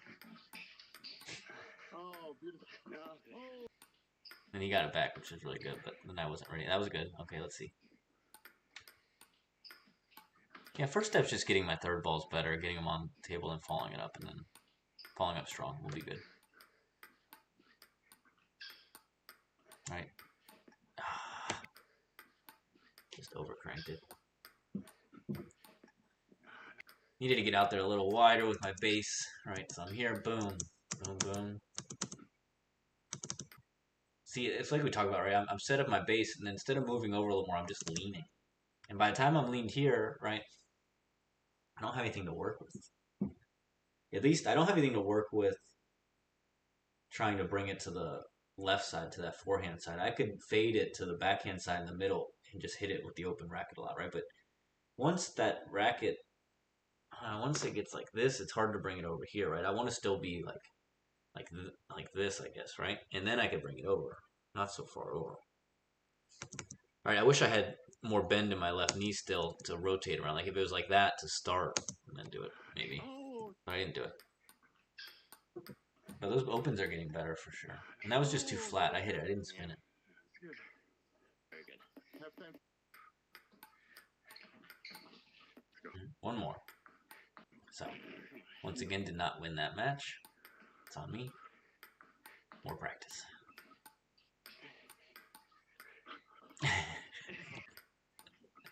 Classic. Yeah, classic. Classic combo. What can I say? What can I say? It's the #1 combo if I was a fast food restaurant.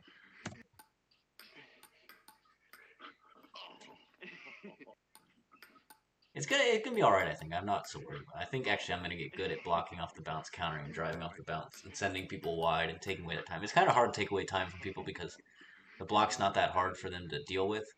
Right? They can just spin it back at you. Now you're dealing with it, but my arm's coming up a little too high on this one. I'd rather not let it up so high. Same. I'm not convinced about this bringing in the left. I don't know. Whatever. I'm transferring the weight, I guess.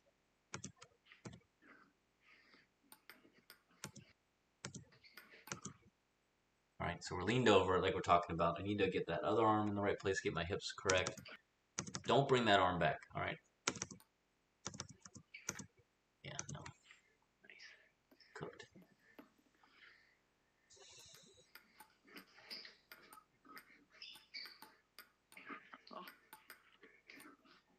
So that was a good one.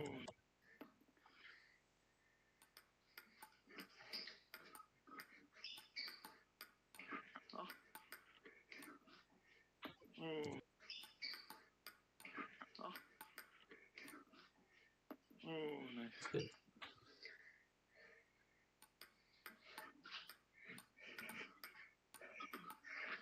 That's good. I blocked on the first one, but since he was able to play another forehand right after it, that didn't cause him enough trouble. Need to be a little bit more angled at him, a little bit further one way or the other, a little faster, spinny or something. Not that it would make a difference, right? Like I always say, just because, or like you have to look at progress differently when you're playing against really good players because you're not going to win the rallies that much. Having said that, look at this one. This is like, I think this is my favorite one probably for the day.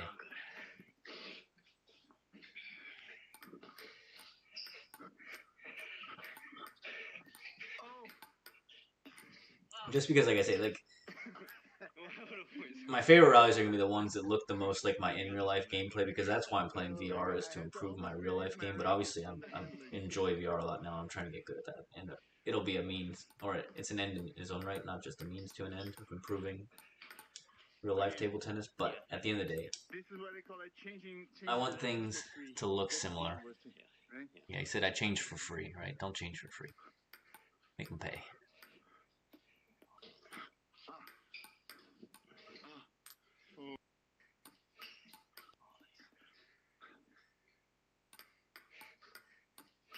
Yeah, so I think at some point I realized I was pushing a few too many serves, just kind of that. So I started spinning them, attacking them. These are good. Look, these shots were kind of like low and fast. That's good. Come on, boom. Bang. Dang it, dang it, dang. And that's good too, right? Multiple forehands in a row. First one kind of whack. Boom. Boom. All right.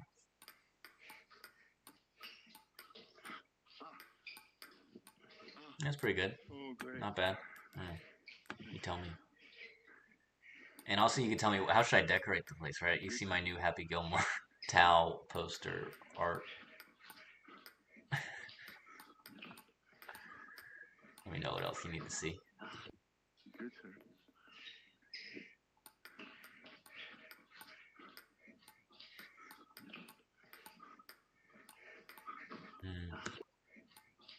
Ran out of gas on that one. Patty cake, patty cake. If you step back, you have extra time. Yeah, step back for some time sometimes. So if you're watching and you want to see the full lesson, go check it out on my channel. We streamed it yesterday on Friday. And there's another training on Coach Vlad's channel from an earlier session. He has a lot of awesome match videos from people. There's a match video on there with me in there in the quarterfinals. I haven't watched it. I'm too sad about that one. But the guy who beat me won, so that's like consolation, right? The guy who beat me in March tournament won that one. The guy who beat me April tournament won that one. So when I say it out loud, it's not actually a consolation. I'm kind of annoyed, but it is what it is. I lost deuce in the fifth. I'm not angry.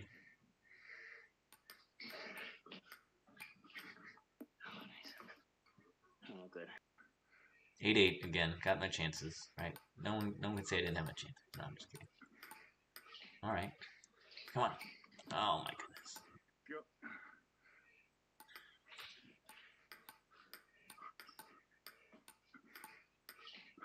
Yeah, good control, bad finish, right? What was the step at the end? Let's see. Yeah, mean, I moved, and then I just stood up straight and lifted it, right? A ball that didn't need to be lifted so much. Let me see this ball. Yeah, it's one of these, right? It's not a chop, it's like a swipe under it. So it's got some underspin, but it's mostly side spin, a little bit underspin. I just need to hit that ball right to the middle of the table. Or I guess spin it a little bit to the middle of the table. Same idea. Hit it with spin. In this game, you gotta spin a little more even when you're just hitting a high ball. Oh, that was a good shot by me, and then like an outrageous shot by Coach Flat. Look at this. I don't even. How did he get this one? Let's look at it. Yeah, I mean that's as low as it gets. Yeah, it's a really good shot. Check that one out. Right, if you're watching, we'll give him a slow motion for that.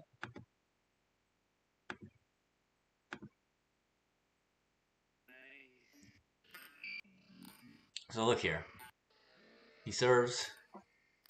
Yeah, this one shortish. I would struggle to open that one, but I didn't have to push it. I could try to flick it, kind of spin it. Look. So I get this one. Boom. I spin it so low, so wide, but it's too short on the table. But either way, it's good. Yeah. We gotta speak in slow motion. Same, look. Okay, I play this ball. Boom. Fine, good shot. But look, my arm's all the way to the right side. Like, it's too far over there. Like, I'm gonna play a forehand. I see it. My arm has to be more in front of my body. More like this. More out here so I can play here, play here. Not always so back here, and then I'm having to come here. I can see. I can see it. Just, can I fix it? Can I fix it? Oh, good. Good one. Good round.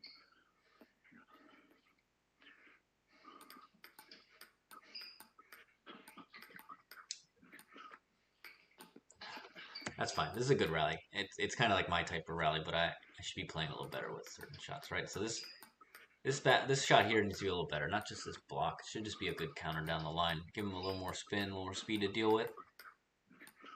And then this time's an actual chop, right? You can see it's from lower down. He chopped through it straighter more, right? He came under it flat. He didn't swipe it, so it's going to have more underspin. You got to see that. And by you, I mean me. Did I have to push it? Yeah.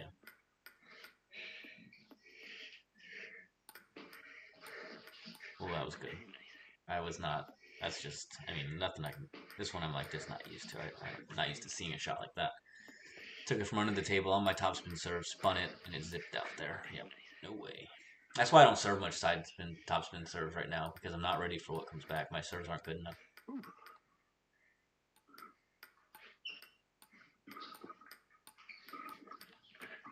That was good. Classic point. Classic style.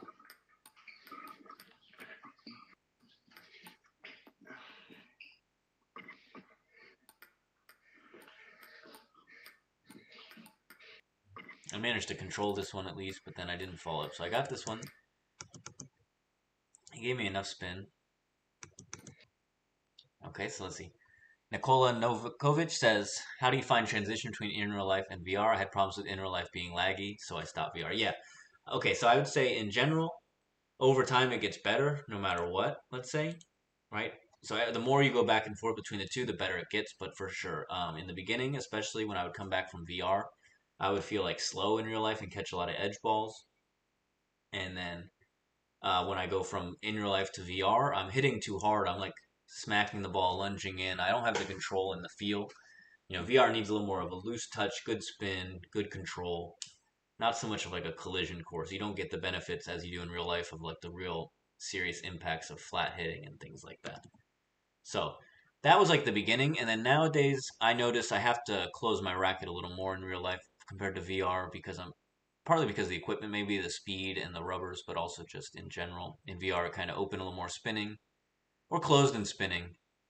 But in real life, when I play my forehand, I play more of like a hitting spin, right? A driving smash spin type thing. Right? I'm hitting, but I'm spinning. In real life or in VR, you kind of have to spin. Yeah.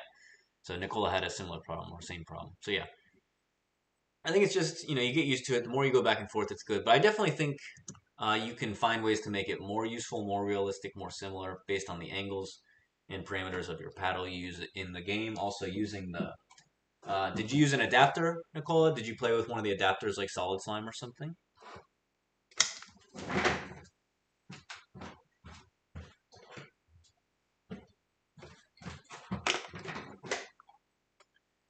So I'm going to click back on the video just a bit so people have something to watch while I talk. But so you guys already saw this. But so look, right now I'm using the Solid Slime adapter. That's what I've been using for the Quest 2. You can see I have my rubbers taped on there, but like I was saying before, it ends up being so thick because of the tape. It was not a very good idea or a good job of doing it that I end up holding it kind of weird.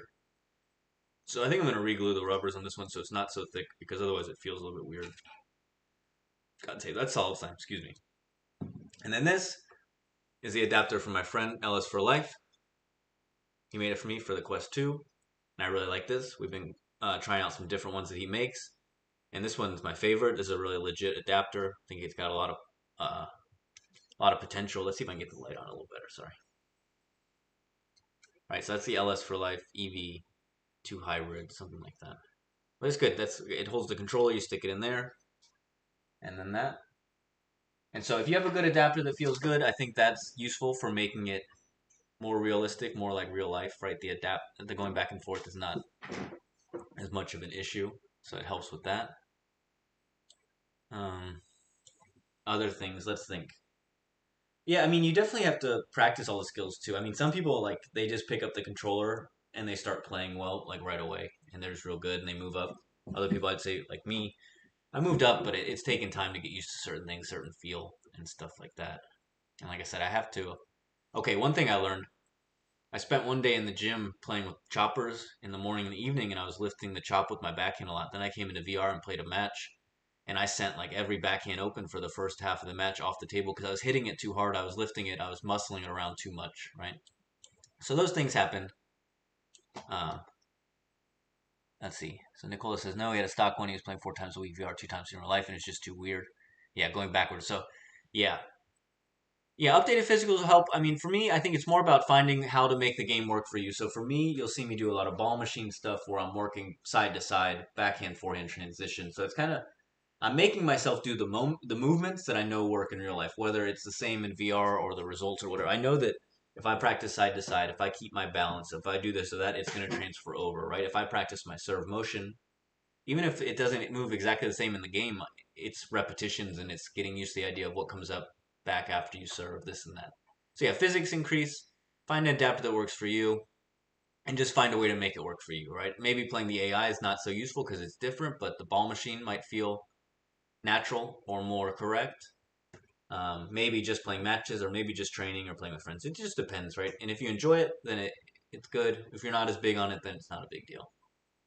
Yeah, for sure. And that's kind of what I still like, getting used to the idea, okay, push one, block one, push, open, counter, things like that. Or for me, I'm working on my backhand a lot to get used to looser spin and then counter another one instead of blocking or redirecting after that because I kind of have a tendency to spin and just punch, block, or hit this way. So working on that. And I like that with the ball machine, for example, like put the ball machine back in here from the beginning of the lesson, look. Um, yeah, I mean, I think this is legit. I think the ball machine and the way you hit it and training the movements, right? Your knees, your arms, rotation.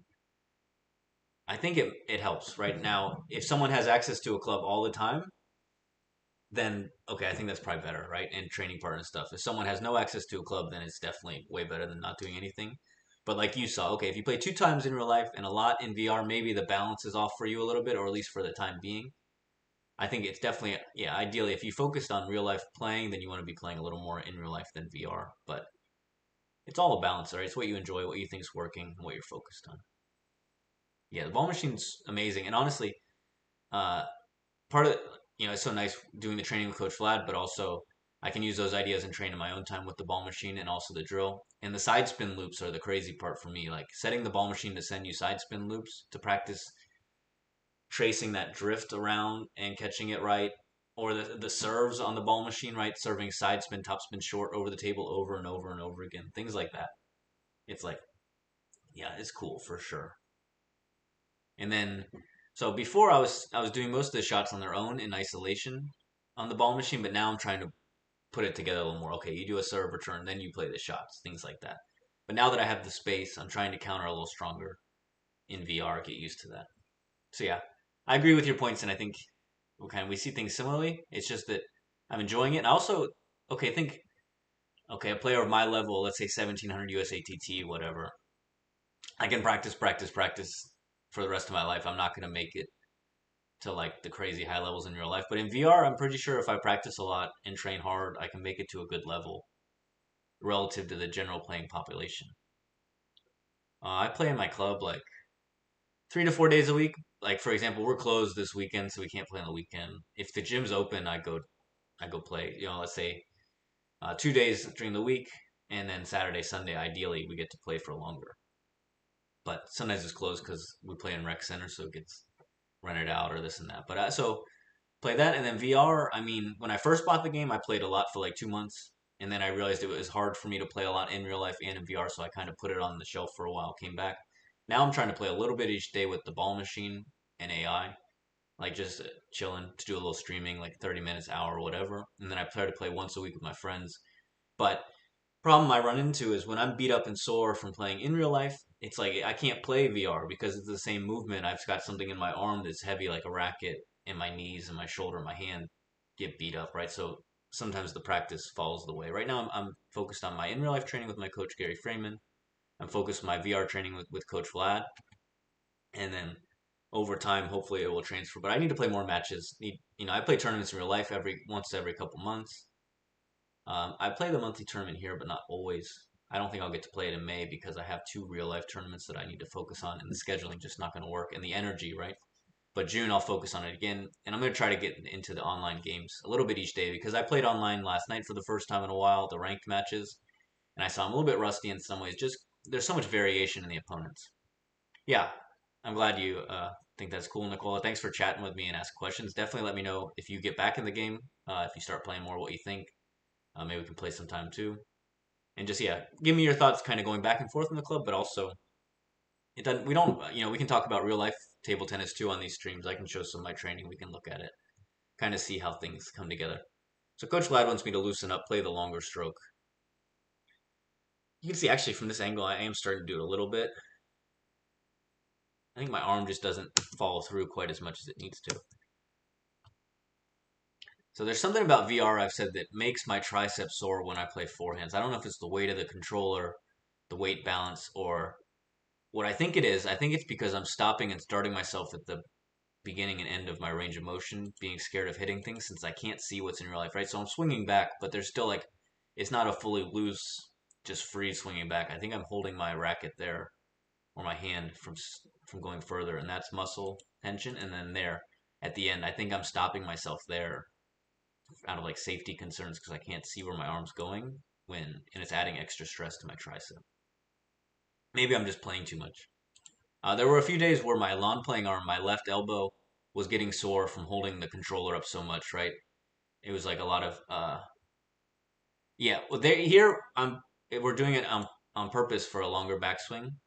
Um, just to do this is like saying if we play a big forehand when we have time, a big counter from far away from the table, because in the game that's kind of the in real life, but you can really crank up the speed and spin with a big counter far away from the table, especially if you watch the top players, they do that. So yeah, this is definitely exaggerated, but even in general, I think I have a kind of a big swing since it's not a wristy forehand. It's kind of a big forearm movement, pretty not a straight arm loop, let's say, but straighter arm than a lot of players maybe. But yeah, here, big backswing, and that's the problem. A lot of times I get caught on the side of my body. Yeah, no worries. I appreciate the feedback. And that's kind of the thing. Like I'm trying to work on different compact strokes in general for recovery and stuff, but also you got to work on the bigger power strokes and the bigger counter strokes. So I mean, anyone who watches my videos a lot, I know you've been around too, Nicole, for some of the assembly stuff and things. Like I kind of believe in you got to be able to do a little bit of everything, at least have those options, and then you figure out what works best for you in the situation and in general. So bigger swing, smaller swing, wristier swing, more rigid, forehand, backhand, things like that. Right? I think you need to be able to do the different stuff, play anywhere from anywhere, but then you got to figure out what you want to do. Yeah, so mainly just wants me to let this forehand go loose, right? Play some real strong ones because in this game, if you just block in this game and control the ball, your opponent's going to get the upper hand quickly. I mean, it happens in real life too, but in real life, certain styles are more viable. In the game, if you don't keep the pressure on with some good blocks and counter spins and stuff, yeah, I mean, I agree with you for sure. I can't stay in my base long enough after the shot, so I'm kind of standing up in that. And here it's not so obvious, but good observation for sure. But of course, when we see it, when I come in to return a short serve or a push or an open, then I'm standing up after the shot. So it's partly a strength issue, I think, being strong enough to stay down in your low stance while rotating, while moving. Also, partly just a mental kind of need the muscle memory of staying lower. So working on that, improving my ankle flexibility, my knee flexibility, and my forward lean.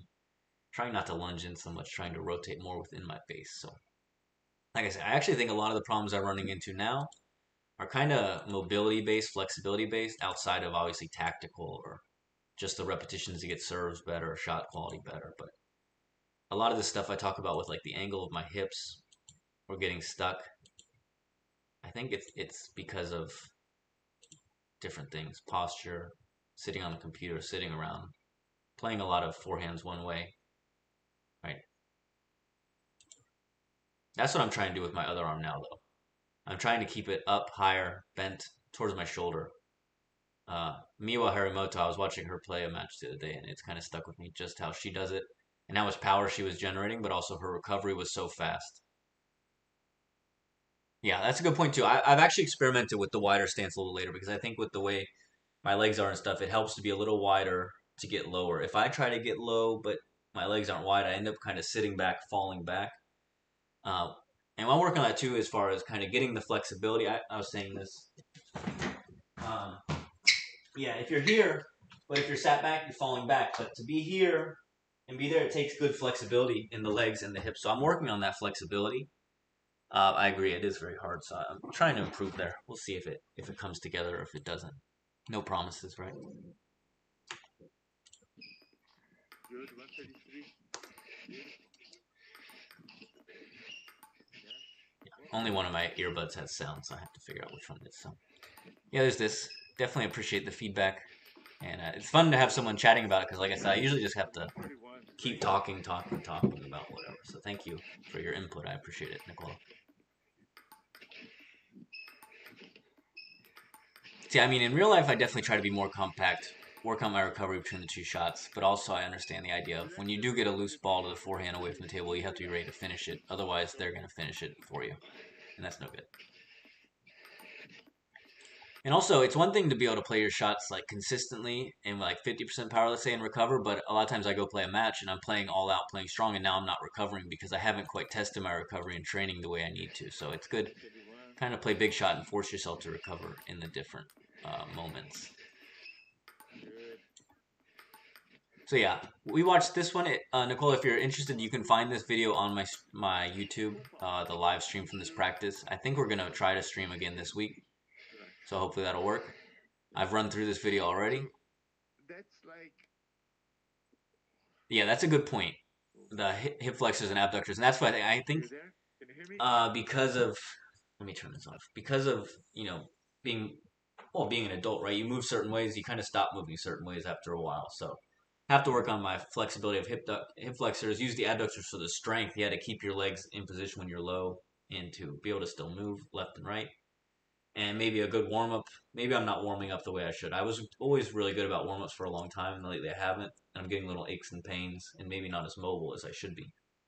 So, really, I need to get back into a good, solid exercise routine consistently. Right now, I've kind of let exercise go to the wayside with focus on playing. I mean, I ride my bike and stuff like that, but I'm talking about like uh, working out, an agility ladder, things like that. More explosive, more movement, different things, right? So yeah, we're back with the ball machine now. Some backhands, trying to play the strong ones. Yeah, yeah, exactly. And playing is obviously the most important thing for improving and this and that, and being in the zone. But if you're a right-hander, everything's kind of based off playing from that stance, right? If you're a left-hander, it's all from that. It's one-sided in many ways. Even if we work on playing forehand and backhand, this and that, it's like the movement patterns are very repetitive. So you have to build up certain patterns outside of the game to make sure your body's functioning properly. And then it's interesting, like you could be doing things that aren't necessarily table tennis movements, but maybe the balance and flexibility it brings helps you with your table tennis movements. So yeah, that's kind of the next step. I've got this VR streaming going. I think it's interesting. I do the streaming for my club when I practice. I think it's a little bit odd if I were to like stream exercising and stuff, but I need to practice my serves every day. I need to exercise a little more. So if streaming it will hold me accountable, maybe I have to do it. Same with my bike ride, right? I do the bike ride, but now I'm trying to stop at this one park, do some movements, like agility stuff. Go to the other park, do some pull-ups, do some things, right? Yeah, for sure. Definitely come by. So if you're ever in the Tampa Bay area, our club is Sunrise Table Tennis Club in Clearwater. Definitely reach out. You can check our website for the schedule and everything. We'll definitely play. And yeah, the VR, let me know if you get back in the game. We could play sometime while we're doing this. But yeah, I appreciate your feedback, Nicola. Thanks so much for chatting with me. And I'm glad you're enjoying the VR streaming. And let's see, I'll be the guinea pig as far as let's see if the VR training transfers over to real life, if the real life training transfers over here. We'll see kind of as the game builds because I'm kind of at that stage where I've practiced a lot, so obviously I'm not getting all the beginner gains, but there's still plenty of room for improvement, especially like we're seeing with the biomechanics of things, just the repetition. And then as I deal with these shots from Coach Vlad when we play the matches and the rallies, I'm pretty sure it's gonna help, right? In VR, of course, but in real life too. I think that's my plan. I believe in it. So I think on that note, Nicola, it was so nice chatting with you. Since I've already run through this video, I'm gonna get off here. I think I almost hit the 4 hour mark on this stream. That might be a new record. I might play a little later tonight, but I might not. I'm kind of worn out. So yeah. Okay. Well, I appreciate it, Nicola. Thanks for that. And yeah, let's see. We'll definitely stay tuned to the progress and the updates, and we'll see how it goes. Right. I mean, at worst, it doesn't work out in terms of like crazy progress or improvements or results, but I get a good workout in. I get a fun activity to play and kind of meet players around the world and chat with people. And I think people. One thing yeah. Have a good evening, Nicola. Thank you. And yeah, just on the last note for me to end it, I finally found something here that I can practice, but also is kind of fun for people to spectate, right? If I play with the return board or just stand there serving, it's not such a crazy experience for a spectator. But this VR thing with these different streams, and I'll get into the matches and the training, I think it's going to be fun. So thanks to everyone for joining in and chatting. Hope you enjoyed it. Shout out to Nicola for chatting with me. Shout out to Oblivion for chatting with me. Shout out to Coach Vlad for giving me feedback and chatting with me and coaching me in the game. Shout out to Koo for saying hi. Hope you visit us in Sunrise Table Tennis. Shout out to my coach, Gary Freeman, and my club, Sunrise Table Tennis Club in Clearwater. All right, so I'm out of here. Thanks, everyone. See you later.